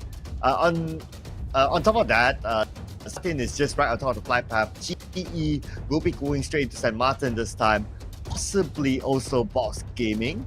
The win ratio does favor on E, although Box Gaming won once. But it will be interesting to see these two teams duking for the rights for St. Martin. Instead of going directly into La Bandita, PERSIJA EVOS decides that they could basically take a little bit of pit stop across the corners of Junkyard, still having a few members just below the craters of La Bandita at the very same time. Meanwhile, we're already having a little bit of battle between Box Gaming against members of GE, it seems like. Definitely gotta check out whether it's GE just to confirm. And it seems to be the case. West Carry and the rest of the Myanmar squad are holding on to their fort by St. Martin. And this will be the circle appearing across the regions of El Pozo. Yeah, and GEEK Fam happen to be on top of the circle. Now, GE, the first knockdown onto the member of Box Gaming. Not eliminated just yet, so there's a chance to be revived, but it looks like no. GE is going to get the first blood, and now has the upper hand. Namcute in trouble, 40% of health left. Managed to hide him behind the building, but GE knows exactly where he is. He's only got shotguns to trade out, so he has to wait for the rest of GE to run in. Still a formidable pickoff coming out, and oh my word, Gosu, he's so ready with the shotguns, and still trading up against Mernat Boy, and will continue on with his pursuit. The pushes comes in, West Carry holds the line. 2 for 2 for the time being. West Carry goes in immediately going for the pickup. Mernat casually crawling all the way back. A little bit of respect being shown, and it will have advantage leaning towards GE. Oh yeah, GE, they do have a good track record against Box in St. Martin. And so far, this seems to be the case. Okay, Drongzin, very confident, because I guess he has the DPS, so he wants to go in for as close as possible of a combat against a GE. On the other side, one GE member seems to be pinned up. Mernat on the outside. Okay, Drongzin is going to show himself to Mernat. Okay, this is going to be huge. Oh, he's getting clips as well from the back, and this is not looking all too good for Drongzin. One shot away, and Drongzin's already down. Now that all that's left is the final member over on top side of the building. Navigating out of St. Martin is a maze, so he just needs to fancy his chance on at least securing a point against some of the members out of Genesis Esports. Relying on that S12K, but is it going to be enough? He's already heard those footsteps cutting across every nook and cranny of a corner. So Namcute, let's see if he's going to get anything at all. This is going to be hard for Namcute, right? I'm not his chances at this point. But GE, not looking down at Namcute, they might not be sure what kind of weapons he has. But now they see Namcute moving across the building to the second floor. And they're going for the chase because they know they landed the shot. But Namcute counter support as we expected. The numbers is just too huge for him to deal with. Box Gaming gonna have an early supper. Yeah, done and dusted for now. At least didn't go down without a fight. Box Gaming still remain at the bottom of the table for the time being. I guess they need to really re-strategize in general, because a lot of all these drop spots actually puts them in a disadvantage where you've already lost so many trades inside St. Martin and you're still going into the direct same location where the other team is at. It's not really the most ideal way to actually go about things. You can still drop in the city, but you could choose not to fight. True. But then again, they choose to fight. So it is what it is at the end of the day, right? I mean, I don't know. It feels like whether it's ego, you really want to win a fight, or you really want San Martin, which honestly, San Martin is okay, but it's not like you can't live there, right? Yeah. And I just feel like somebody's got to give way. Like, you even see other teams making adjustments, like what we saw out of Boom in this round itself. Sure, they changed out Razy. They also choose to drop so far away across the map, like on the military camps, Campo Militar, all the way up northeast, right? That is the definition of resetting every form of tempo and have a clean slate. I think by now, Box Gaming is in a desperate form where they need to find something else than to go with the same formula and just rinsing the same formula that doesn't work at all. Yeah, we all know what the definition is. If you do something, you do the same thing but expect different results, right? So yeah. To be fair, they won one fight, but that was only one fight out of like what? I'm starting to lose count right now. 5 or 6 fights. So yeah, I guess it's just a signal. Box Gaming needs to change up their draw spot and do what like Boom is doing. But Sam9 take advantage of the current situation, the post fight of GE. And I guess they're trying to find that opportunity. They can get a knockdown, then they'll rush in. But if they can't, then just a matter of holding their ground. That's right. And for now, I think like when it comes down to long-range battles, most often than not, you could only get knocks and deplete some armory when you have another team inside a city. I don't think it's a high-level commitment being done by all these teams that are looking from the outskirts, because you could always look around the city for another level 2 vest or so. So perhaps at least getting all these form of intel is going to be vital for how Sen9 decides to play out. They can set up choke points on the outskirts of St. Martin if they want to find ways to deter GE from cutting across. Meanwhile, for FaZe Clan, they are trying to take control over on the south side. I believe this to be the cross-section towards Monte Nuevo. It's going to be a long wait before FaZe Clan actually gets to catch onto any other teams. Oh yeah, I was just going through like the teams that won't be playing tomorrow. So tomorrow, group will be taking a break. So that's PERSIJA, EVOS, FaZe Clan, GEEK Fam as BIGETRON Red Villains. So now that PERSIJA and EVOS, they are like at number 1. Even though if they can get a chicken dinner with a regular amount of eliminations, there is still a big possibility that BN United and Vampire Esports can overtake them tomorrow. So very unlikely that PERSIJA EVOS will be the champions of week 1. Well, we'll definitely see how much more points do they actually put over onto this final round before they take a rest over on the Sunday course of action. And with some of all these teams coming back, don't forget there's also XERXIA that's going to be moving back into the game. So maybe they can prove to be the biggest challengers into getting back the number 1 spot. Oh yeah, XERXIA, very deep, a lot of firepower in them. I have a feeling that XERXIA was that itching to play because they've been doing so well throughout the week. And this break probably came at the right timing as well. Because if you can't think about it, right? Like if you have like this kind of round rotation, you always want to be the team that plays at least in the last day. So you have control of your destiny when needed. But if you're not playing the last day, then you have no control. You have to pray that other teams just don't do well.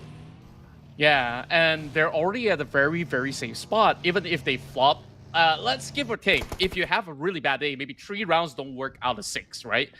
And with 3 rounds to get enough points, you are still within a top 3, top 1 position.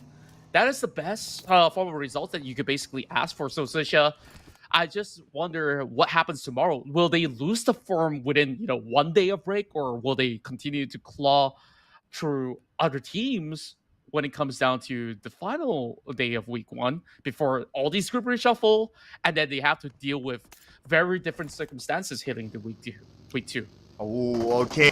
Fight here. Here we go. MORPH GPX, PNN, 2v4. MORPH GPX. Not the situation that they would have wanted to be in because they don't have the numbers. They really don't. And Break, as well as SOAS, was just so ready to take them on from the ground floor.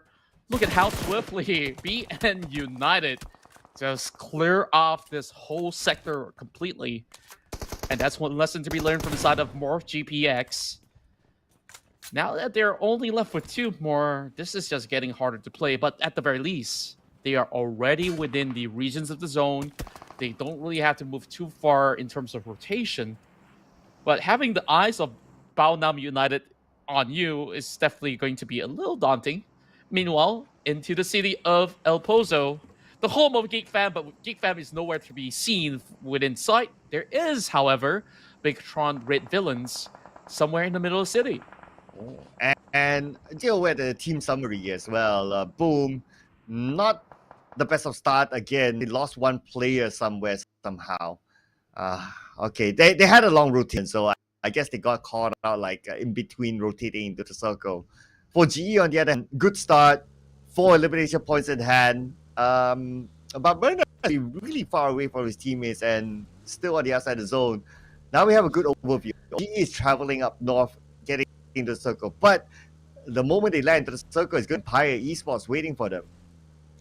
Yeah, this is definitely going to be very difficult. I'm not too sure what's with the hold up for Master Smile because he has to find a safe region to also back Bernat Boy if in the case that he's in danger, because Vampire Esports is waiting along towards the northern corners. So once he does step up, I mean, there's just a full squad of Vampires waiting for them. Meanwhile, DBD just enjoying the scenery for now. No challenges whatsoever until they set foot another 300 meters away. So they can have as much time to pick up extra utilities. In terms of the performance of DBD today, maybe it's not as bombastic as what was offered earlier through the week, but I think like they are giving themselves a decent maintenance where they can still catch up to teams like PLAYBOOK Esports, and doing any better, they could even overtake Boom Esports. But this is the thing about DBD, right? I mean, if you look at the history of DBD in Southeast Asia, somehow Southeast Asia is always the kryptonite for them. Like, yeah, they can perform in PMPL Malaysia, great. They were recent champions of PMPL Malaysia. But every time they step foot into Southeast Asia since the last chance qualifiers day, the previous PMSL, and even till now, I always find it very difficult to perform. Yeah, and I really wonder what exactly is the problem, you know, like when you take a look at Geek Fam in particular, they can handle not only their own regional league, but heading into Southeast Asia, you see them currently in this respective groups that they're playing against, currently at top 3, looking for that #1 spot as well. FaZe Clan having Victorious not all the way up there. I'm not sure if Onsens can do anything to salvage their fallen ally, but they will send their members, another veteran, out of FaZe Clan. As MR5 is going to be out there for the rescue. Meanwhile, Sam9 challenges GE as West Curry as well as Master Smile drives directly into the city outskirts and straight to the Tiger's Den. And that one last member of GE, Mernat, did not join them, and I guess it's because his vehicle is smoked up, so he's not going to take that risk. Oh yeah, his vehicle is blown up, so he can't travel together with his teammates. Unfortunately, maybe he would have joined, but might be different. But it's hard to tell. They don't have the numbers anyway. Okay, Shrebs just behind Mernat, and there you go. This is what we did expect early on when we took a look at the map, right? Vampire Esports have already zoned that entire sector off, and Mernat was traveling so slowly, and even with him arriving late, he is not treated like a VIP. Well, now that we don't have VIP squad anymore, I guess we'll still look next VIP. But for PBE, if you know, they say. PBE taking a fight against the top team PERSIJA EVOS. It's going to be interesting. Who will win this fight? PBE still with the same lineup range, playing from the newest transfer from Harame Bros. Nate to be cooked up here by Zuxi. I think today PBE has been really putting on a show. One of the top improving teams out there, but the one that have probably had the most points for today has to be RRQ. Starting off with that big win, and those consistent results hitting into top 4 situations so many times have really paved the way for RRQ to move into the top 6.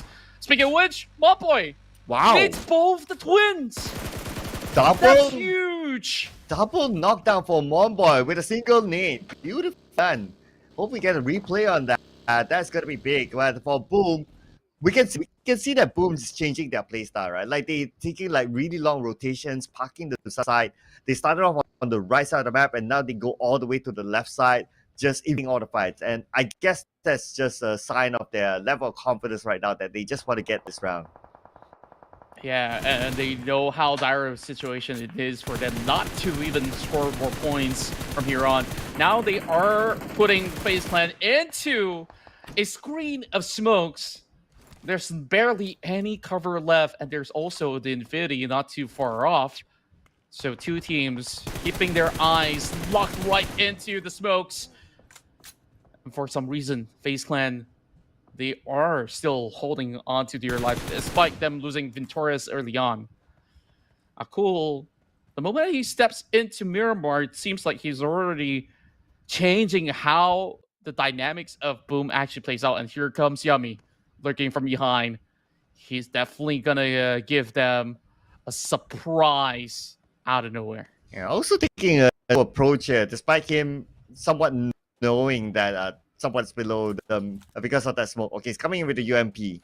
So he's still getting from not getting a clear shot just yet, but this nade could work out for you. He can land the nade inside the shack. It's going to be 1-4-2 for him to get the first nade out, but it's the nade that gets knocked to Mormon, comboed with his car L. So this could be an opening for that. They're not charging into FaZe Clan just yet. They're still playing from a safe distance when they are putting more and more detonation into the shack. Applying pressure, and that is a perfect bounce coming in from Yummy. He just knows how to angle it so well. Now, Onsens is definitely in trouble.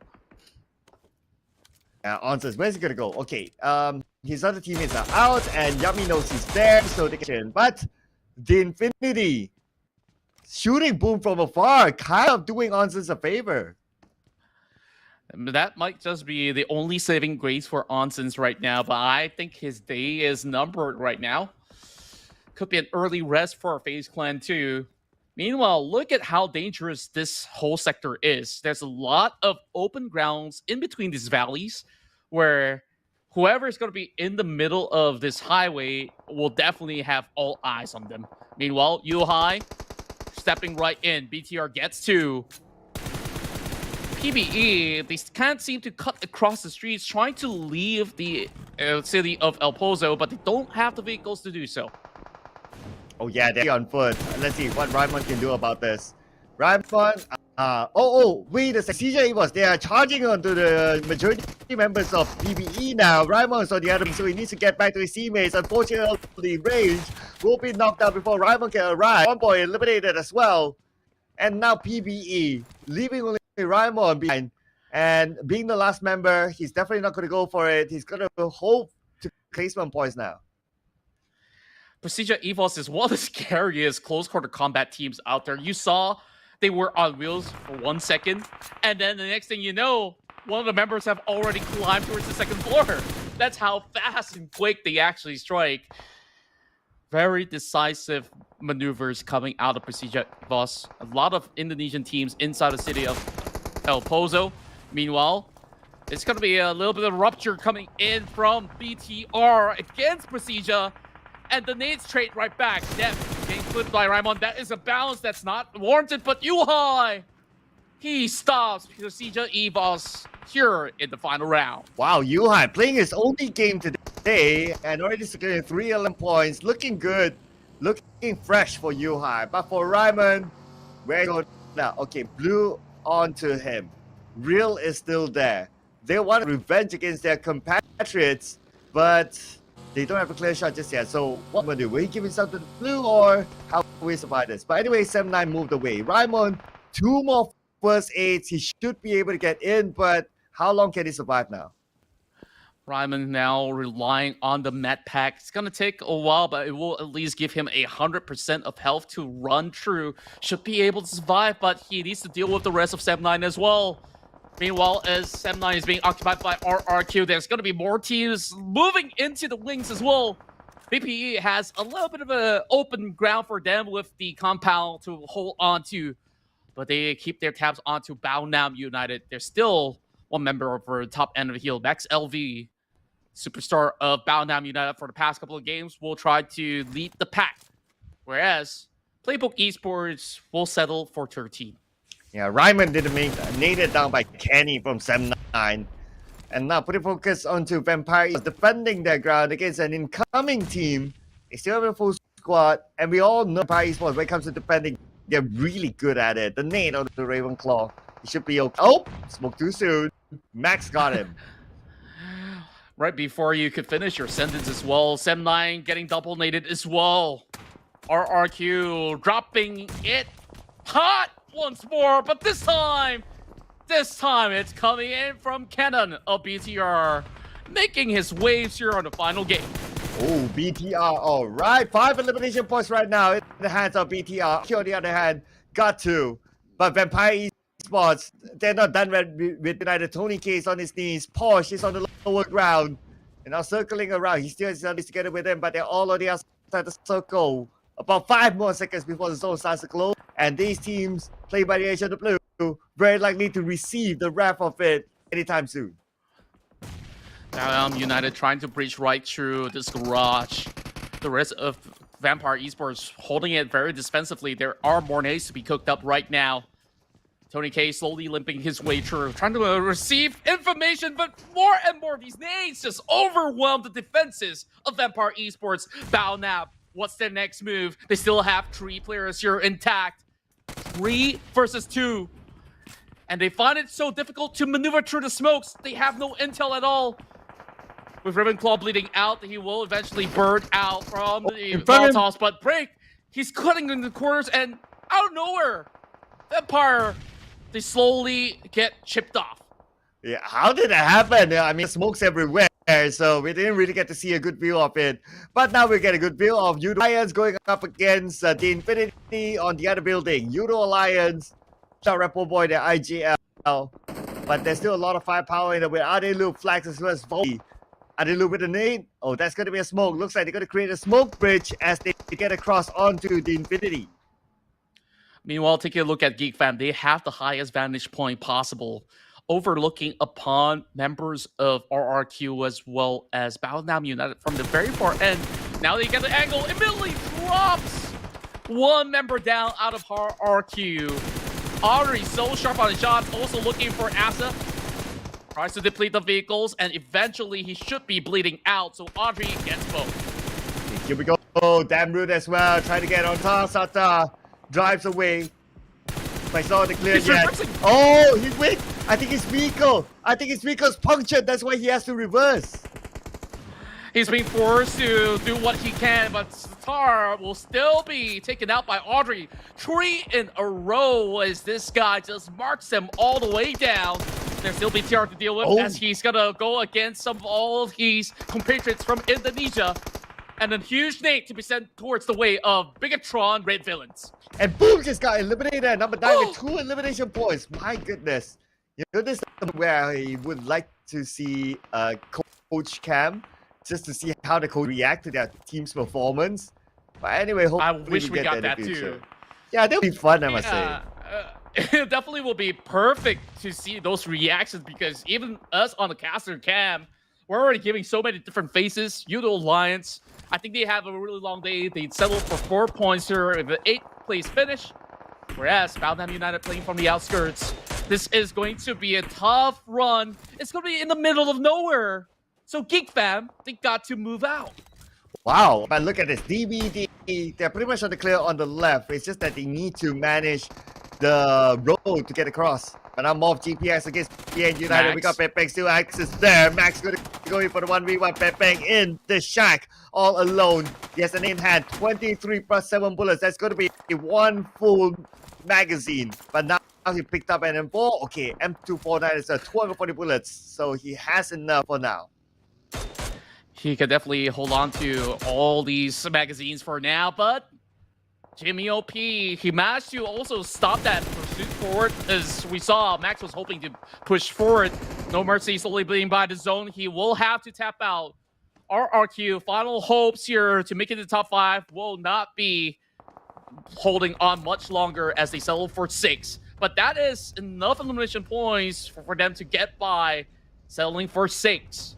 Geek Fam, this has been them in their hottest form here in Miramar, but this is far from over just yet. DBD, they have 4 members out there, and 1 member out of the side of MORPH GPX have been wiped off, so that leaves us only 4 teams left. Yeah, including being United, Geek Fam, the Infinity, as well as DB with a full squad. Looking good for DBD this time around. They have the numbers against the other teams. Audrey will nade down Porsche. Audrey will take him out. That's going to be BN United eliminated. The number 8 elimination points. 3 teams to go. And looks like it's good for the Malaysian squad as they have a 2 per 3 chance of securing this chicken dinner. It's a lot of empty space over the northern side as well. Majority of the teams are being cramped over on the southeastern corner of the map. And this is not looking all too good for the Infinity, being pressured by the zone, needing to deal with DBD. Still having a full squad, but if there's anyone to do it, it has to be them and no one else. Damroot now spots out members inside of DBD as they are slowly chipping off the health bars coming in from Yen. 2 Malaysian teams having high hopes. Thailand, will they prevail with only 2 members left? Oh, here we go. The Infinity overlooking DBD at this moment. They do have the high ground, but the circle move away. King has part of the circle together with DBD. The Infinity don't have the circle at all. And now the Infinity need to find their way through. But we're talking about the Infinity against the entire DBD squad. And everybody will have to walk towards the direction of Geek Fam. So regardless of the case, if they don't find the pickoff against Damroot, this is going to be much more difficult than intended. Echo does get a little bit of free pass over the south side. DBD taking the far west as well as south. So Infinity, they just got nowhere to run. Everywhere is absolutely surrounded. They got to start picking those fights, and now Lobby, first one to bow out, leaving only Logan, the healthy member of the side of Infinity. Yen needing to actually leave the vicinity. Logan can only hold on to the compound for ever so long, and eventually will be spotted out by Yen. Okay, it's going to be either DBD or Geek Fam. Can DBD finally land their first chicken dinner? Down to the 2 teams now. DBD has the numbers, but Geek Fam has the hound. They do have a lot of area of play, but DBD, they're trying to send 1 member for a flank. It really will depend on whether the flank succeeds to knock 1 member out of the side of Geek Fam. And Zay now drives forward and into a trap being set by Damroot. That opens up more room for Echo to puncture through.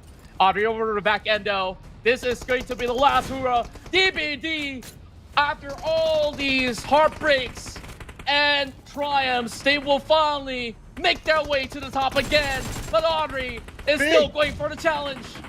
Oh, still defending his ground, but he doesn't have any more space. DBD closes, One but down. Aisin not down. Audrey will finish off Aisin. There's 1 point on the back, goes out, but will he go out or will he pull up a clutch? Audrey circling around, 1v3, tosses out a molly, AK in hand. Audrey now will be taken up DBD, and finally, DBD, their first chicken in the PMSL after 2 seasons of PMSL.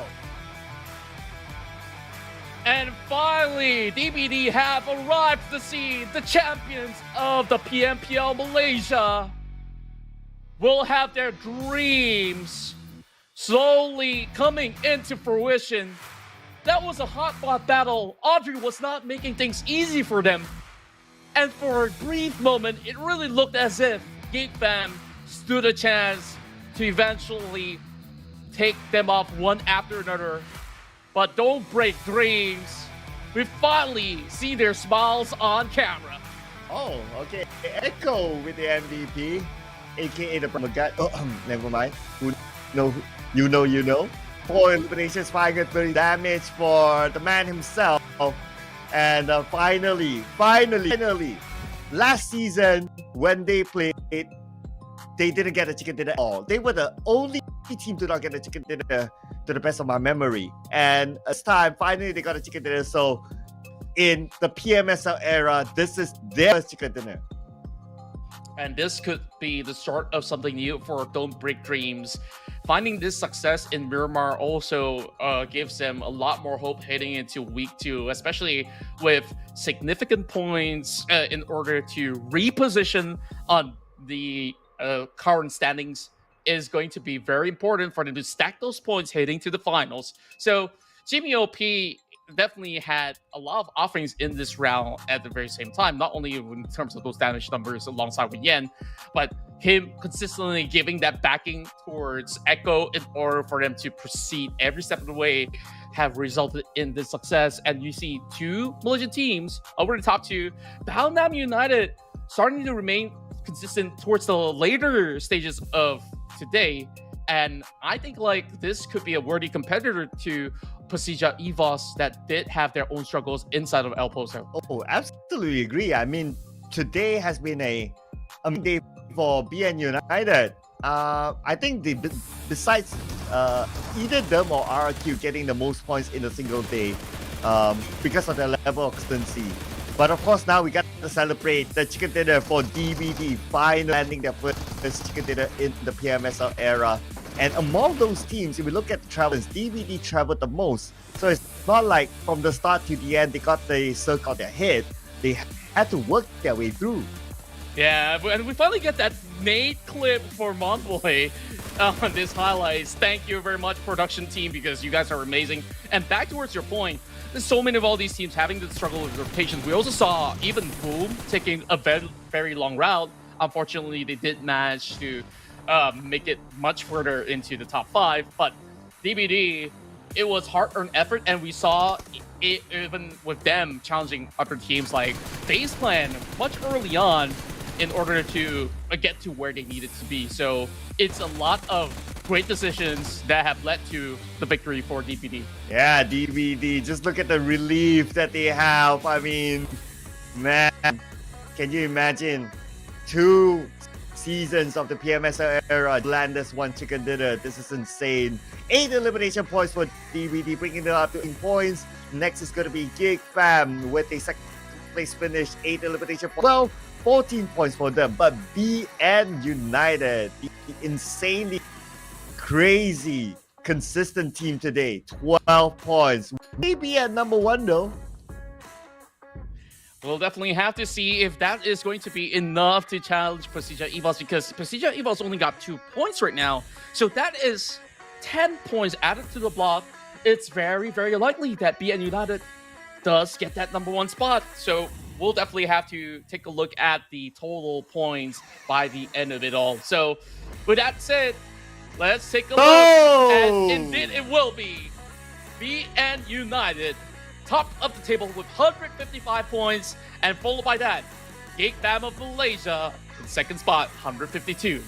And PERSIJA EVOS, they will not be playing tomorrow, so they will need to be settled at bare minimum of number 3. But because the points are close, right? Like XERXIA is only like 5 point difference than the PERSIJA EVOS. Very likely for PERSIJA EVOS to continue to slide down again tomorrow, with XERXIA to be playing again, D Xavier to be playing as well, and also the other top contenders like Vampire Esports to be playing too. But on the other end, PBE slide down to number 17. Boom! Number 16. Really? Number 16. Wow. I guess like today has been one of the roughest for them, but I'm pretty sure once these teams make it into the grand finals, they have a lot more to prove, because that is going to be the grand reset. It's happening in Kuala Lumpur from 25th to 27th of August. So make sure you guys head down over to Sunway Velocity Mall to cheer on your favorite teams of Southeast Asia? Man, it's gonna be explosive now. Now, even at this point, we can see a lot of gameplays.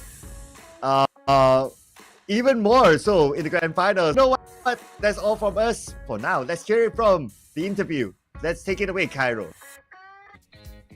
We are almost at the end of our show for today, but we cannot end it without one last interview. And here with me right now is the super sub of PERSIJA EVOS. We got Luxi here. Hello, Luxi. Hello, everyone. All right, so let's start off with our first question. So today is the first time you play in the PMSL SEA Fall, and your team got a winner chicken dinner in match 5 just now. Can you share with us what happened during that match, and how do you feel about the current state of the team?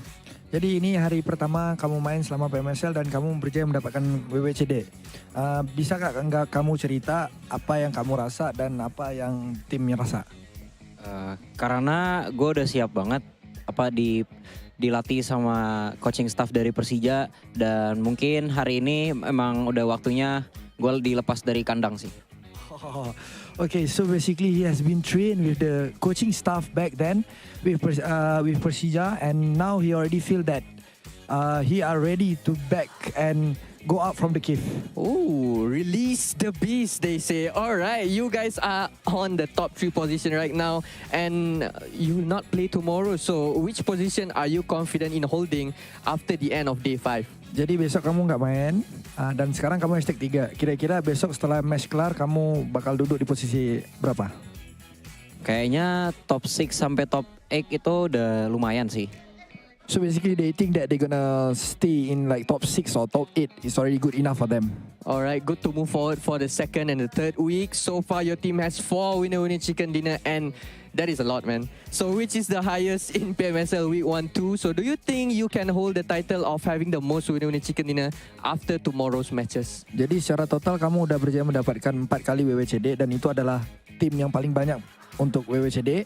Jadi kamu rasa kira-kira kamu bisa nggak pertahanin tim yang paling banyak mendapatkan WWCD setelah hari besok habis? Mungkin realistis sih. Mungkin besok akan dibalap sama XERXIA sih. Karena ya XERXIA sendiri timnya sudah baik banget sih di turnamen PMSL ini. Apalagi masih week 1 kan. Performanya udah stabil banget. According to Luxi, he actually think that XERXIA XERXIA have the chance to become the most team that have most winner chicken dinner team. Is because of in this week 1 XERXIA already showed a better gameplay and like more stable gameplay compared to the other teams, according to Luxi. That's a very humble answer from Luxi. So last but not least, there is a lot of drama between you and VP, your team as PERSIJA EVOS. But your fans are still supporting you. Do you have any words to your fans out there? Jadi terlepas dari drama apapun yang kamu ada sama VPE, fans-fans Persija masih lagi mendukung. Apakah kata-kata yang kamu mau nyampaikan kepada fans-fans Persija di luar sana? Ya, dukung kami terus saja. Semoga kita bisa juara, kita bisa konsisten, dan terutama bisa sehat-sehat di sini. So, Luxi said that keep supporting them and keep praying for them, especially on their health condition, so that they can perform really, really well. Alright, so best of luck to you guys on week 2. This is the end of PERSIJA EVOS for week 1, but stay tuned, there's more to come tomorrow. And let's get back to the casters table. Bye-bye.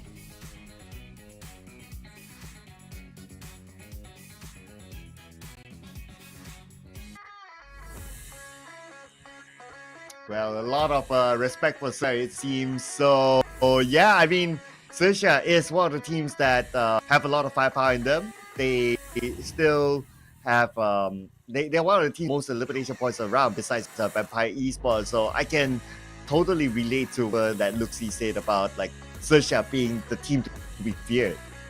Yeah, and I just love that he also does respect a lot of all these other teams that also put on amazing performances to be a prime example, and also humble enough to state to the audience that, hey, even if we finish on top 6 or top 8, we are happy enough with the results that we've turned out here in week 1. Because 4 chicken dinners, as many games that there was being played, is not an easy feat at all. Certain teams struggle to even find a single chicken dinner. So for having four PERSIJA EVOS can look at this to say that this is quite a solid start for them to begin with. And week 2, we're definitely looking for PERSIJA EVOS to do even better. Yeah, so they're done with their week because tomorrow Group D, namely PERSIJA, FaZe Clan, GEEK and BIGETRON Red Villains will be taking a break. Tomorrow we're seeing the return of Group E, that is the Xavier, Team Secret, Alter Ego, as well as XERXIA, the team that a lot of other teams will be coming back into the fray, and definitely they are itching to get back their throw. Yeah, and I'm also keeping my tabs onto both Alter Ego as well as Team Secret, because they definitely do need a lot of all these points in order to maintain a level performance to qualify for the grand finals happening in Kuala Lumpur. So make sure you guys be there for the grand finals. So I think we've had a blast here casting all these matches. Tomorrow is going to be another epic day. I believe that we'll be joining in again with Choo Choo as well as Sir Cloud. You guys are phenomenal at your work, and I'm definitely very thankful for the opportunity given today. Yeah, so that will be all today, ladies and gentlemen. Hope to see you guys again tomorrow. Same time, same channel, different day. See you guys for day 5 to wrap the week. Bye. Take care.